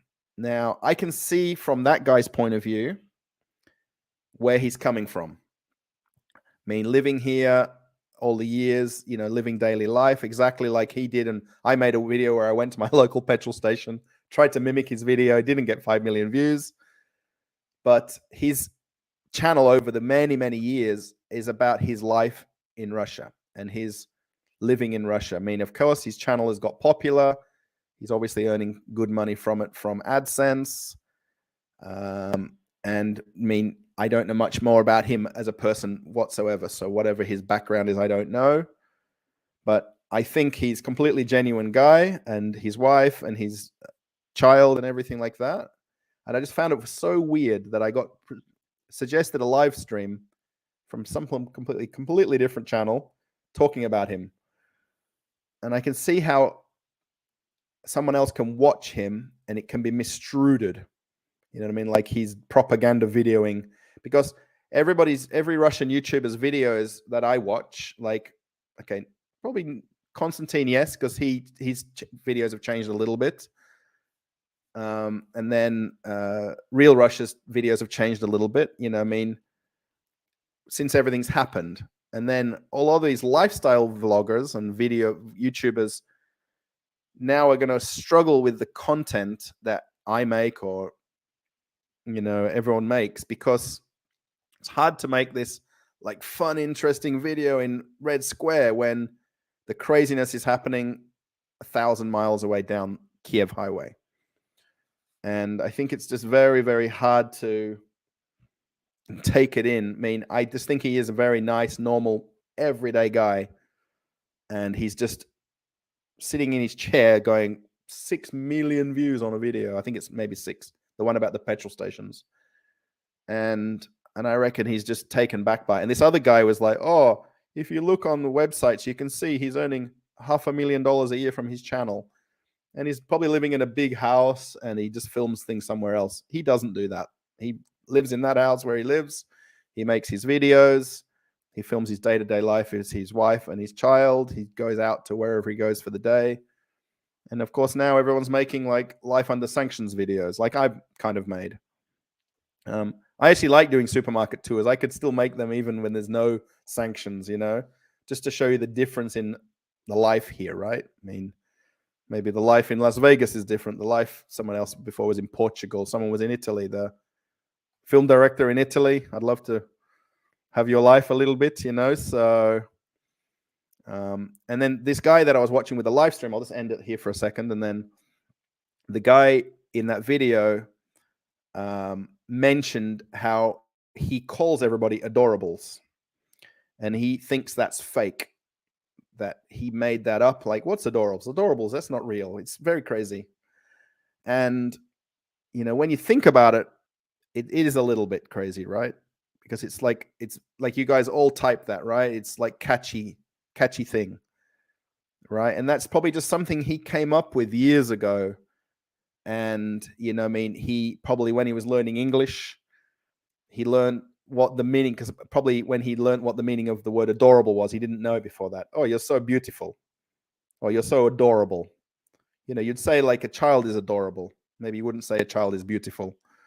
And it's just stuck, and it's part of his channel. It's, part of like his content that he's made, so I think he makes a great channel. And I mean, I've not watched lots of his videos. I've watched a few of them. But I really kind of like what he makes. I hope that's a long answer and it's acceptable for you guys. What's K like for a neighbor? Does he leave his bins out for collection in an orderly manner or across your drive? If you're talking about Constantine, we don't live in the same town. He lives, I'm going to say, about 15 minutes away by car. We live in a very similar neighborhood, though, where he lives in his neighborhood and my neighborhood is almost identical. Oh, not quite. He probably lives a little bit more convenient to Moscow, where he lives, particularly. I remember watching a video before I met him the first time, and he talked about like how everybody parks very crazily around his area. And then when I went there to his house, like how all the cars were parked all over the place. And I'm like, it's exactly what he put in the video. And the same where I am here. If I go downstairs from my apartment, people park anywhere. There's no like designated parking, and anywhere there's a spot, it's a car park here. So it'd be interesting to see your wife on the stream. Yes, I'm trying to convince her to be on the live stream with me. Maybe we can do like a side-by-side one. I'd love her to be on the live stream. She doesn't like being in videos on YouTube. She hates it. She hates it literally. I'm trying to get her to make me the video at the pharmacy and at the ladies section at the supermarket to talk about that. And she's like, "Oh, my English is no good." Your English is perfectly fine. Her English is perfectly fine. So Innova High Tech Limited, Innova name. Oh, it's a brand name, right? How do you use? So I'm supporting myself actually by my YouTube revenue. I have another channel called I Like Cruise Ships. Now, essentially, if this channel stays popular like it has in the last week or two, the I Like Cruise Ships channel is going to be almost a little bit dead. I've not been on a cruise ship for 2 years, so it's very hard to make content for that channel, I Like Cruise Ships, when you're not on a cruise ship. So it's very difficult to keep that channel going and it making any kind of money, because people just aren't interested in me filming a live stream in the kitchen like this, for instance, when I'm not on a cruise ship. There's only so many of these. Whereas talking about traveling in like traveling with Russell and I'm in another country to where I live and talking about my day-to-day experiences, it works with this, right? Whereas on the cruise channel, it's not working right now. So yeah, the deposits from YouTube once a month, I get into my Australian bank account. So this is where the partner payments come in. So mine goes into my Australian bank account. My YouTube channel is set up in Australia, along with my Google AdSense account is set up in Australia as well. So it deposits on the 21st of the month. I'm going to be very transparent with everybody. So Craigie, like with your super chat here, is going to come. Is going to come next month on the 21st. So it was about 4 days ago was the last payment, and you get paid a month behind. So I'm still going to get the money deposit in that account. The problem is the cards don't work because they've cut off SWIFT, which is the banking system inside and outside of Russia, which has then blocked my Visa card and my ATM card. So the money is there. Actually, the money literally from this month, from 3 or 4 days ago, is still sitting there, every penny. And at the moment, I'm using my wife's card and spending her money to, like when we went shopping today, she has given me a little bit of cash if I want to go out, like when I went to film the last video at the shopping center. So I had money to catch the bus, and then I had money to have lunch, like pocket money. So I've got no worry. I mean, like this money from super chats, and thank you, Peter and Craigie and different people. I'd really like this to go towards something a bit more meaningful. Maybe, of course, my wife wants me to take her somewhere or buy her something, but you know, I mean, I guess we can go for lunch. But lunch here is not so expensive when we go for lunch. Actually, Cheryl before also gave super chat as well. Sorry, your name just popped up right in front of me here. So, yeah, so the payment's still coming. The issue is if you have a Russian YouTube channel in Russia on a YouTube account, like on the set up in Russia, and people are watching ads, they're not going to get the ad revenue from outside Russia. I don't know if that makes sense to you. So that's going to be a problem where people have channels set up inside Russia. I assume, okay, we're just talking about inside Russia. Natasha, I hope that her channel is not set up in Russia, so it still works out for her. Yeah, Gary, thanks. I'm blushing. I doff my hat. Yeah, thanks. I think. Yeah. I wonder if how many people know what doffing their hat is. That's cool. Every other day, just let us know beforehand. Okay, Gary, no worries. Yes, I will try to do. I know you guys like it when like Constantine does the like schedule time. So and I see people waiting ahead of time. Gary says he watches 15 channels in Russia. Yes, I've magically been recommended a whole lot more of them than ever before. Than before I was ever here. The one I do watch, I'm sure you know Bald and Bankrupt. He's actually an English guy who lives in Prague, who has a Belarusian girlfriend, Helinchik. I don't know much otherwise about him personally because it's obviously very not talked about too much. But and then Johnny FD, maybe look him up. He was in Ukraine. Yeah, Dan and his family are very sweet. Yes, I think absolutely they are. Completely, absolutely. I shouldn't have watched that other guy's thing about him because it just made me so mad that there's somebody somewhere in the world that made kind of a reaction video to him saying that he's like propaganda for Russia. That's no Russian wants to talk badly, really. You know, of course, we can all talk badly about my government, about Scott Morrison. I mean, Scott Morrison's not watching, so everyone can talk badly about what's not right about where we live. I mean, there's a pothole across the road here that I watch from actually, there's a car right now going through that pothole. There's one car on the road at, what time are we at? 11:30 p.m. And even I saw like the police car go through it. and it's still there for like a week. So we can all talk badly about our local, politicians who don't do good, and some do amazing. So yeah, £5. Yes, £5 sterling, £5, £5. Yeah, that's a lot of money. £5, really. Actually, my funny talking about this. Okay, David, and then Craggy about England. My wife said the one thing she misses from Australia is my mum's roast dinner and Yorkshire pudding and gravy. My mum makes like a mean roast dinner, like Sunday roast, but my mum makes it any day of the week, especially when I was at home. And I got my wife into enjoying a roast dinner, a Russian eating a roast dinner, right? And today, when we were at the shop, she said, "Oh, I can buy some meat and we can try to make a roast dinner, like, veggies and pumpkin and roast potatoes and peas and whatever you have." And I said, "Oh, but we don't have Yorkshire puddings and gravy." She goes, "Oh, well, you can make it without gravy."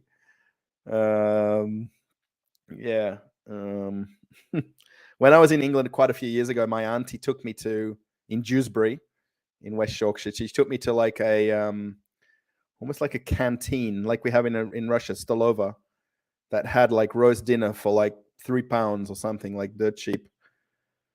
And we had this beautiful roast dinner at this canteen for a few pounds each. It was amazing. Yeah, Innovova, thumbs up. Yeah, we are all adorables. I get that. I get that from Minecraft. The guy that says it means it.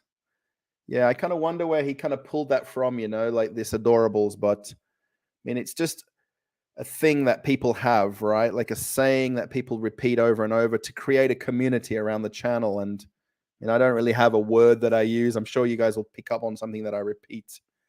Like I always say, like the funny thing is, like the funny thing about something, and it's not funny, but yeah, I do. I told my husband that I'd love to host him, his wife, and baby child on a visit to America. I could just imagine how awesome it would be for me to see things in America from his eyes. Yes, Cheryl, I agree totally. Especially for people that have never left Russia, and maybe do watch Russian state television and don't have any influence from Western brands or Western culture. And then him watching American TV and watching movies and learning English, and him then coming to America, right? Like the movie Coming to America, and seeing everything that's real, that he's learnt about, that he's seen on TV, that he can associate with. And okay, let's say hypothetically, you go to Manhattan and you go in Times Square, or you go,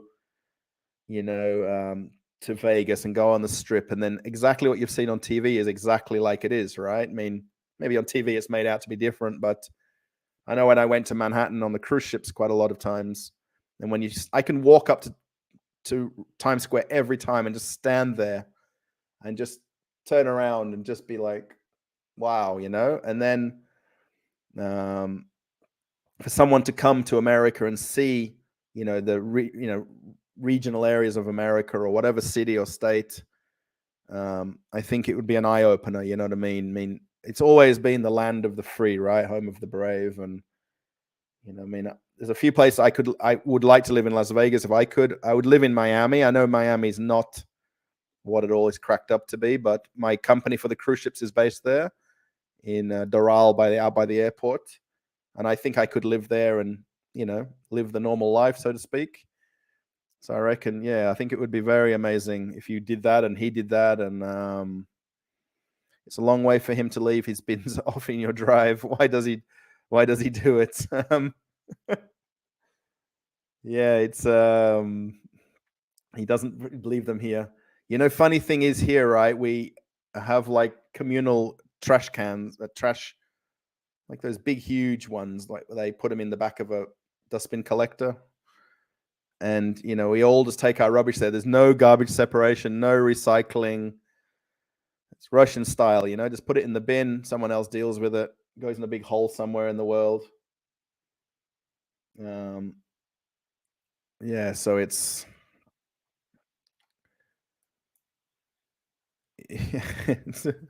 Yeah, Ross says this kind of parking would make me insane. Yeah, if you watch it in Constantine's videos when he walks around, I mean, and other Russian YouTubers, you'll see just cars parked randomly everywhere in the background, like really randomly. And that's just normal. So imagine when you come home from work, right? And of course, there's no real specific parking spot, especially where apartments are, like where he lives and where I live. And you're just going round in circles. You just hope you can fluke a spot where you live, within that same street, or you've got to go a few streets away and walk. And every day you're never going to get the same parking spot twice. Yeah, I don't even have a car, and it would make me insane. I know when we've done car rental, this car sharing, and we have to find where the car is to take it, and then drive home, and then park somewhere close to where we live.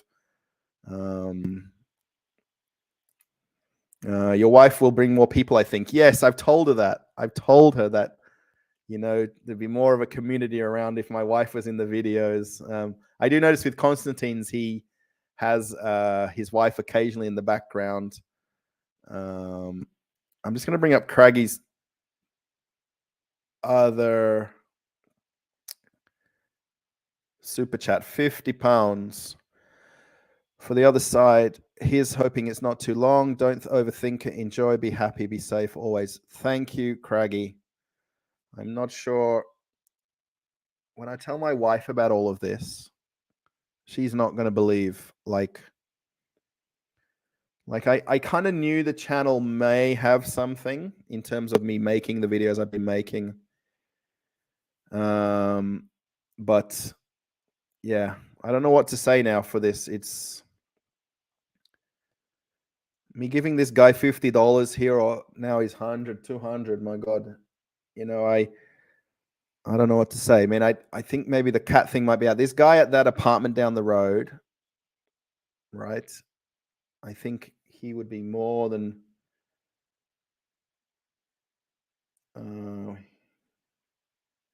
he would more than be shocked.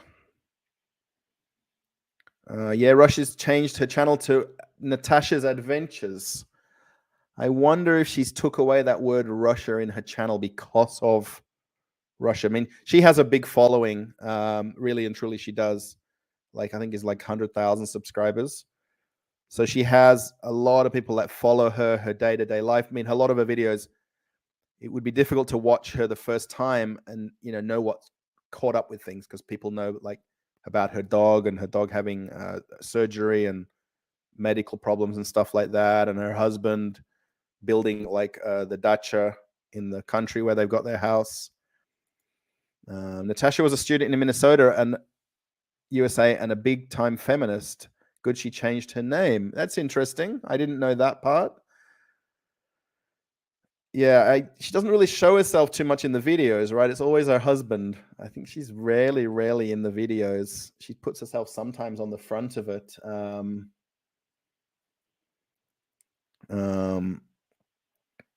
Yeah, so I guess, I mean, that's where she picked up all her English from and things like that.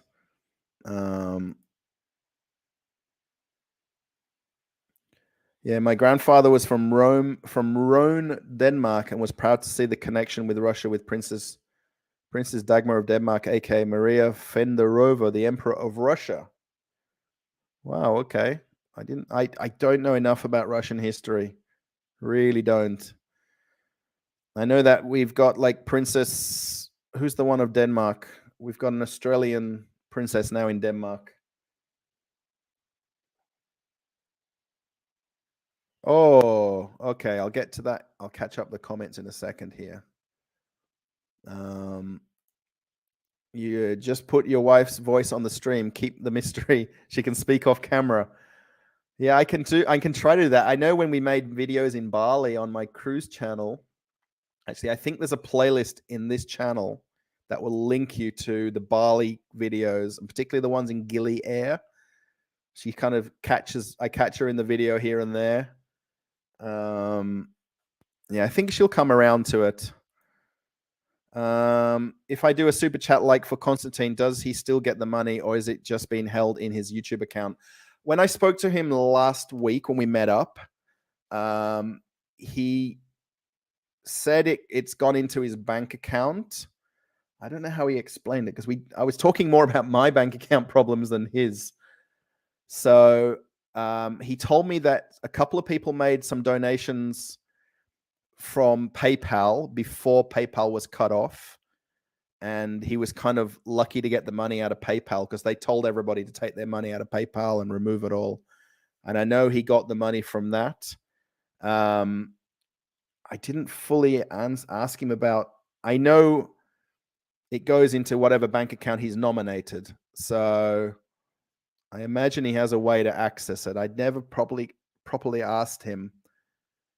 I mean, I know I've got to figure it out, so he's got to figure it out as well. He's got definitely more ability than me to figure out getting the money. So, yeah, have I really been screaming for 4 hours? Yes, it was meant to be. Actually, I was going to do 1 hour. But I realized it is quite earlier than I normally do them on the cruise channel one. So it's now only 11 p.m., which is very early for me still. Typically, I don't go to sleep till 3 or 4 a.m. most days. So, so this is kind of okay for me. I mean, honestly, I'm just sitting here. I should have got myself a glass of orange juice to sit here with, but I didn't, which is bad of me. We hear you, women don't share their money.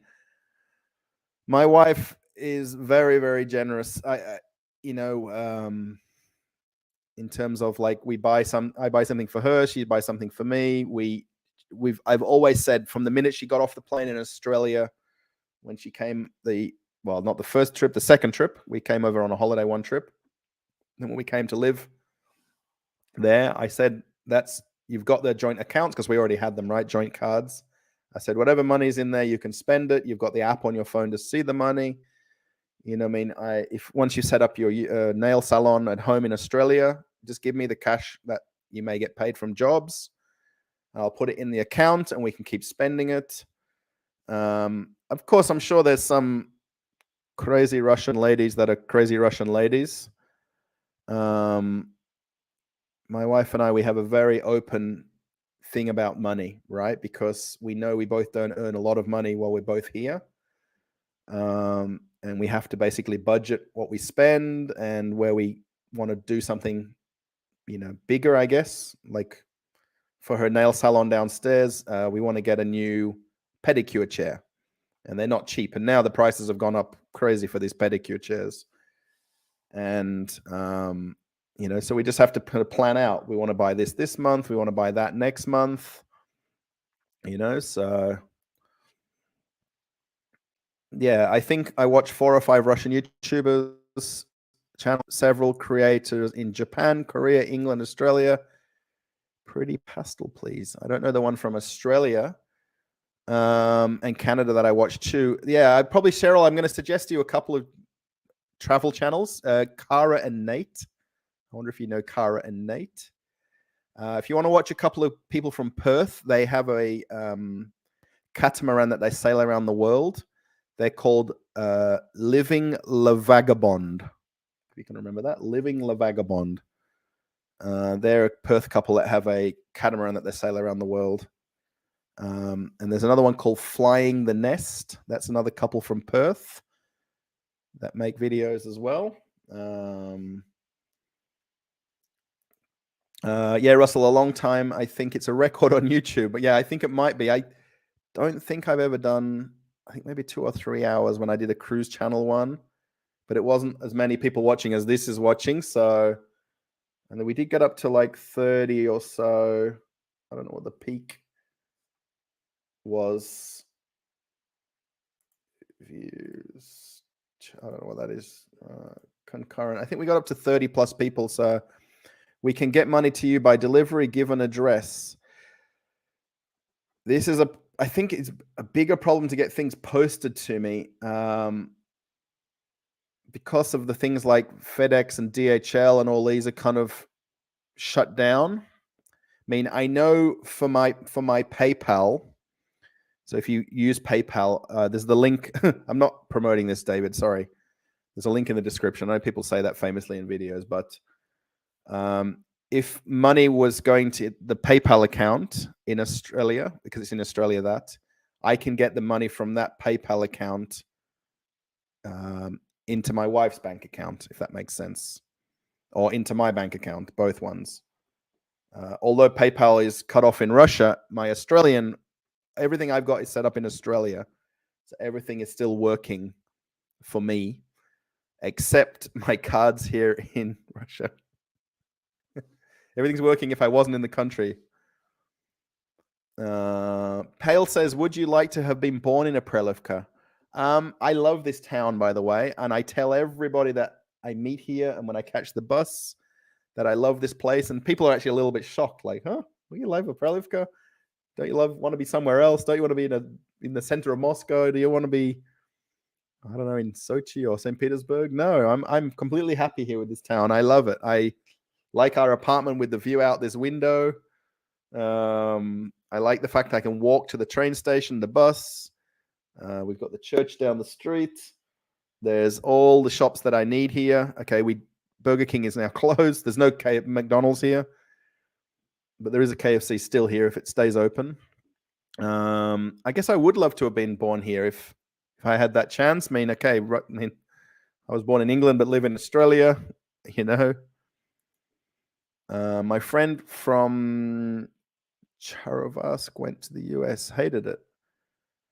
Yeah, look, I think everybody watches TV and has a perception in their head and mind what America's like. I mean, what Australia's like, what Russia's like, you know. I mean, we all have the same family values, you know, our day-to-day problems, mortgage, rent, bills, job, work, I don't know, arguments with husband, wife. But, you know, people kind of think that it's better on the other side of the fence, right? I mean, you know, everybody thought my wife and I coming to Russia was crazy 7 months ago, right? Why would you leave Australia? So beautiful, so sunny. We were living 800 meters from the beach, by the way. In Rockingham is the suburb in Perth where I lived. And you're crazy, crazy, crazy. And it was the 2 years or whatever it was that I wasn't on the ship during COVID. So it was almost like a perfect opportunity to come home and not live on the ship because the ships were shut down and get back to normal life, you know, get back off cruise ships, get back onto land, find a job. I had a car. My dad gave me a car, you know, get some furniture, have an apartment, go to work, come home, watch football on a Sunday, you know, whatever the, you know, nuclear family does, 2.5 kids, you know, 2.4 kids. And it worked out. Then my wife, when she came, she just didn't love it like I like it. You know, I loved it. I probably didn't love being at home initially because it's not the cruise ships. You know, I've got to do my own washing. I've got to make my own bed. I've got to make dinner. I've got to go to work. On cruise ships, everything's done for you. Catch an elevator to and from work. That's it. You know, so it's, some people just don't like it. You know what I mean? Did my wife hate it? She probably didn't hate it. She just didn't give it long enough to sort of have it love her and her love it, you know. So we are your travelers. Yes, we got like this worldwide community. I was thinking of setting up like a Facebook group. What do you think to a Facebook group? I think there's too many social media platforms. Be happy, be good, be true, and be honest. You are. Thank you, Craggy. Yeah, I'll be always transparent. I'd learned that from cruise ships, and I learned it from a boss on a cruise line when we had a fire on the cruise ship. And you know what I mean? He was so transparent that he basically ended up getting fired, if you like, because he was too honest about everything, and he wasn't being the boss of the company that he should have been. But he was really, you know, he came in and met me in the store and I hugged him, literally. He was the CEO of the company. Was he the CEO or the chairman? And I hugged him. And the company I work for on the shops is Louis Vuitton, who operate the concession on the ships. That's not the owner of the cruise line, right? Not owned by the cruise line.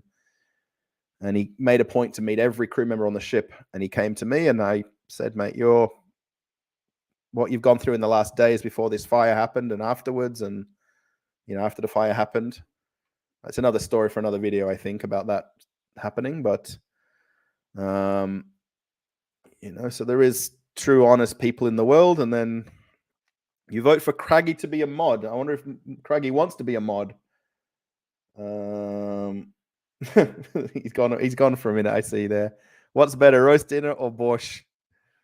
Never had borscht myself. Yeah, it's basically like red beetroot soup. Don't think of it as just like, oh, beetroot soup. But you can put like carrots in there, cabbage. My wife puts like beef. So she basically boils some beef and cuts it up. Or you can even put beef bones in there and get the beef off the bones. Or chicken. The beef borscht is the one I like. And it just sits in the pan like bubbling for hours, and it's very tasty. The beetroot gives it the color, Okay, it's a soup versus a roast dinner, so you can't really compare roast dinner. It's funny how my wife told me literally today that she misses roast dinners, and you wouldn't think a Russian would say that to me. You'd think she'd say, "I miss the beach, I miss sun tanning, I miss." The clean streets, walking at the park. But she said, I miss my mum's roast dinner, not even mine. Coney Island has the best borscht. Yeah, there's a lot of Italians, a lot of Italians in New York. There's a lot of Russians around the world, I think, and every borscht you have is a tiny bit different. There's like, everyone's got their own like great grandmother's recipe of it.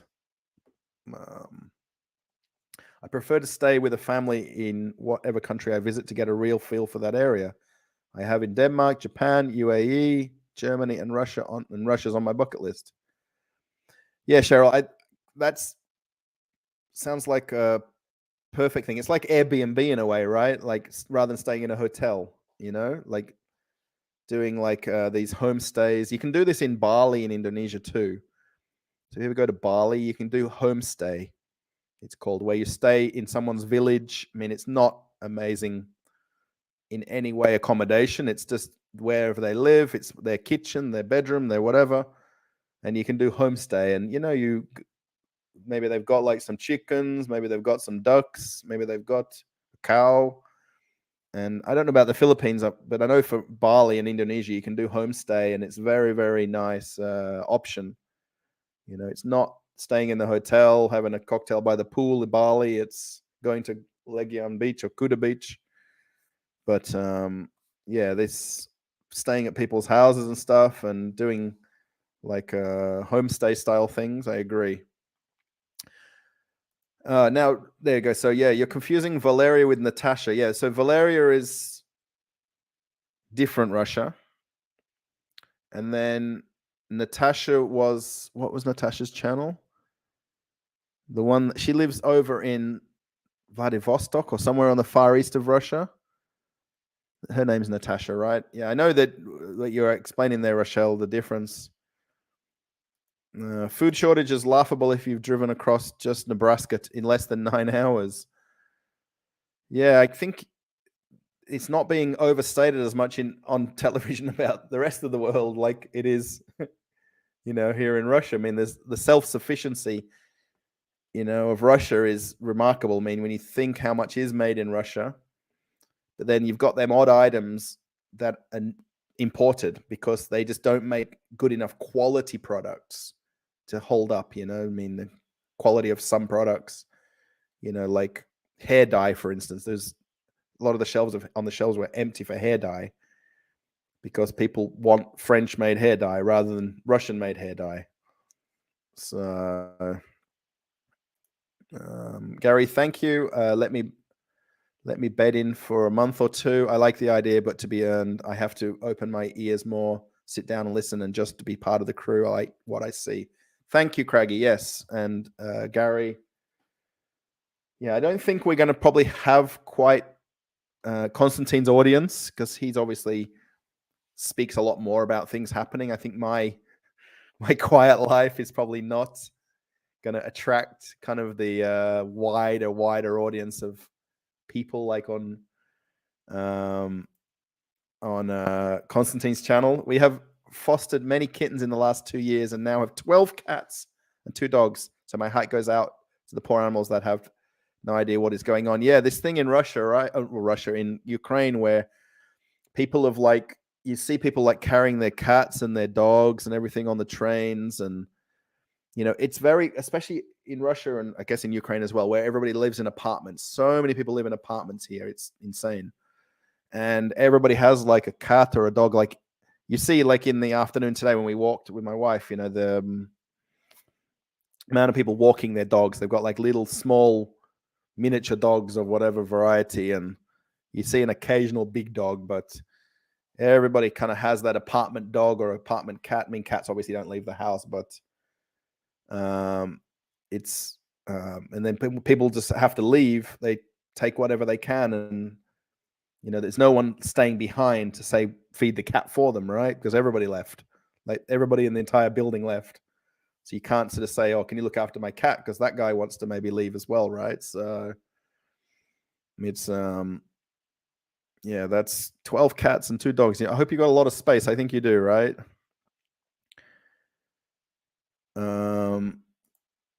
Yeah, thanks, Russell. I am asking the question because YouTube started officially in the US that no payments to any YouTuber in Russia will be made under the sanctions without further clarification.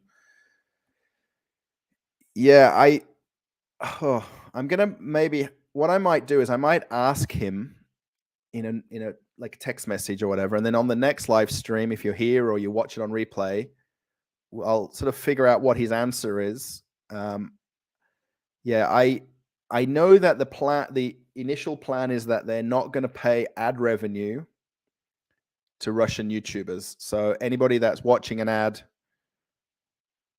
of a Russian YouTuber's channel, I don't even think, does Konstantin even have ads on his videos? I don't know if he does. He won't get the ad revenue from the videos. I'm not sure about that. Yeah, I know for now that I don't know. I can't fully answer your question. Sorry, was it Peter, right? I must be the odd woman out here since my ATM card is kept in my husband's wallet all the time. Yeah, my wife and I, yeah, I know my parents, my dad, so often he has a card, right? And he leaves it at home or he leaves it in the car. My dad has his money and his card under his floor mat in his car. So if you just lift up the floor mat, there's the money there and the cash or whatever card. And anytime we go out, he doesn't bring his card wallet with money. So my mum's always paying the bill. And he'll only like to go buy cigarettes. He smokes and drink or buys wine or puts petrol in the car that he uses his card. So, yeah, at the moment, because of these problems, I'm using so like if I go to Moscow tomorrow, for instance, my wife will leave the card with me to go if I want to use it while I'm out. Or if I know she's doing something, I'll leave it with her until we figure out getting a second card for her Russian account. It's a bit weird at the moment. Whereas before we were using my card, it was all working. Everything was fine. I wouldn't question anything. I wouldn't check anything. Nothing. And now, yeah. I sold a barber. You sold a barber? Did you have a barber? Oh, you sold a barber's shop chair. Oh. Yeah, we had, when we set up the salon in Australia, I bought everything brand new for my wife's like home salon, like for her to do everything from home. And we bought like a pedicure chair, like the one where the legs go up and down. And then the salon she has here, she basically bought it off. Actually, crazy story. That's another time. Ask me about my wife's salon story in another video. And it has like an it's old-fashioned, but it's very nice. It's very padded and comfortable, where it lets you lift the legs up so that you can work on the toenails. But we're planning to buy a new one. We're planning to. We just have to figure out, budgeting to buy it, I guess.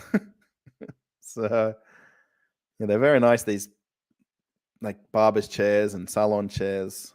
Toilet paper shortages. Welcome to 1 billion virgin acres of pine trees. That's just Wisconsin. Yeah, no toilet paper shortages here at all.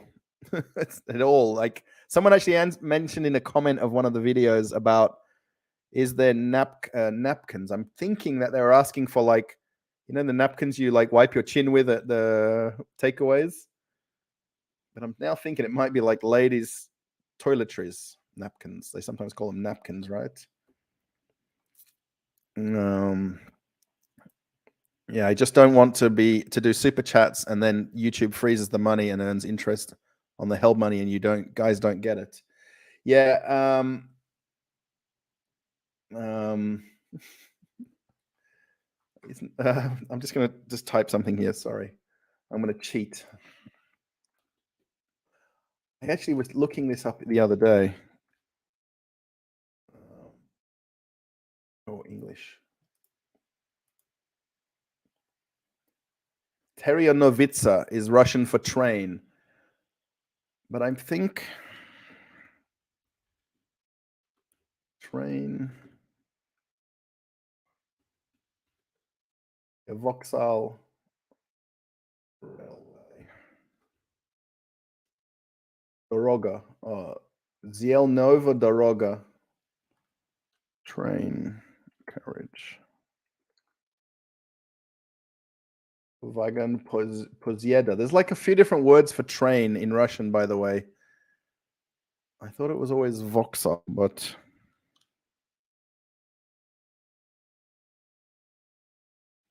catch the train. Yeah, poyezd. Poyezd is the word for train, by the way. Sorry, everybody. Yeah, Peter, I don't think it's freezed in the accounts. I think what it is it's not that it's not paid to the person, it's that it's in that bank account of that person. So as long as they've got their bank account set up outside Russia, I think it's all fine. I've watched Kyra and Nate with my husband. Yeah, very nice channel, Kyra and Nate. They seem like super nice people from watching their videos. I'm supporting YouTubers in Ukraine and Russia at the moment. Yes. Wow. That's amazing of you to do that. I mean, it's difficult sort of now for Ukrainian YouTubers what kind of content they're going to make. You know what I mean? It's like I watched one that's, I'm sure it's American in Ukraine or something. I don't know what his channel. And it's like, oh, we're living a nice life in Poland. Everything's good. I saw another one where she's in Denmark and she's got like makeup and nice hair. And, you know, I mean, some of the YouTubers were probably not struggling before all of this. I mean, to be very honest, you know, I mean, there's, you know, and then they've kind of gone to other countries. The biggest thing is now is if you've just sort of up and left, it's like, what's next? You know, I mean, really, what's next? You know, so that's the biggest thing with, I mean, Ukrainian YouTubers where they've left Ukraine physically. You know, I mean, it's okay crossing the border and getting out of the country. This is for all these millions of people. But it's like, then what? You know, like they've talked about for Australia, they've issued 4,000 visas to Ukrainians and only 450 have arrived in Australia because that's all the Australian government's done. They've issued the visa in Poland at the embassy in Poland, and that's it. So there's no support, no, you know, you've got to buy your own flight over. You've got to, you know, maybe husband, wife, couple of kids. It would be crazy expensive to do that, to just go to Australia. If maybe you don't have family or somebody there or something behind the scenes. So it's not, you know, you get across the border, oh, there's your visa to a different country. I mean, maybe you don't want to do that. I mean, so many are staying in Poland because it's close to go back, right? It's close to just cross back over that border. Yeah, how have sporting events been affected in Russia? There is no sporting events, especially not international sporting events. The Russian, I got an email today because I went to Dynamo the Russian football league matches. So I'm on their like mailing list. So they're still hosting, local sport, Russian teams versus Russian teams, but anything internationally is gone, if you like. The biggest thing that I don't like is like how they didn't allow for like the Special Olympics after the Olympics. They've got the one after that, like Paralympics, right? And then how this guy from the Formula One was pulled out from the Formula One team, and because his dad was involved with the sponsorship. So yeah, effectively no sport. I wish you and everybody affected by this best of luck and be safe. Thank you, Peter. Again, if you watch another chat, I don't know if you're staying or going or not, but I will figure out with Constantine how he's set up so I know it better for him. I like your video. Sincerely, Peter E. Albrook, Kansas City. Thank you. Oh, right. That's your full name. Wow. Kansas City. Nice. I'm glad you like the live streams and I like the type of videos that I make. I guess I'm humble. I don't use the word humble. I guess I'm just shocked by how quickly it's grown in the last 2 or 3 weeks.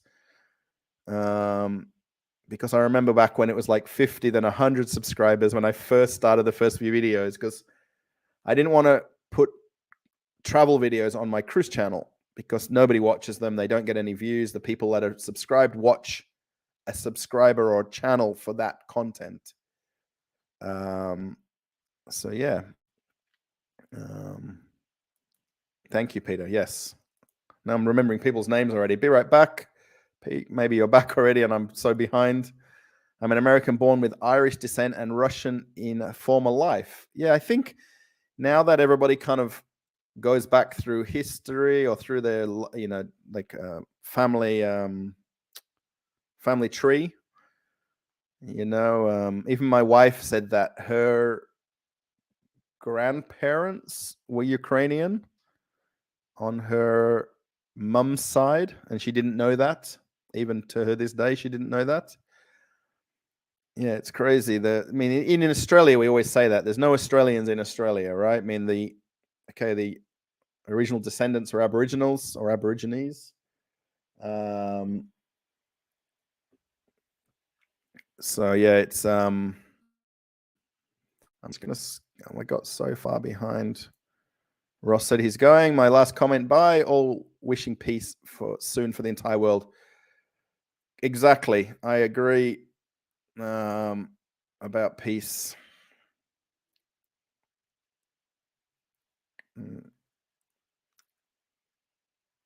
Yeah, I agree. It's all about peace. Greetings from Germany. Henrik, how's it going? Good to see you. I forgot about YouTuber Pierre XO who lives in Prague. I've watched him in the past, but haven't checked him on him lately. Okay. Yeah, I don't know Pierre XO. I watch like a very big mix of channels. I watch like a Lego guy makes Lego. I watch a guy that fixes cars. I watch a guy that lays bricks to build houses. I'm all in for trying this local cuisine as long as it's not fish. Actually, we had fish for dinner a couple of nights ago. My wife loves fish, and I'm not a big fan because of the bones. That's the only reason I don't like fish that much. Ross Matthew, Irish here. Howdy, cousin. Oh, there you go. Maybe you guys chatting to each other and I'm too slow. Women always go back to their family. It is why I won't date a woman in the military. That's true. That's very true. Russia is the breadbasket. Many places have their own version of the breadbasket. Food, I don't think, is an issue. Cost of living, like anywhere, is. Yes, that's true. The breadbasket, right? Completely. They say that in Australia too, like the wheat belt. Yeah, the breadbasket. I understand this meaning completely, right? Around the world, it's a matter of trying to become more self-sufficient and less dependent on things, right? Like I didn't know that Australia exported aluminium or aluminum to Russia. You know what I mean? They don't produce, I guess they don't mine whatever they need for aluminium. Alumina. Exactly. Watching the refugees with the beloved animals, it broke my heart. Yes, I watched a couple of YouTube channels. I didn't really watch any news about it because I know the way that they perceive it. And it's only so long you can watch that Polish border crossing, you know what I mean? Like how people are coming across daily and hourly and things like that. Yeah, I think especially them first couple of days, it was the very big unknown for everybody, right? Like, let's leave, but what are we going to do once we leave? You know, we have a two-story home with a converted living area down in the basement. I just tell visitors to expect to live with cat hair on them or don't come in. Nice, Cheryl. I love how America has basements. I wish I could have a house with a basement. Just to have a basement, to have a man cave, or they call them lady caves now as well, right? I'd love to have a house with a basement. Yeah, keep the train going. What's Russian for train? Yeah, for Gorda. I looked that up. I didn't know what it was. Russian history has always fascinated me. Have been watching Tsar Nicholas II and family. So tragic story. Yeah, I've never really looked up any of the Russian history. I'm very bad that I don't know that. It's like I'm naive to it almost. And how, crazy, I'm going to say crazy, is the histories of these countries. I mean, when I was walking in Moscow last week with a friend, with Dima, his name's Dima, we come across this statue, like in this tiny park, like, and even he was curious to go look at it. And it was like from 1100 something, I'm like, it's like, it's only 500 years before Australia was discovered, and there's a guy, like a statue of a guy, and he took a photo of it so he could Google the guy later, Well, the train in Russia is pozed. Yeah, I guess I got the word wrong, the spelling of it, or we still have a detachable bench and rolling tray for my husband's tattoo side hustle. Oh, all right. So you still have the lady who bought the chair. What was she setting up? Like eyebrows. It was a New Zealand couple from New Zealand that live in Australia. And she was going to start doing eyebrows, I think tinting and things like that. I don't know, waxing, tinting. It's good that some world leaders are former actors. I trust everything I see on TV is not pre-taped last year. Yeah, that's a problem, right? Yeah, the comedian actor, or the actor comedian. Yeah, David, that's yeah, it's like the moon landing, right? It was done on a sound stage when the US had the moon landing, because there's like the shadow in the wrong direction and the flag. Why is the flag flying on the moon? Russia has the largest rainforest in the world. If you don't believe, look up definitely for rainforest. What about South America? Loads of paper and loads of roll for the bottom. I like your sense of humor, by the way. It's like a little bit deep to get into, but once you kind of think about the answers and the questions, oh, maybe someone's telling you off in a minute. Further down, I'm looking at the delayed chat over here. Exactly. I checked your YouTube. They don't pay anything in Russia, even not super chats. I tried tonight to send a super chat for 500 euros through my credit cards, through my bank, through phone bill that I can for super chat. Yeah, I don't, honestly, truly, I don't know how. Well, to answer your question about sending someone a big super chat, I don't know how you set up the payment from your end. I've not got that set up on my YouTube account. I don't think I do. Like, I imagine you've got to link a payment type. Maybe the person that you're watching has a Russian account on there for their YouTube account, and that's not why it's letting it go through. Because that's the only thing I can think of, right? Send a super chat through my credit cards, through my bank, through phone bill, but then I can for super chat. Yeah, so I imagine maybe it's blocked for certain country, like for I don't know, they've got a Russian YouTube account. I honestly don't know how that's set up. I'm just clicking something else here. I'm sorry about that. Like once I ask, all I know, well, I know that mine from 3 or 4 days ago worked from my other channel. And then obviously for all of this, it will delay till the 21st of next month. So it'll kind of just sit there until then, and then goes into my Australian bank account.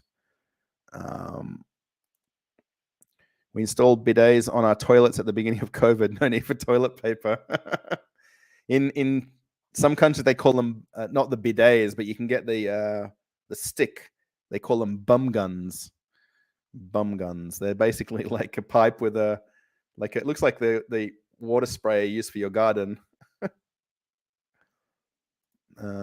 Yeah, I follow Pavlov from Ukraine. Yeah, I watched like one of his videos. It was like a live stream, and I couldn't really get into it. I guess I need to watch some of his older videos. I know the YouTuber you're talking about, but I just need to maybe watch an older video or two just to get into his content. It takes some time to catch up to, especially where it's like a person like me traveling with Russell or Pavlov or I don't know, John from Antarctica, for instance. Whereas like my cruise videos are more about like I do how to get to the beach videos, or I've done tours on the ship of the casino. I did a tour of the laundry room, so those videos don't really need the person. They can be kind of faceless channels. The irony is Germany invaded Russia in Great Patriotic War, and now look to the south. Yeah, I'm not very history orientated, so I don't want to give any opinions what I don't know. Sorry. Cryptocurrency doesn't look so bad now. Thoughts? David, I know my other friend Dimmer, who has a YouTube channel, and that's how I met him as well. He does walking tours, like walking around Moscow videos. He's actually set up a crypto account so that, because he can't get the money from his YouTube. I think it was something like that. His account's not taking the payment to his Russian account. I think it gets paid through another country somehow. His is very weird what he was talking about. So he set up cryptocurrency like a wallet. I don't really believe in anything to do with crypto, by the way. So I don't know how. I know, the basics of it, but I don't have any. And he said to me, "I'll set up a cryptocurrency wallet and put the crypto address in your channel and stuff." And I'm like, I don't know how to get it, what to do, what I'm going to do with it, what it is. I know there's people that have been made millionaires and have lost millions, and that's not for me. So, but yeah, I guess that cryptocurrency is kind of like the currency of the future, if you like, or the worldwide currency that can't be kind of stopped or blocked. Are you in Russia for long? Yeah, so the plan was 1 or 2 years, and that was what we considered short term 7 months ago. So we're, I don't know how long. We're going to sort of see out the next month or two and just see how everything is going, how it still feels here. And then we'll decide, what to do from there. We just don't know. I think a lot of people are like that here. They're a little bit in limbo. Like,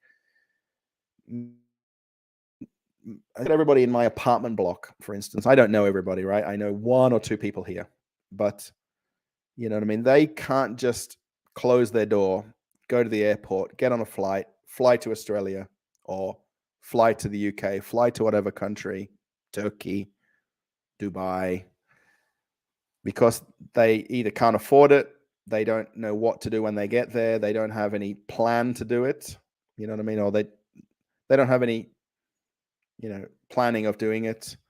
They're just going to live as they've lived here, you know what I mean? And what happens, and what's in the shop to buy is in the shop, you know what I mean? And what's not here is not here, and that's it. Go to work, come home, whatever job they have. So short term is 1 to 2 years, but it might be less. How's it going? Regio Lit. pleased to meet you. I see you're new here, especially in the comments. Everything's good. We are on a bit of a longer stream, but I guess it's kind of helped build up the audience, and everybody that's here is happy watching.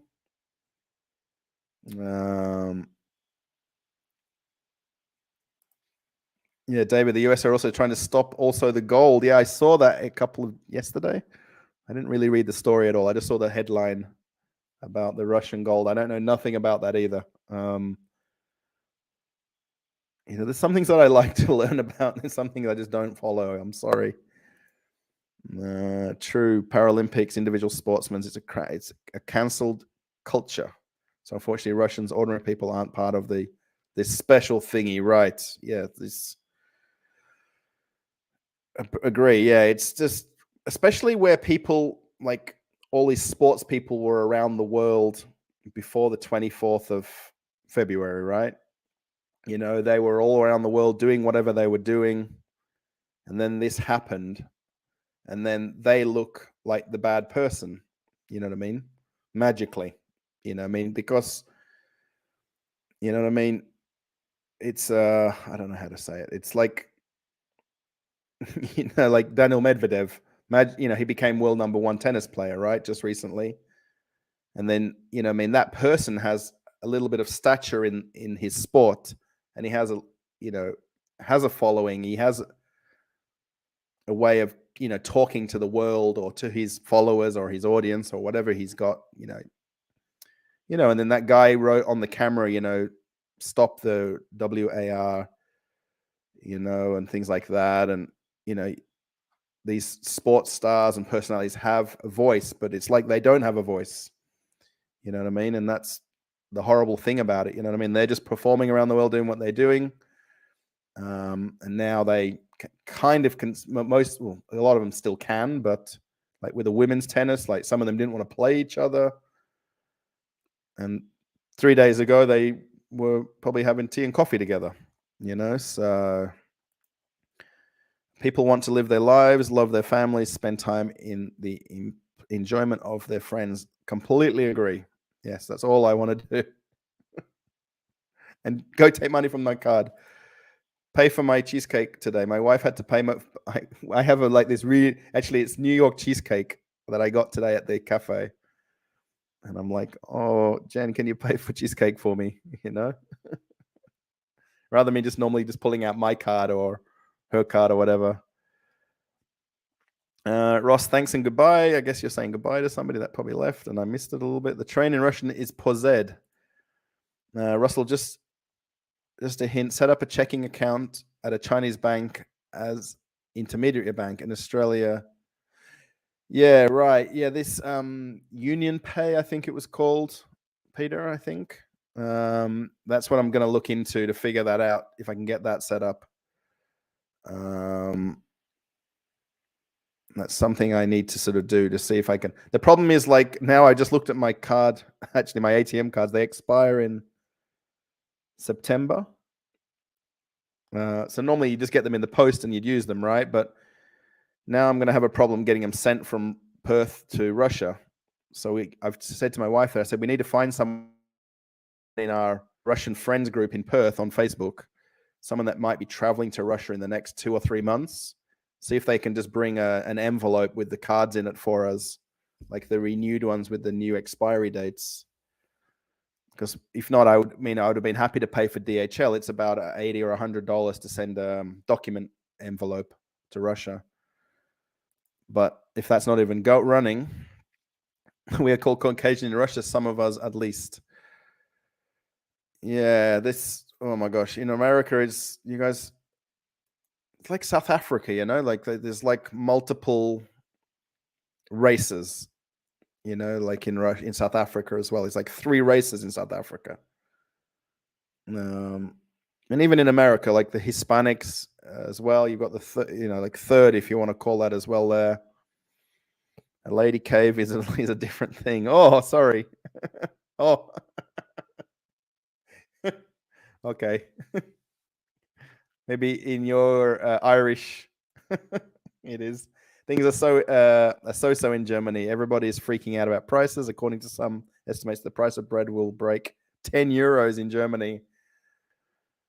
Yeah, I made a bit of a booby in the wording of my other video. If you watched it, I said that no bread is under $1, and really in Russia here, bread is between about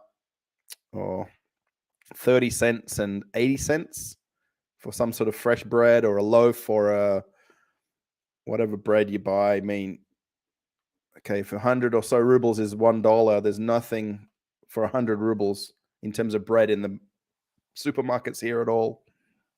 You'd struggle to find anything for more than $1. I mean, 10 in Australia, like $2 or $3 or $4 a loaf. It's crazy. Like $4, $5 for a loaf of bread in Australia is, yeah. Anyhow, naughty. I think maybe he said something. Hawaii does not allow banks from other states. Yeah, and in Hawaii too, right?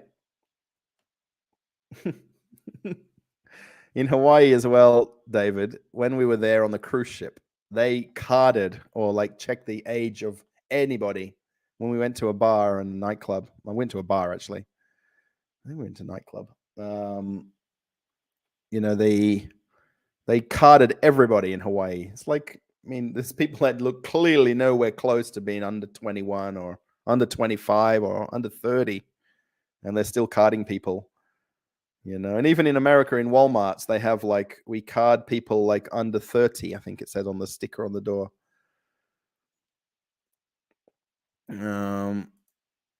Empress Mary from Denmark was Tsar Nicholas II's mother. Wow, you guys know all this history, and I'm very bad.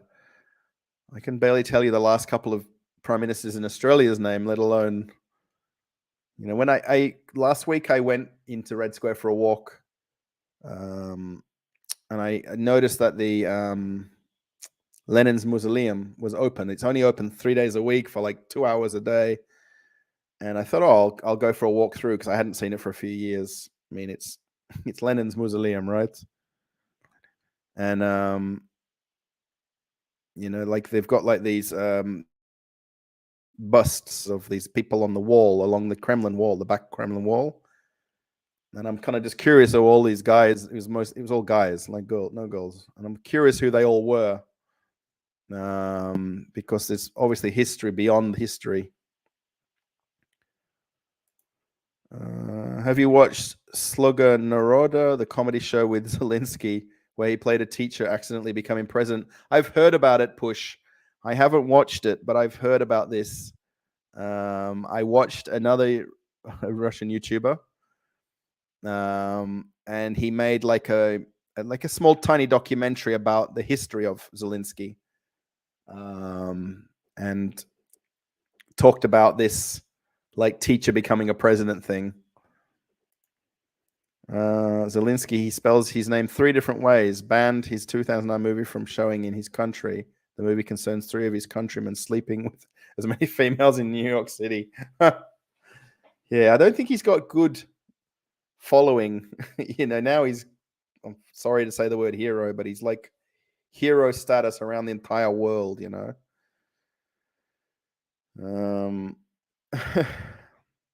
Rainforests are dependent on rain. The northern altitudes get damn wet, hence the northern forests, tundra forests of Russia are actually rainforests. Sure. Again,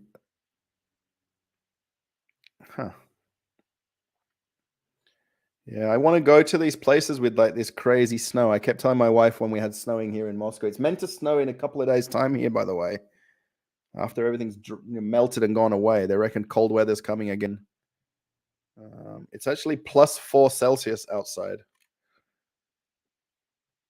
So it's really not, it's 28 in the kitchen here. It's very warm in the kitchen. Usually about 25, 27. So my bum guns. I have to tell my husband about that. Yeah, you can probably Google it, and there'll be a picture, and you can buy like kits that you can attach to the tap in your toilet. No cryptocurrency. I think my daughters had 1 or 2 dance instructors who had engagements on cruise ships at different times and needed substitutes for their classes in Vegas. Yeah, there. When I went to see Celine Dion in concert, I remember looking through the playbill of this, and they've got like a little history of each of the people in her cast, and they all had like worked on cruise ships, worked on cruise ships, worked on cruise ships. And I think it's kind of a bit of a thing that people do in their career at one point or another. Yeah, it's is it sure I can replace your kidney? Have you got insurance? Crypto is like having a dentist. Yeah, it's very. I mean, I don't really have opinion. I just think it's just not. I want to see something physical. I want to touch something, you know, not have something digitally. Yeah, last train for Finland leaves on Sunday from St. Petersburg. Do you think there's no more trains to Finland? That was another option that we talked about with my wife, if flying or to take the train from St. Petersburg to Helsinki or wherever it would be in Finland, and then we could fly out through Europe, you know. That was one of our options. NATO should sponsor flights for people wanting to leave Russia and the Ukraine, then maybe find countries willing to host them. Yeah, this is kind of one thing I was finding interesting, right? Like, you know what I mean? Maybe there's Russians who want to leave Russia now, you know, like people who are leaving Ukraine, you know, and, you know, they don't talk about that at all, right? You know, people don't want to, refugees leave Russia because they can't afford to live here because of the economy changing.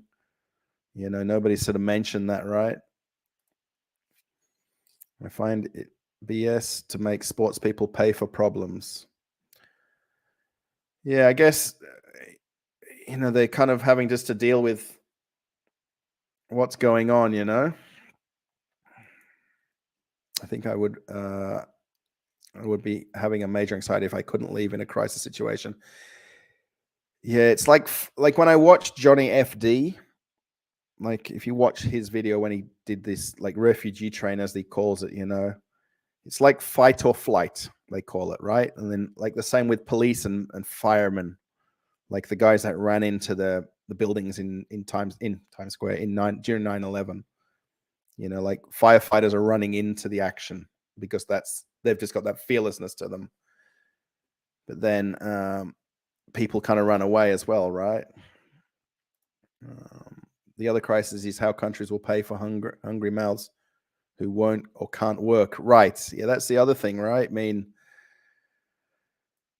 all these people that are staying in Poland, I mean, and then supposedly all of the humanitarian aid is going to Ukraine, but there's nobody there to accept it, if you like, right? They're going, oh, we're sending everything to Ukraine, but then all the Ukrainians are leaving. So I don't know what's going, how send it all to the border of Poland and let Poland have some, you know. £5 from Craggy. I think you're like, I was thinking, you know, like if the super chats were going to work, like when I set it up yesterday, this everything, I thought, you know, like a few $5 here and there, you know what I mean? If we get $20, $30, we can, okay, when I thought about it for taking my wife for lunch, or if I thought about it for, you know, like this cat thing, or to give to this guy down the road here, you know what I mean? You know, now it's like unbelievable. I'm just looking here at this. Okay, if I look here, there's my other screen here. And it's just, yeah, for man caves. I thought you said for potatoes before. Man caves now. What are your thoughts on visa blockage? Also, how'd you put money on a card issued by a foreign bank?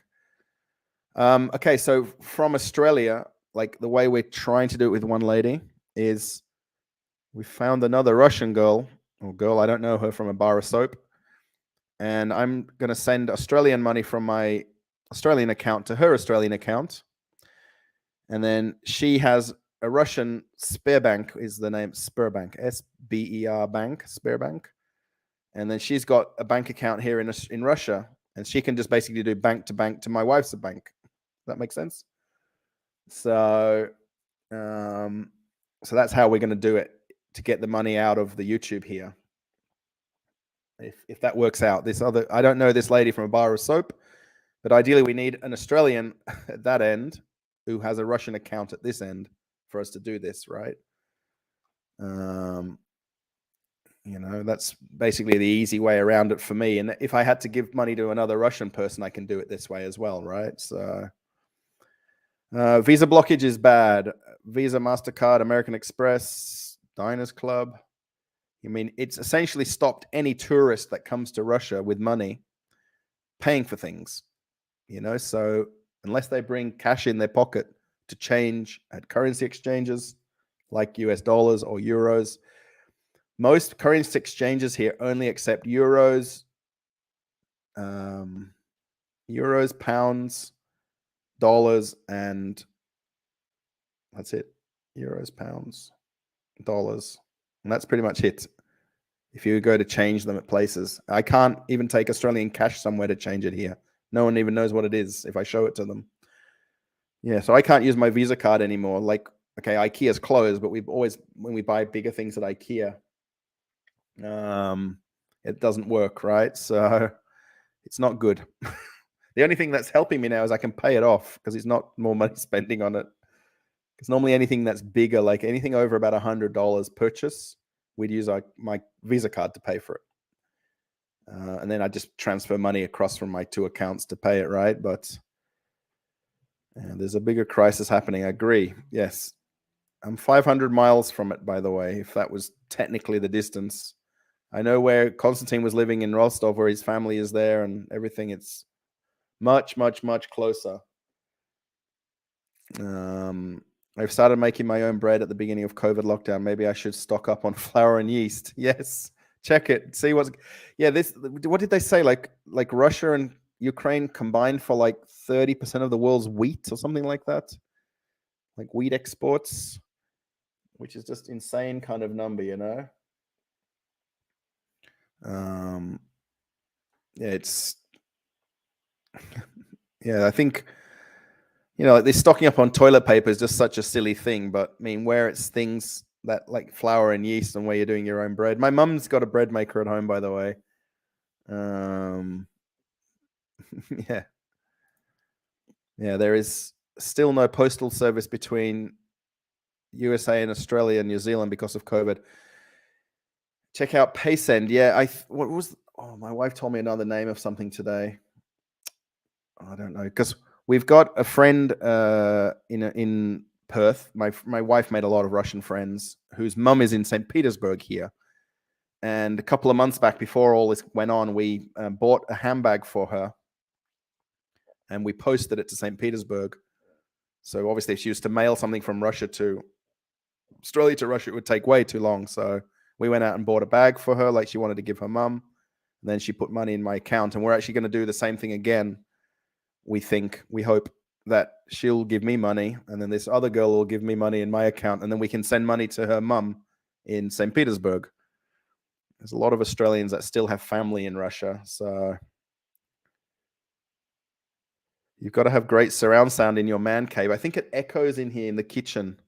I know the microphone works good because this is the famous Rode microphone that I got. That's Australian made, by the way. Not to promote Australian brands, but I'm a big history buff and love searching out family trees. Yeah, I can see from you talking about this, it's Australia just doesn't have enough history. Really, we don't go back before 220 years. Serious question. What motivated you to move to Russia? You ever plan on moving back to Australia? Snow away days, adventures. Yes. Okay. So the short-term quick answer is when we left Australia 7 months ago, or my wife flew out, then I flew out. We planned to come here for maybe a year, maybe 2 years. I was calling that short term. My wife needed to have medical treatment that she didn't want to do in Australia. She didn't feel comfortable. She didn't like, the medical options for her there. So she came back here. She's had an operation quite a few months ago now. She's in the process of she had to have teeth extracted in Australia unexpectedly. And she's in the process of getting that kind of fixed up here as well, because that wasn't done properly in Australia. So, I mean, we literally could lock the door here. Okay, maybe our landlord wouldn't be happy for us to get on the plane, leave the apartment and go home. We could get on the plane and go back to Australia tomorrow morning, in theory. There is flights. I don't know how we'd pay for the tickets without my card working. I do think I'll probably have to ask my parents to pay for the flights. I think. I don't know. I motivated me was my wife wasn't happy in Australia. She wasn't happy she didn't give it long enough. It was a year and a half. We came over on a previous trip for a holiday to kind of get everything sussed out while I was still working on the ships.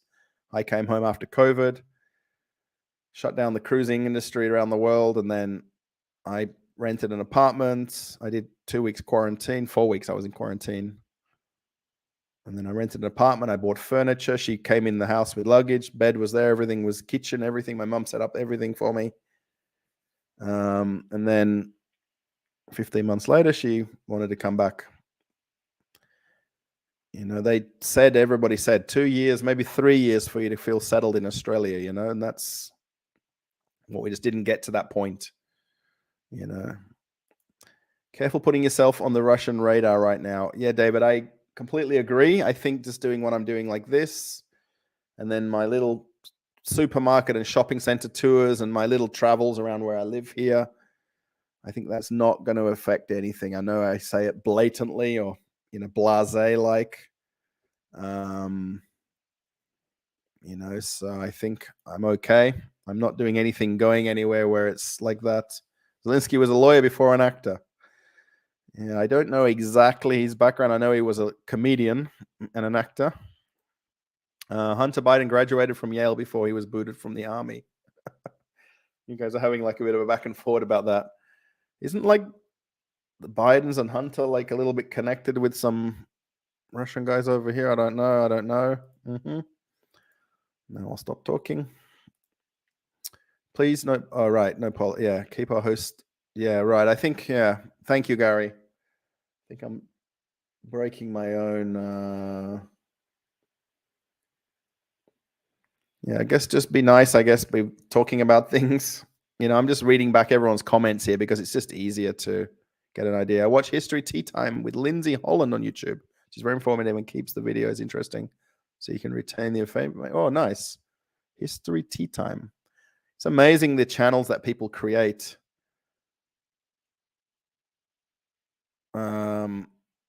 Agree with Gary. 4 hours, one of the first. Yeah, right. I think we've kind of done good, right? Everyone's been super nice. So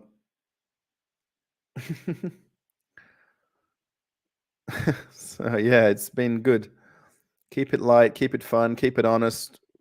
Chat's work, matey. I'm just one guy. Yeah, you're very. Look me up on Facebook, Russell Otway. I'm going to say my last name. I think even in the description is my link to Facebook. You're more than happy to friend me on Facebook if you like, mate. It's no worries. Potatoes, a good man cave idea. I've been told Lady Cave is a bad idea to me. I don't think anybody caught that, by the way. So, have you seen the cable series Below Deck? I have watched Below Deck. Yes, it's on Super Yachts. I find it very interesting. Obviously, it's made for television. It's probably going a little bit too relationships and they're sleeping with that person. It's very good though. Like if you watch the earlier seasons before it became, the characters were too much in the show now. I do know. Yeah, it's a very good show, Below Deck. Actually, did you notice Russia announced they're pulling back? What breaking news here in the States? I don't know. I'll have to look all these things up afterwards. Well, there's a lot of people chatting here. Finland airline is now flying over the North Pole to avoid its neighbor's airspace. Yeah, I saw this, and they're talking about like how like the what do they call this? Like the emissions, like the carbon footprint is now blown out because every plane has to fly this massive route over the North Pole. Then if you actually look at like Flight Radar 24 and things like that, like all the China airlines are going straight through the middle of Russia, and China Eastern and all these, allied countries with Russia, there's flying straight the normal route, and all the others are doing like this huge, like obscure route around like Ukraine and Russia, right? I think I already pulled up this potatoes. Wow. Finnair gives a certificate to passengers who have flown over the North Pole with them. That would be cool. They do this if you cross the equator on cruise ships as well. Is there Russia phobia in Australia? Now, I've not obviously been there for 7 months. I've not been there now when obviously this is happening. I will be very curious how it's taken and perceived. I mean, my wife even told me today, don't talk in English, like a couple of times when she doesn't normally pull me up on it. She's like, people are going to think you're American, and there's Russians hate America right now. Sorry, heavily dislike.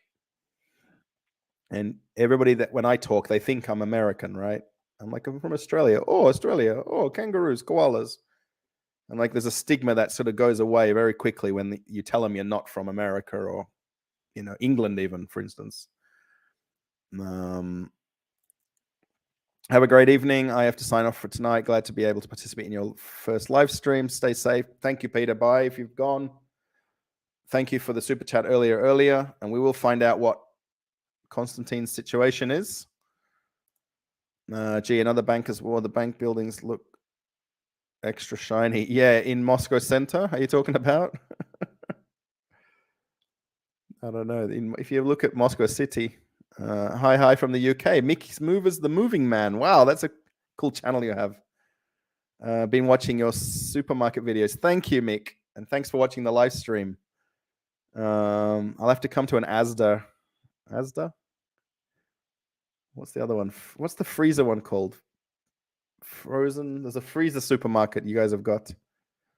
I forgot the name of it in England. Is it freezer shop or something? Oh, I don't know. Nah, Russell, do you need a break? I'm okay, Craigie. I'm completely okay. I do feel a tiny bit thirsty, but I'm okay. I don't need a toilet break now. You even tell me. Trust me, you're a doctor, not a pirate. I think he's worried streams may end. Please let the man work. I'm not really worried about that. I mean, this whole talk about YouTube being shut down, I mean, we can all use VPNs to get around things, right? I mean, that seems to be what everybody's done. I mean, Instagram being shut down, that's actually now there's not as many ladies in Moscow doing selfies like their Instagram and Snapchats and Twitters and stuff and whatever they're doing. So, no problems. Yeah. Stopping by to say hello. Oh, A+ Russian. Can't stay, though. It's in the middle of a busy day here in PNW. I don't know where PNW is. Where are you again, PNW? Take care. No worries, A+ Russian. I know you from watching vidIQ. We watch vidIQ together. Take care. YouTube is recommending his channel in real time. YouTube is recommending his channel in real time. I'm not sure what that means, but thank you, whoever's getting recommended it. No news here, seriously. Yeah, I don't know the news, so I think it's long enough tonight. Take a break. I know the Russians pulling back. Okay. Tooth problems are very tough without insurance. It would sour anyone. Glad she is home. Yeah, she did get private health insurance kind of the last few months before she eventually left, but it doesn't cover it in any amount. Like the costs, you get like a few rebates because we had private health insurance in Australia, or she did. Jen did. I didn't have it because I don't know. I don't believe in it. I can go to the hospital if I'm sick, So yeah, the cost of it here is considerably less in Russian currency, comparing it to Australian dollar, US dollar, whatever dollar. So, Iceland. Yes, I should do it. There's no freezer sections here in Russia. You probably see that in the videos. It's very small ones. What is the best substitute for smetana? We cannot find it here. I don't. What is smetana? SMETANA.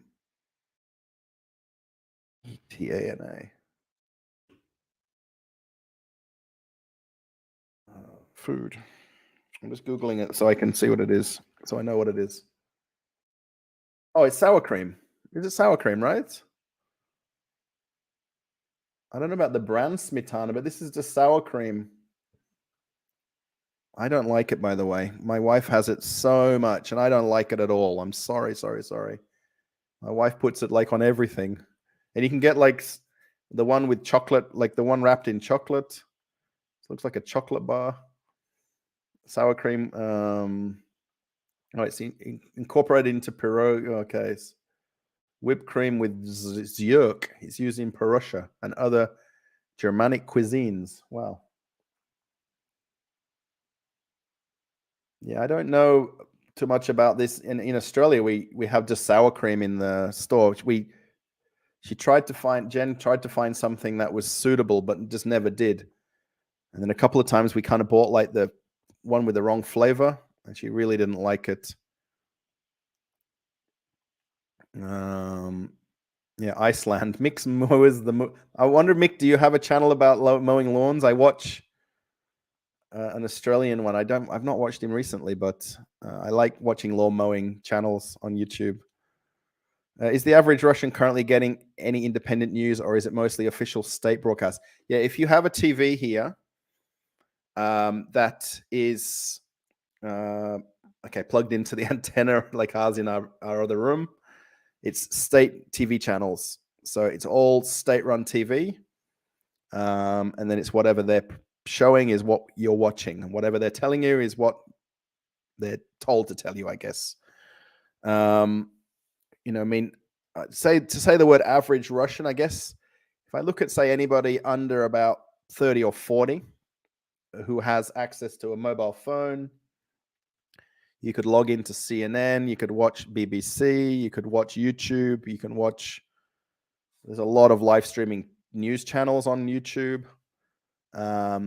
They would be able to access independent news. If that makes sense.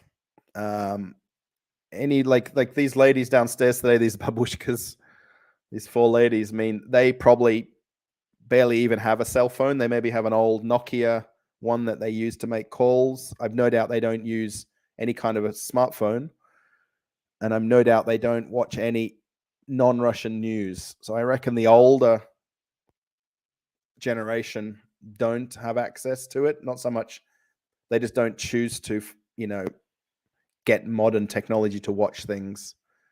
Yeah, Rigo's saying sour cream, creme fraiche. Yeah, creme fraiche is very nice. I have that on when I have Mexican food. Yeah, I guess I forgot it's still sour cream. Yeah, they get only official government news. Yeah, if you watch normal news channels, then that's that's if you switch your TV on in your apartment, then that's the channels you're getting. If you do have a computer like I've got set up here, I can open YouTube. I can use a VPN and watch other countries' news feeds. I watch Australian news. Sometimes I watch these like German news in English and things like this. So. And Karagi again, £20. I'm afraid if I do another YouTube, I'm gonna. I don't know. What's this? Oh, this is potato with or is it potato with another potato in the picture? Yeah, in the super sticker. I guess we can't see that. People can see it in the chat, I think, right?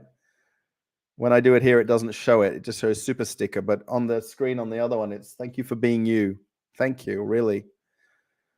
This is me, by the way. This is who I am and what I do and how I do it. And Diamond Giza, right? Thank you. It's a lot. Yeah, I have 13,000 subs. My channel is about lawn mowing and garden equipment repair at home and to save money. Wow, I'm going to check it out if I can remember. This mix mowers, because it's kind of neat. I can look from the comments afterwards. Craigie, you're the best. Thank you, Gary, for mentioning that.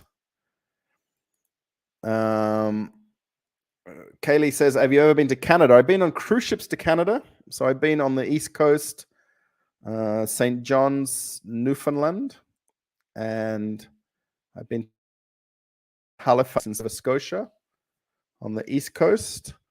On the West Coast, I've been to Vancouver. I've been to, what's Vancouver Island?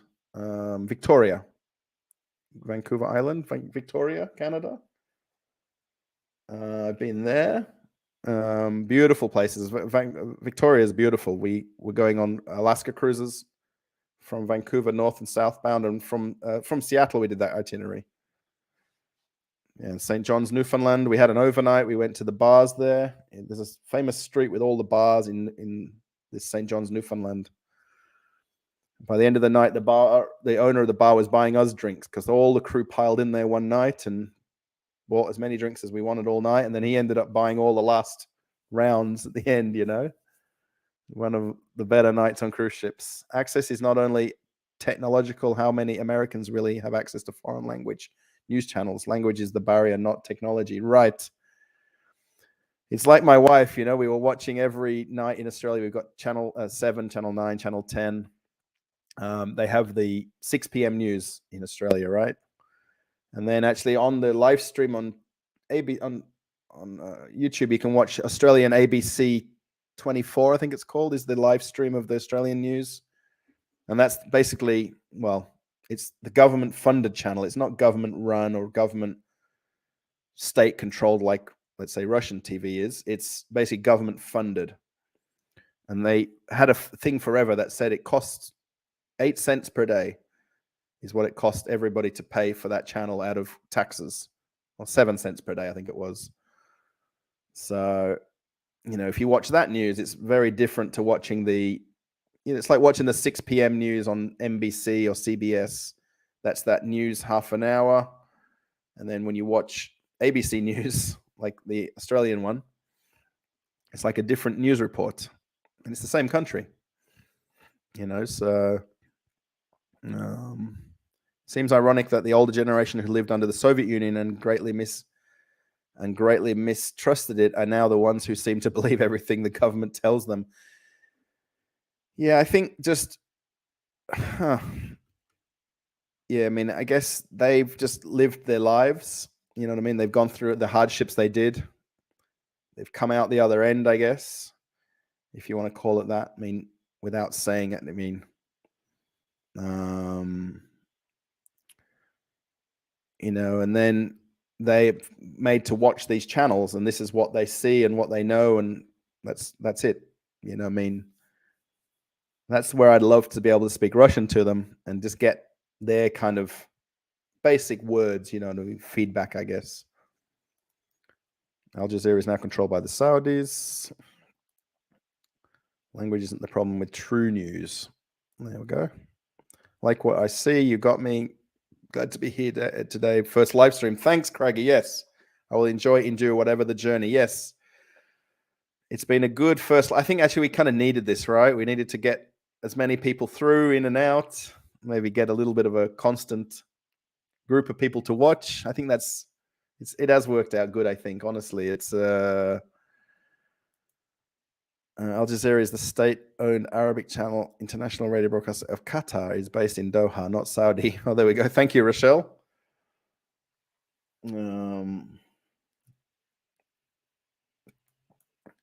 Nope, is that the right one? I love watching Australian 2020. I think is that the Australian?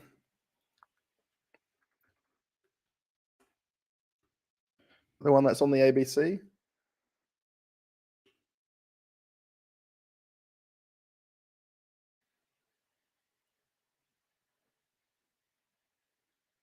I think that's the one, isn't it? I think it's coming up with. We have Australian cricket called 2020 as well. So yeah. You might be surprised we get very little actual footage almost like there is no journalists or fighting in Vietnam. All we had was war. Yeah, this is kind of interesting, right? I think a lot of what you're seeing is like someone's cell phone footage, people's first-hand account footage that the TV stations are kind of regurgitating or recycling through. I do kind of feel like a lot of them did leave, if that makes sense, and they're all sitting at the border, or they're all very west of everything, if that makes sense. They're very west of everything in the western parts of, very western parts of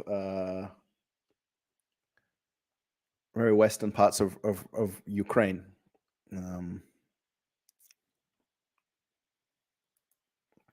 Yeah, very good. Thank you, Craggy. Extremely grainy footage of random. Yeah, he's definitely low res. Terrible. None of these television presenters have about one. This is true. It's very, yeah, 144p cameras. Yeah, it just seems like cell phone footage or like these original, like, yeah, like you're saying 144p webcams filming everything, right? I believe so. Craggy, £5. Thank you. You are going to be like, I think I'm going to change to like Traveling with Russell and Craggy channel. I think I need to keep this channel renamed a little bit. I believe so. I think you're referencing like this believe so, Cheryl, there about there's not the reporters there. I mean, also, okay, like these decrees that have been signed about what wording you can use and what things you can and can't say. It's I think a lot of them have kind of been scared off by their ability to say things. Does that make sense? Their ability to say things. They've been scared off from that. And that's probably why you're not seeing as much, guy in the flat jacket and helmet sort of filming kind of stuff with things behind him, kind of traditional what you saw from previous events in the world.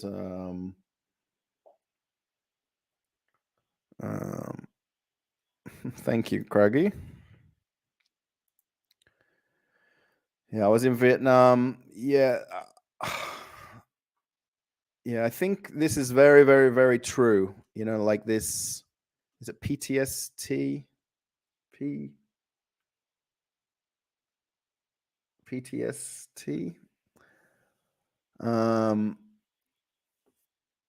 And, my granddad is on my mum's side is Polish, by the way. My mum's parents are Polish.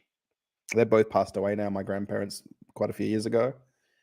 And my mum went back to England. They were living in England, my grandparents, the last few years of their life.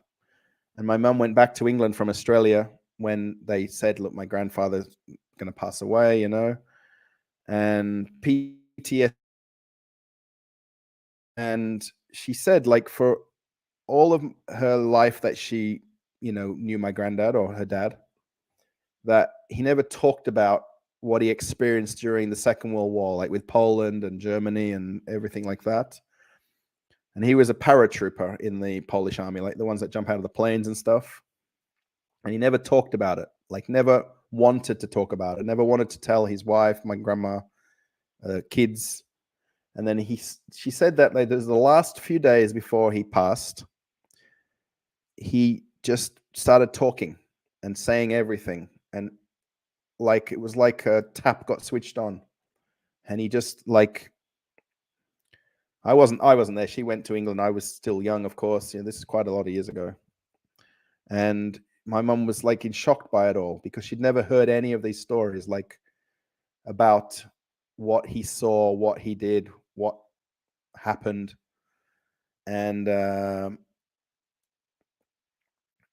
he, just blurted it all out, in those last few days, whatever, how many days my mum was there, and and he just didn't want to ever let anybody experience or know what happened.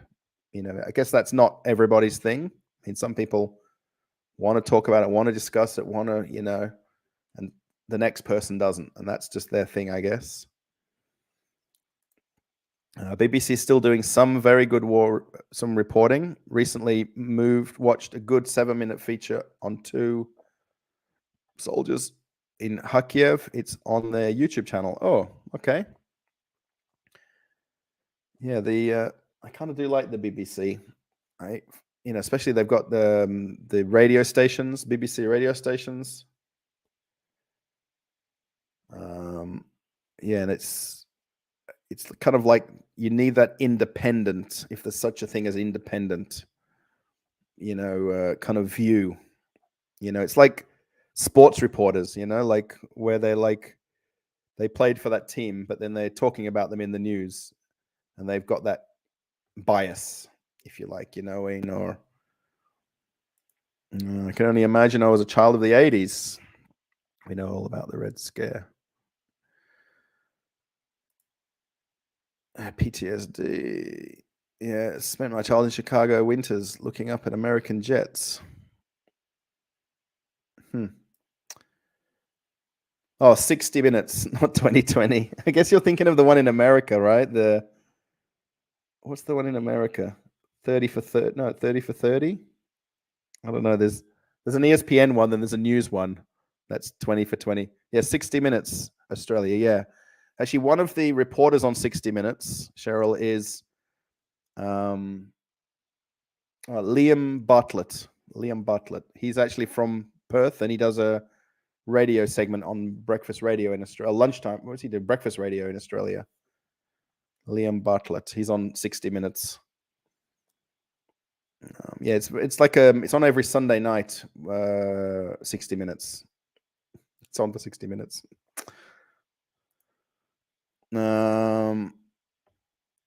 Thank you, Gary. Yeah, I guess we just want to keep it light-hearted, friendly, everything like that.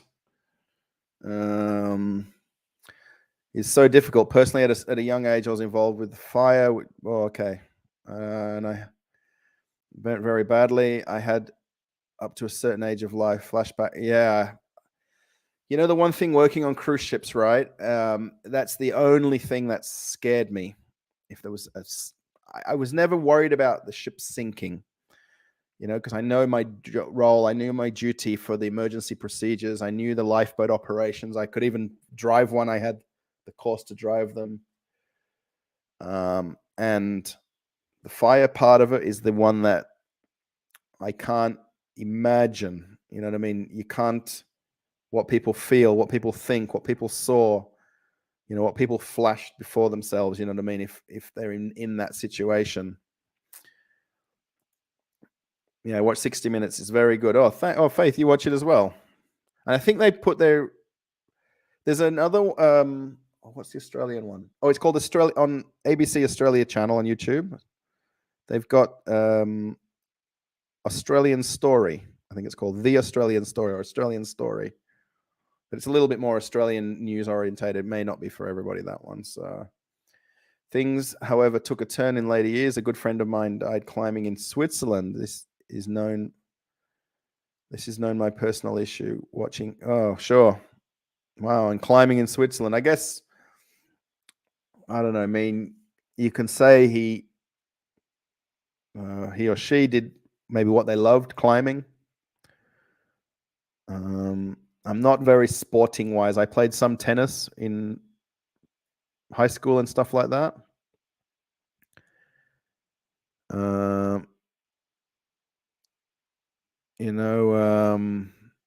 It's, I guess it's, I guess the 20 years I worked on cruise ships, and then now this time when I'm over here, I just talked about this with my wife the other day, literally, that, if something happens to my dad now, he just had his birthday, 19th of March. And I said to my wife, I said, if something happens to my dad and my mum says, come home, I've got to get on the plane. I've got to go. And, it's, don't want to think about it. I mean, I've had very little things happen to me in my life because I worked on cruise ships. I was in a bubble literally for all those years. I wasn't around when, because that was in England. My mum's parents passed away. My dad's parents passed away. My mum just went through one of her good friends in Australia passing away. I think it was last year. And actually, that year I was just at home. We went for dinner one night, and then I flew out because it was my leaving dinner, where I went for dinner with my mum's friend. And a week or two later, she passed away. She had illnesses, and I've never really been there for any of that, so I can't imagine it. You know what I mean? I don't know what to think, what to, you know. Please keep these subjects because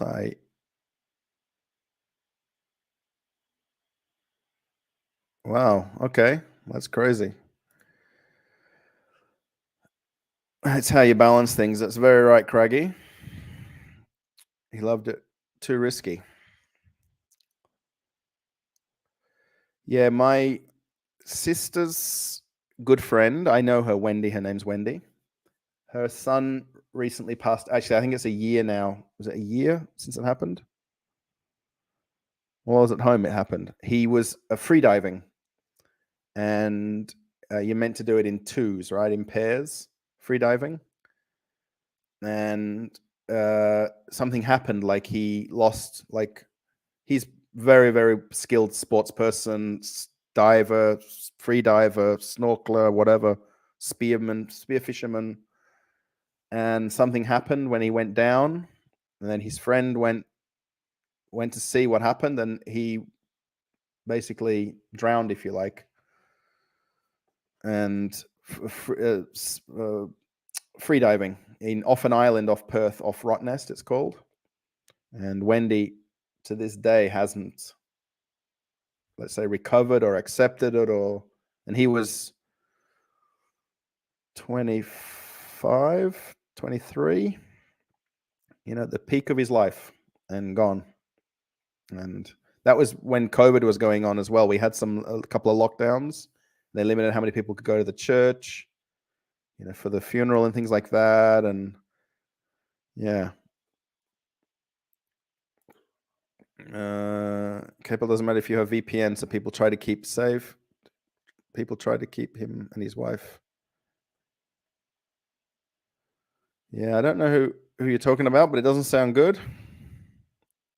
It doesn't matter if you've got a VPN, right? It makes no difference. Truly.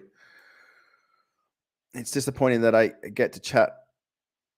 It's disappointing that I get to chat with a Westerner living in Moscow, and I can only ask him about sour cream. Oh, well, I'm just talking about the whole point of this live stream was to basically introduce me to the channel. Yeah,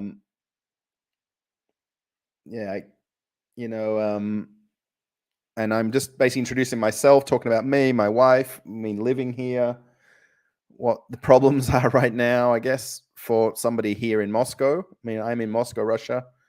I'm not in the Far East. I'm not in the South and the North. And you know what I mean? I'm happy to kind of talk about my life here. I've always, with this channel, okay, especially in the last lot of videos, and after talking to Konstantin on Inside Russia, not talk about things that are happening, because as an Australian, I guess you could call it, I don't really want to form an opinion, if that makes sense. I don't know. It's not making sense. I didn't want to form an opinion about what I haven't seen. You know what I mean? Okay, I can see things on the news, on the TV, on the whatever internet here. But I don't want to. It's not good. It's not great. I want it to end. I want things to go back to normal, if you want to call it normal.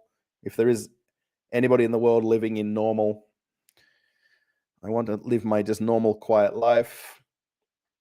I want to have a beer with Craggy when I get a chance one day.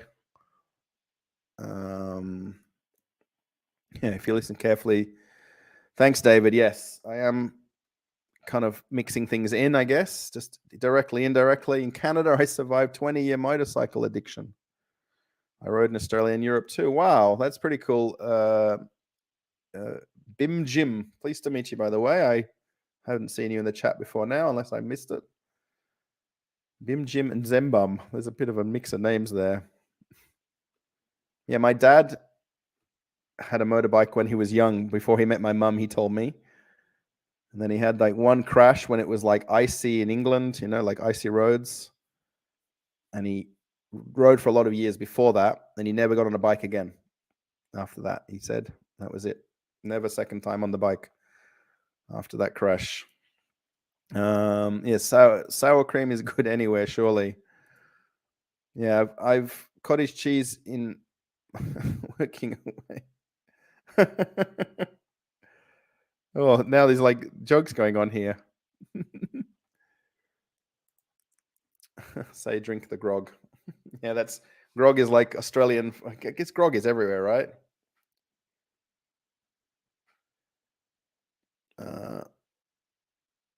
Okay, so I live in Perth, David, by the way. So I don't really follow rugby league, unfortunately. We barely see any of it in WA. They don't have any matches live unless you've got Fox, like the like satellite TV. I have been to a couple of games years ago when they brought them over to Perth. So I don't mind watching them. I don't really know the rules that well. I know the basics of it, but I'm pretty much AFL all the way, or especially WA. I suppose it's got a big rugby league, rugby union following, but there isn't really, too many people. I don't know really anybody in Perth that follows it like religiously. Let's say, I guess we all like Russell Crowe's Rabbitohs. I think that's the one team, right? South Sydney. Remember people, yeah, right. Yeah, crazy rules about saying, let's say the word misinformation. Do people drive long distance in Russia, or do they mostly use planes and trains instead? Yes, they like actually going to Ufa, which was 3 hours by plane, would have been almost a 2-day journey by train. There is a lot of low-cost airlines flying in Russia, which actually the flights we took weren't probably $100 return, like for a couple of hour flights. Low-cost airline, okay, no luggage, check-in luggage and like that. We took small bags, but yeah, for long distances, if there's a flight to go into a city, people will take it. There is still traditional people that catch trains that just can't afford the difference between that train journey and flights, but it's just so long. It's days and days and days to get, especially anywhere east of Russia, let's say. My husband is a beer salesman. He represents Bud, Corona, Wow, that's pretty cool. Beer salesman, yeah. Never really got into drinking beer that much. I don't mind a beer. If you watch the supermarket tour and then the next one coming up, the amount that you see,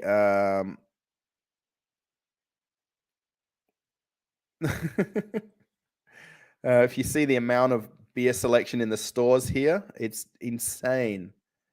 Actually, Budweiser is definitely on the shelf here.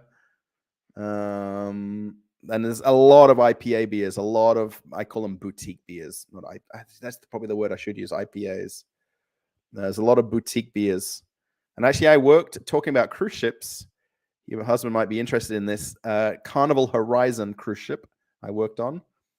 It's one of only a couple of ships in the world that has a brewery on board, and it brews its own beer on the ship in-house. It's called the what's it called? Red Frog. Red Frog beer is the name of it. And the brewmaster makes his own different varieties of beer in-house on the ship. Yes, there's a USA Marine at a work camp and a US Olympian in... Yeah, so The one about the basketball is very interesting. She was in Shevromentova. She was playing basketball here for the last, 7 or 8 years, seasonally here with one of the Russian teams. It does seem a little bit weird, that story, and she's had little or no access to help. And obviously now with the way the relations are, it's a tough situation as well. So that's not helpful for her. And they said that she does have English-speaking roommates, I guess, and she has had access to some help. The other guy that you're mentioning, there's 2 other people. One of them was going to a wedding. I think he was like was it some crazy thing like he was an Irish, British, American, Canadian guy that had been coming in and out of Russia for like 20 years. And he was at a wedding, and then they just basically grabbed him there or at the hotel where he was staying, and he's been there for... I was in Russia at the time when that happened because I remember it being in the news, and I was just in shock. Like, I'd a couple of years earlier than this, I'd come over for a wedding for my wife's best friend's wedding. And I'm like, that could have been me.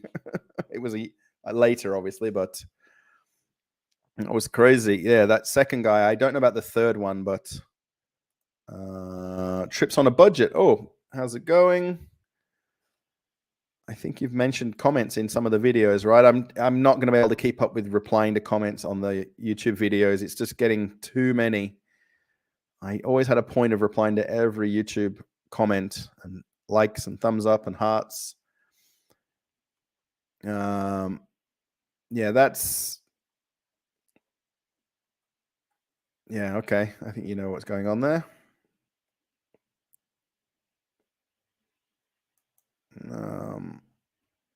Keep everyone drunk and they will think there's no problems. Yeah. What's the furthest I've been east is Ufa. I don't think it's more than 1,000 or how many 1,000 kilometers east. Craigie, did I miss? Yeah, I did. What's the best before date on the bananas in the background? We bought them today. They are literally... They're literally green bananas. Oh, you know what I'm going to do? They're still green. Look at that. We just bought them today. And I wonder where they're from. Oh, it doesn't say. It just says red box. And there's a QR code. So I wonder what country they're from. They're from somewhere. And I've actually got oranges as well. Right on the chair behind me. And it was 80 cents a kilogram for oranges. Actually, it was 89 cents a kilo for the bananas too, by the way. So what's that in... Oh my God, that's 40 pence a kilo. So that's a lot of bananas for £5.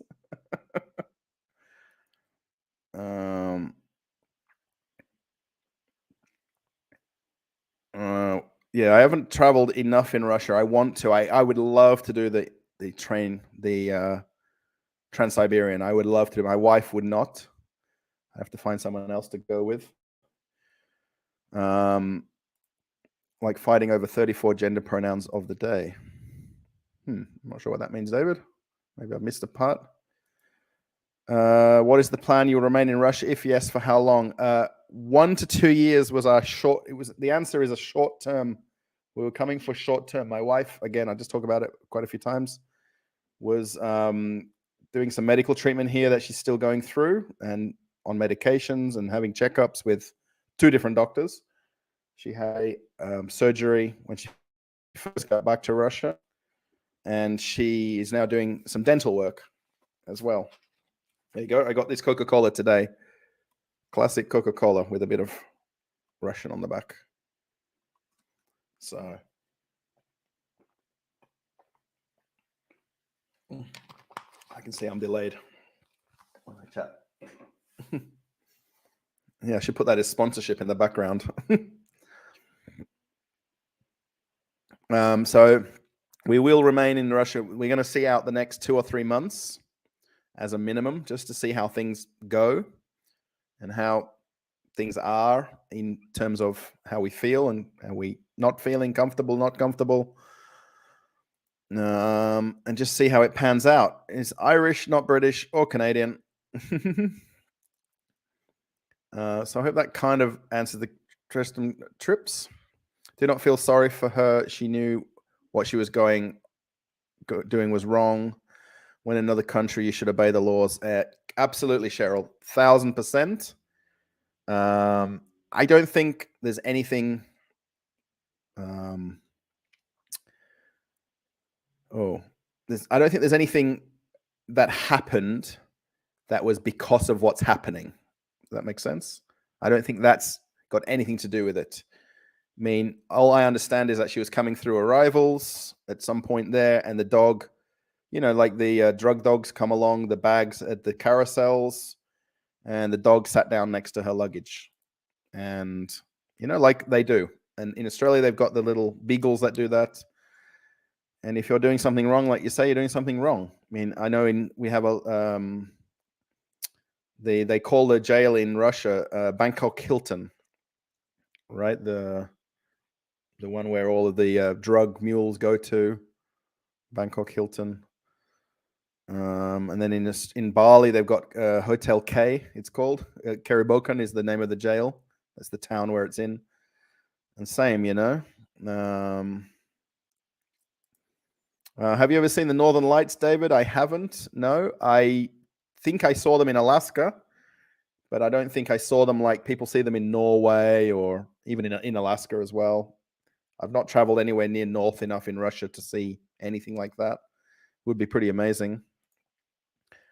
Nice. Yes. She had, right. Supposedly grown up, fine and decoration. The rest is excessive and cruel. Yeah, look, all I know is she's been held in a, I guess, jail or detention center. She is crazy tall, so they said that she's having issues with the size of the bed, which I understand.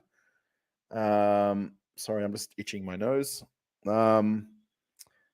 And she just doesn't have I understand that her roommates speak English, and I don't know if they've got either cell phone or contact with the people out. So she has had some kind of contact to say that she's okay, I guess the word is.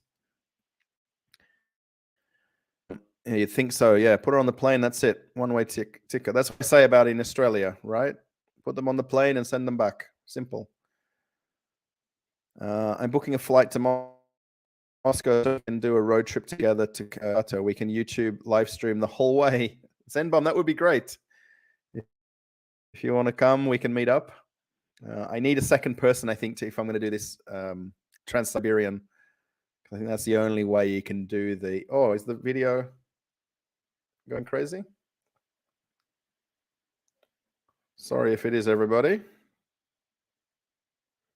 Oh, I should probably close that. For starters, I think the quality of the video is going crazy, I think. I'll just close that if it gets any better. Sorry, everybody. I think the volume is good, but I think everything else is going... yeah, I'd love to do that trip from, I guess, Moscow, St. Petersburg over to Vladivostok and so on like this. Trans-Siberian, 'tis the ideal goal. If all works out, I'll do it. Oh, you're coming as well? Where is the backstop if you leave? Yeah, there's just me. If I leave, we fly Miami flags in the United States. We have for decades all over our buildings. Yeah, these war veterans hats and Vietnam veteran hats in Australia. And I'll be very honest about this difference.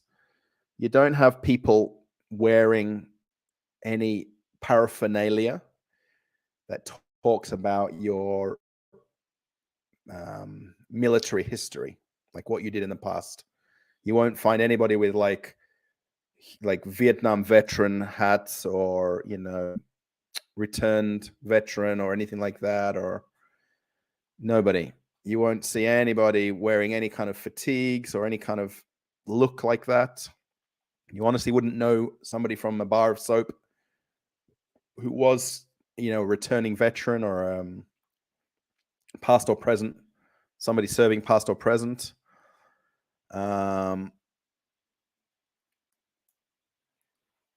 Yeah. Good idea, Craggy. All right. I think we learn to separate the soldiers from the current government. VM have as many lessons. Yes. Yeah, I mean, I've got no worries. You can't really say the word celebrating, right? I mean, like when we've got Australia, not Australia Day, but Anzac Day we have in Australia, where Australia and New Zealand Army Corps, they have a day where it's celebrating. That's hard to say that. Where you celebrate like the present, past, future, emerging, all these things. And I mean, everybody that's involved in this, you can say are heroes. That's not right. I don't want to say that now. Because, you know what I mean? What's probably happening now is not, you could classify that, go say that. Oh, Jesus. Yeah, it's Australia helped in the Korean War. Yeah, Australia has been to everything. I know not everything, but we've some things, probably not as much known that we were, especially like even in Iraq and things like that. Or Gallipoli, yes. Rochelle, World War One, Anzacs, the Gallipoli, right? Yeah, it's this last year when I moved into my apartment on the night before Anzac Day, and then the next morning they've got like a dawn service at dawn, and that year was when the COVID was locked down when I first moved in, and they said we're not going to have any ceremonies or anything at memorials and things like that, and they said you can stand on your driveway and there'll be like a thing on the radio that you can play and listen to. And so I actually stood outside my apartment actually, on the corner of the street with a candle and had the radio on, listening to the dawn service. And, I mean, it's very interesting because I was there for that service and Anzac Day. But obviously I didn't know anybody involved, or I didn't know any returning people and things like that. But I think it's appropriate that that you still embrace what happened, even if it wasn't you or your family or somebody, right? It's freedoms for all, I guess. So have you been to St. Petersburg? I haven't. Are the people there different than Moscow? Yeah, I don't think so. I haven't been there personally. They do say there's a big difference in the feeling of the place, like the history of St. Petersburg, and then the architecture, and then the fact that Moscow has got like the modern Moscow city, then they've got the old parts blended in. Greetings from Tasmania, Tassie, nice. Radio Tassie. There we go. Yeah, we all have a choice then, though, when it comes to the changing culture, right? I would just call it honoring, just like to have the honor bar on cruise ships, right? Yeah, this is thank you, Bebel. Yeah, honoring the, I guess, returning, present, current, and future. Yeah, right, honoring. I think that's a great word. Thank you. All right, everybody. I think we might have even... Craigie, I think maybe you're sleeping now. I don't know. I think... Oh, it's still early for you guys in Ireland, right? So, yeah, I know like Constantine likes to do his like at 11 or 12 midnight, I guess more for US timing. mean, I think just based on the audience, when I look at the analytics of the audience, it's a much wider spread of countries. Zenbum's off. Catch you later. See you in another live stream. Russia gave it all up to keep the war safe in World War II. There you go. Yeah, Russia over the years,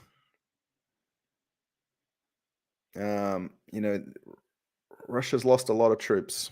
I'll say that. I mean, I went to a tank museum here a couple of years ago. And just to see when they talk about how many tanks they had and how many they lost and how many they've gone through.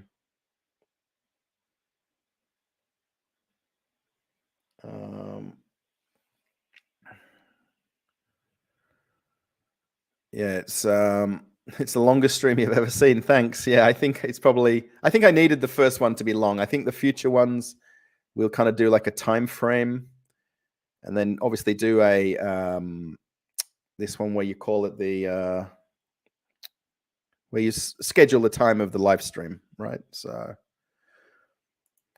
£5. Craigie, thank you. I don't know your history. Oh man, I don't know anything about you. Please look me up on Facebook, Russell Otway on Facebook, or maybe send a message through I like cruise ships. But please, if you want to email me or anything and we can chat, it's no worries at all. I know you go. I leave you with the words of an Irish comedian, Dave Allen. May your God be with you. It was his sign off. May your God be with you. Thank you. Actually, Constantine, when I met him last week, he said to me about, do I go to church? Do I believe in God and things like that? And I said, I'm religious. I wish you, yeah. Thank you, Craigie. Yeah, whatever you believe in, I wish you all the best. Oh, Rochelle knows who is Dave Allen. May your God be with you.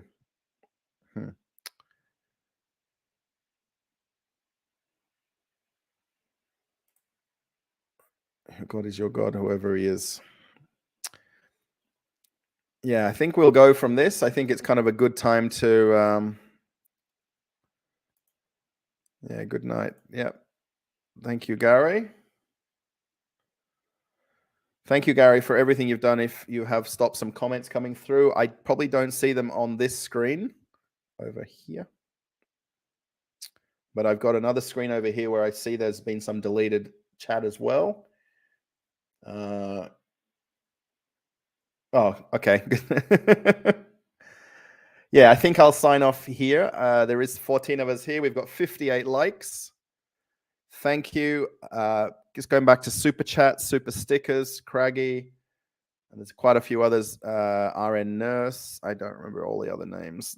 Peter was the other guy's name earlier. I think Cheryl as well. Cheryl? Was it Cheryl? No. I don't know the name. Oh, gosh. Yeah, Cheryl, I think, as well. So, yeah. Well, there you go. You guys want to chat to each other, send each other messages, or friend each other somehow via the YouTube channels. Tell your wife that you do have a job, because you do.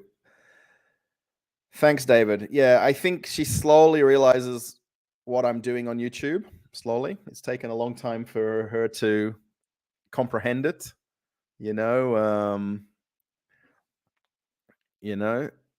Subscribe and ring the notification. Have a bubble bath. Thanks. I kind of need one now. I was never really into baths until I came to Russia. In Australia, we all have showers. And in the apartment we had in Australia, we had a shower. My wife was like, oh my God, she was shocked. She actually went to her friends a couple of times, Russian friends, and they had baths at their houses in Australia.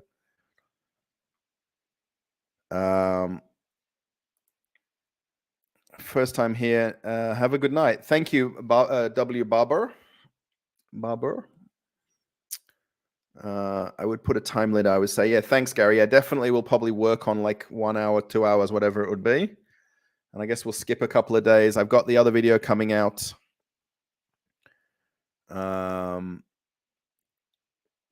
Yeah, content creator, right. YouTuber. Yeah, people laugh at it when you say YouTuber a little bit.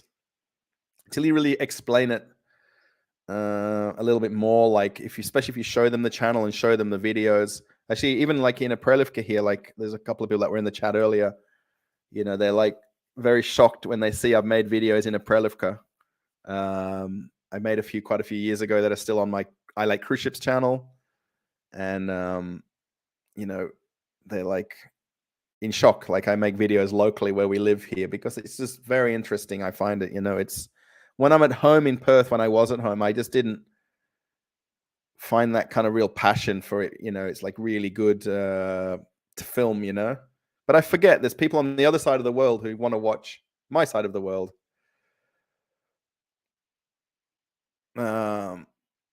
Bear Bull, thank you, Russell, for the live stream. Thank you, Dr. Gary, for your help in keeping things on track. Everybody having a good morning, night, evening from San Francisco. Yes, Golden Gate Bridge. So while we're waiting, when is the second stream? Oh, Craigie, I don't know now. Do you want to do it? What day is today? Okay, we're going into Saturday today. So do you want to do like this sort of time? Maybe an hour or so earlier. Easel Cat, how's it going? Where it's 3:45. Here it's 1:48 a.m. So it is getting late now. I think I want to do like that 8 o'clock time, that little bit earlier than what we did, about the time we did earlier tonight.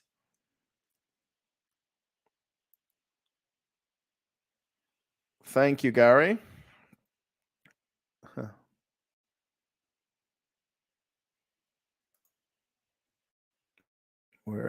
Where it's 3:45. 3:45 a.m. or p.m.? p.m., right? Yeah, it's 3 in the afternoon there, isn't it? Because that's normally the time when I do these ones for Sunday on the cruise chat, which I haven't done now for a few weeks. All right, I'm off, everybody. I'm going to leave you guys. And Monday, Wednesday, Friday. Oh, okay. Maybe that sounds all right. 3 days.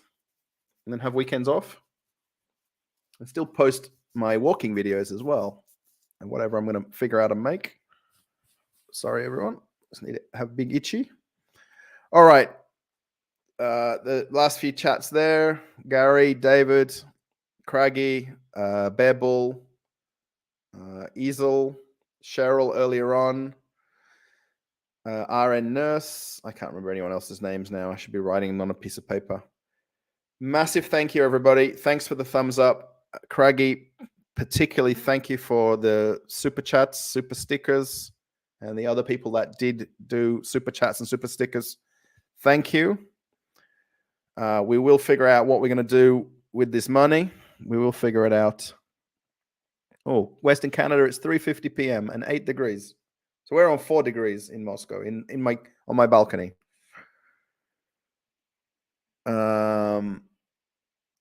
David, Craigie's from Ireland. He's not from America.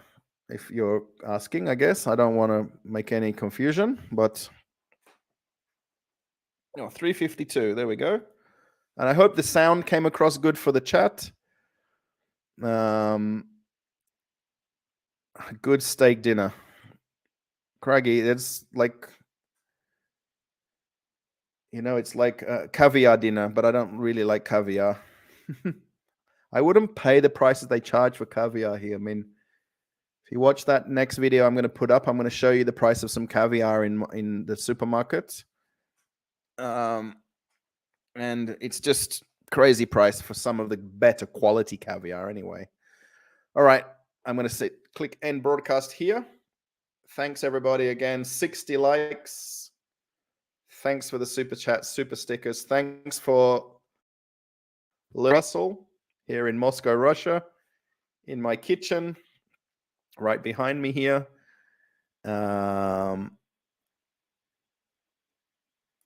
Sound is good. Yeah, Faith. Thank you. Yeah, the sound should be good because this is a very nice microphone. I do think that the quality of the video is not great. I know that already. The plan was to try to buy a new camera somehow, and have a better quality streaming camera. Eat steak, buy steak, cook steak at home. I love steak, by the way. I eat a lot more pork here than I do steak. I prefer steak on the barbecue. Yeah, keep quiet when you're outside. I just meant to time live stream for audience that can donate. Okay, like, oh, what are we saying here? Like Monday, Wednesday, 6, lunchtime. Understand. Monday, Wednesday, Friday. Okay, you're putting a few comments here, David. So it's not really about the donations part, honestly, guys. I mean, it's overwhelming. Let me say, overwhelming. When I look at the screen over here and see what I'm seeing,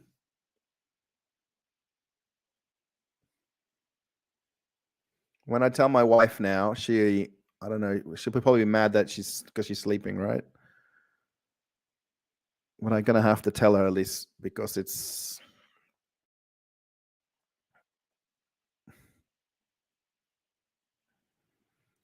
Yeah, steak or pork. Yeah, pork. Actually, even I've learned to make pork chops on the frying. We have like a grill frying pan. It's like.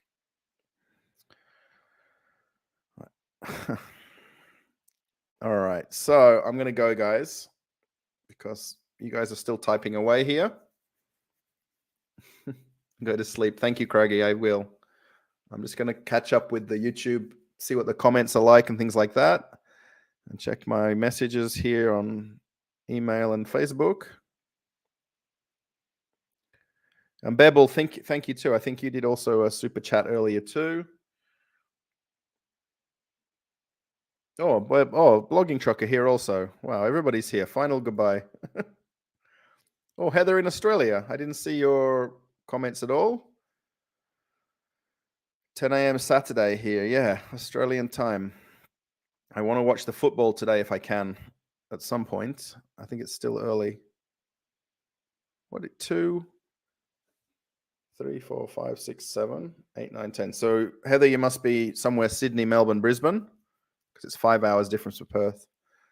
What's the temperature in Moscow now? It's on my balcony. It is 4 Celsius. That's not the right time. That's not the right time, but that's the temperature sitting on my balcony, which is normally about 1 degree plus or minus. If I press this one, right now, has it changed? That's the hottest it's been. Oops, let's do that again. That's the hottest it's been. And minus 22.9 is the coldest it's been. That's 13.3. Let's just go back. I think I'm going to be a bit behind here. So that's currently now. The hottest in the kitchen has been 33 degrees and 40 outside when you get the beaming sun coming, because we've got west-facing balcony here. And then the coldest it's been is minus 22.9 Celsius. This is all Celsius, by the way. And the coldest it's been in the kitchen is 13.3, which would have been probably when we left the kitchen window open. And if we go out, it kind of normally, okay, we're 29 now, but it's probably because my hands are on it. Normally, it's about 27 in here, normally. So, yeah, Cheryl says, wife and mother calls, time to make dinner. I have 2 hungry teenagers. See you soon. Yes. Thank you, Cheryl. Catch you later. Thank you, Gary, Dr. Gary.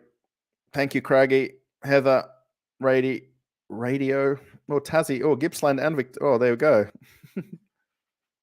Minus 22 Burr makes Tassie look tropical. Yes, that was crazy cold those few days. We had like a week where it was like minus 20 every day, which was just silly how cold it is outside, you know? You can't take your hand out of your glove. It's too cold to like hold your phone if you needed to hold your phone or something. It's silly how cold it is. All right. Catch you later, everybody. End of broadcast. Bye.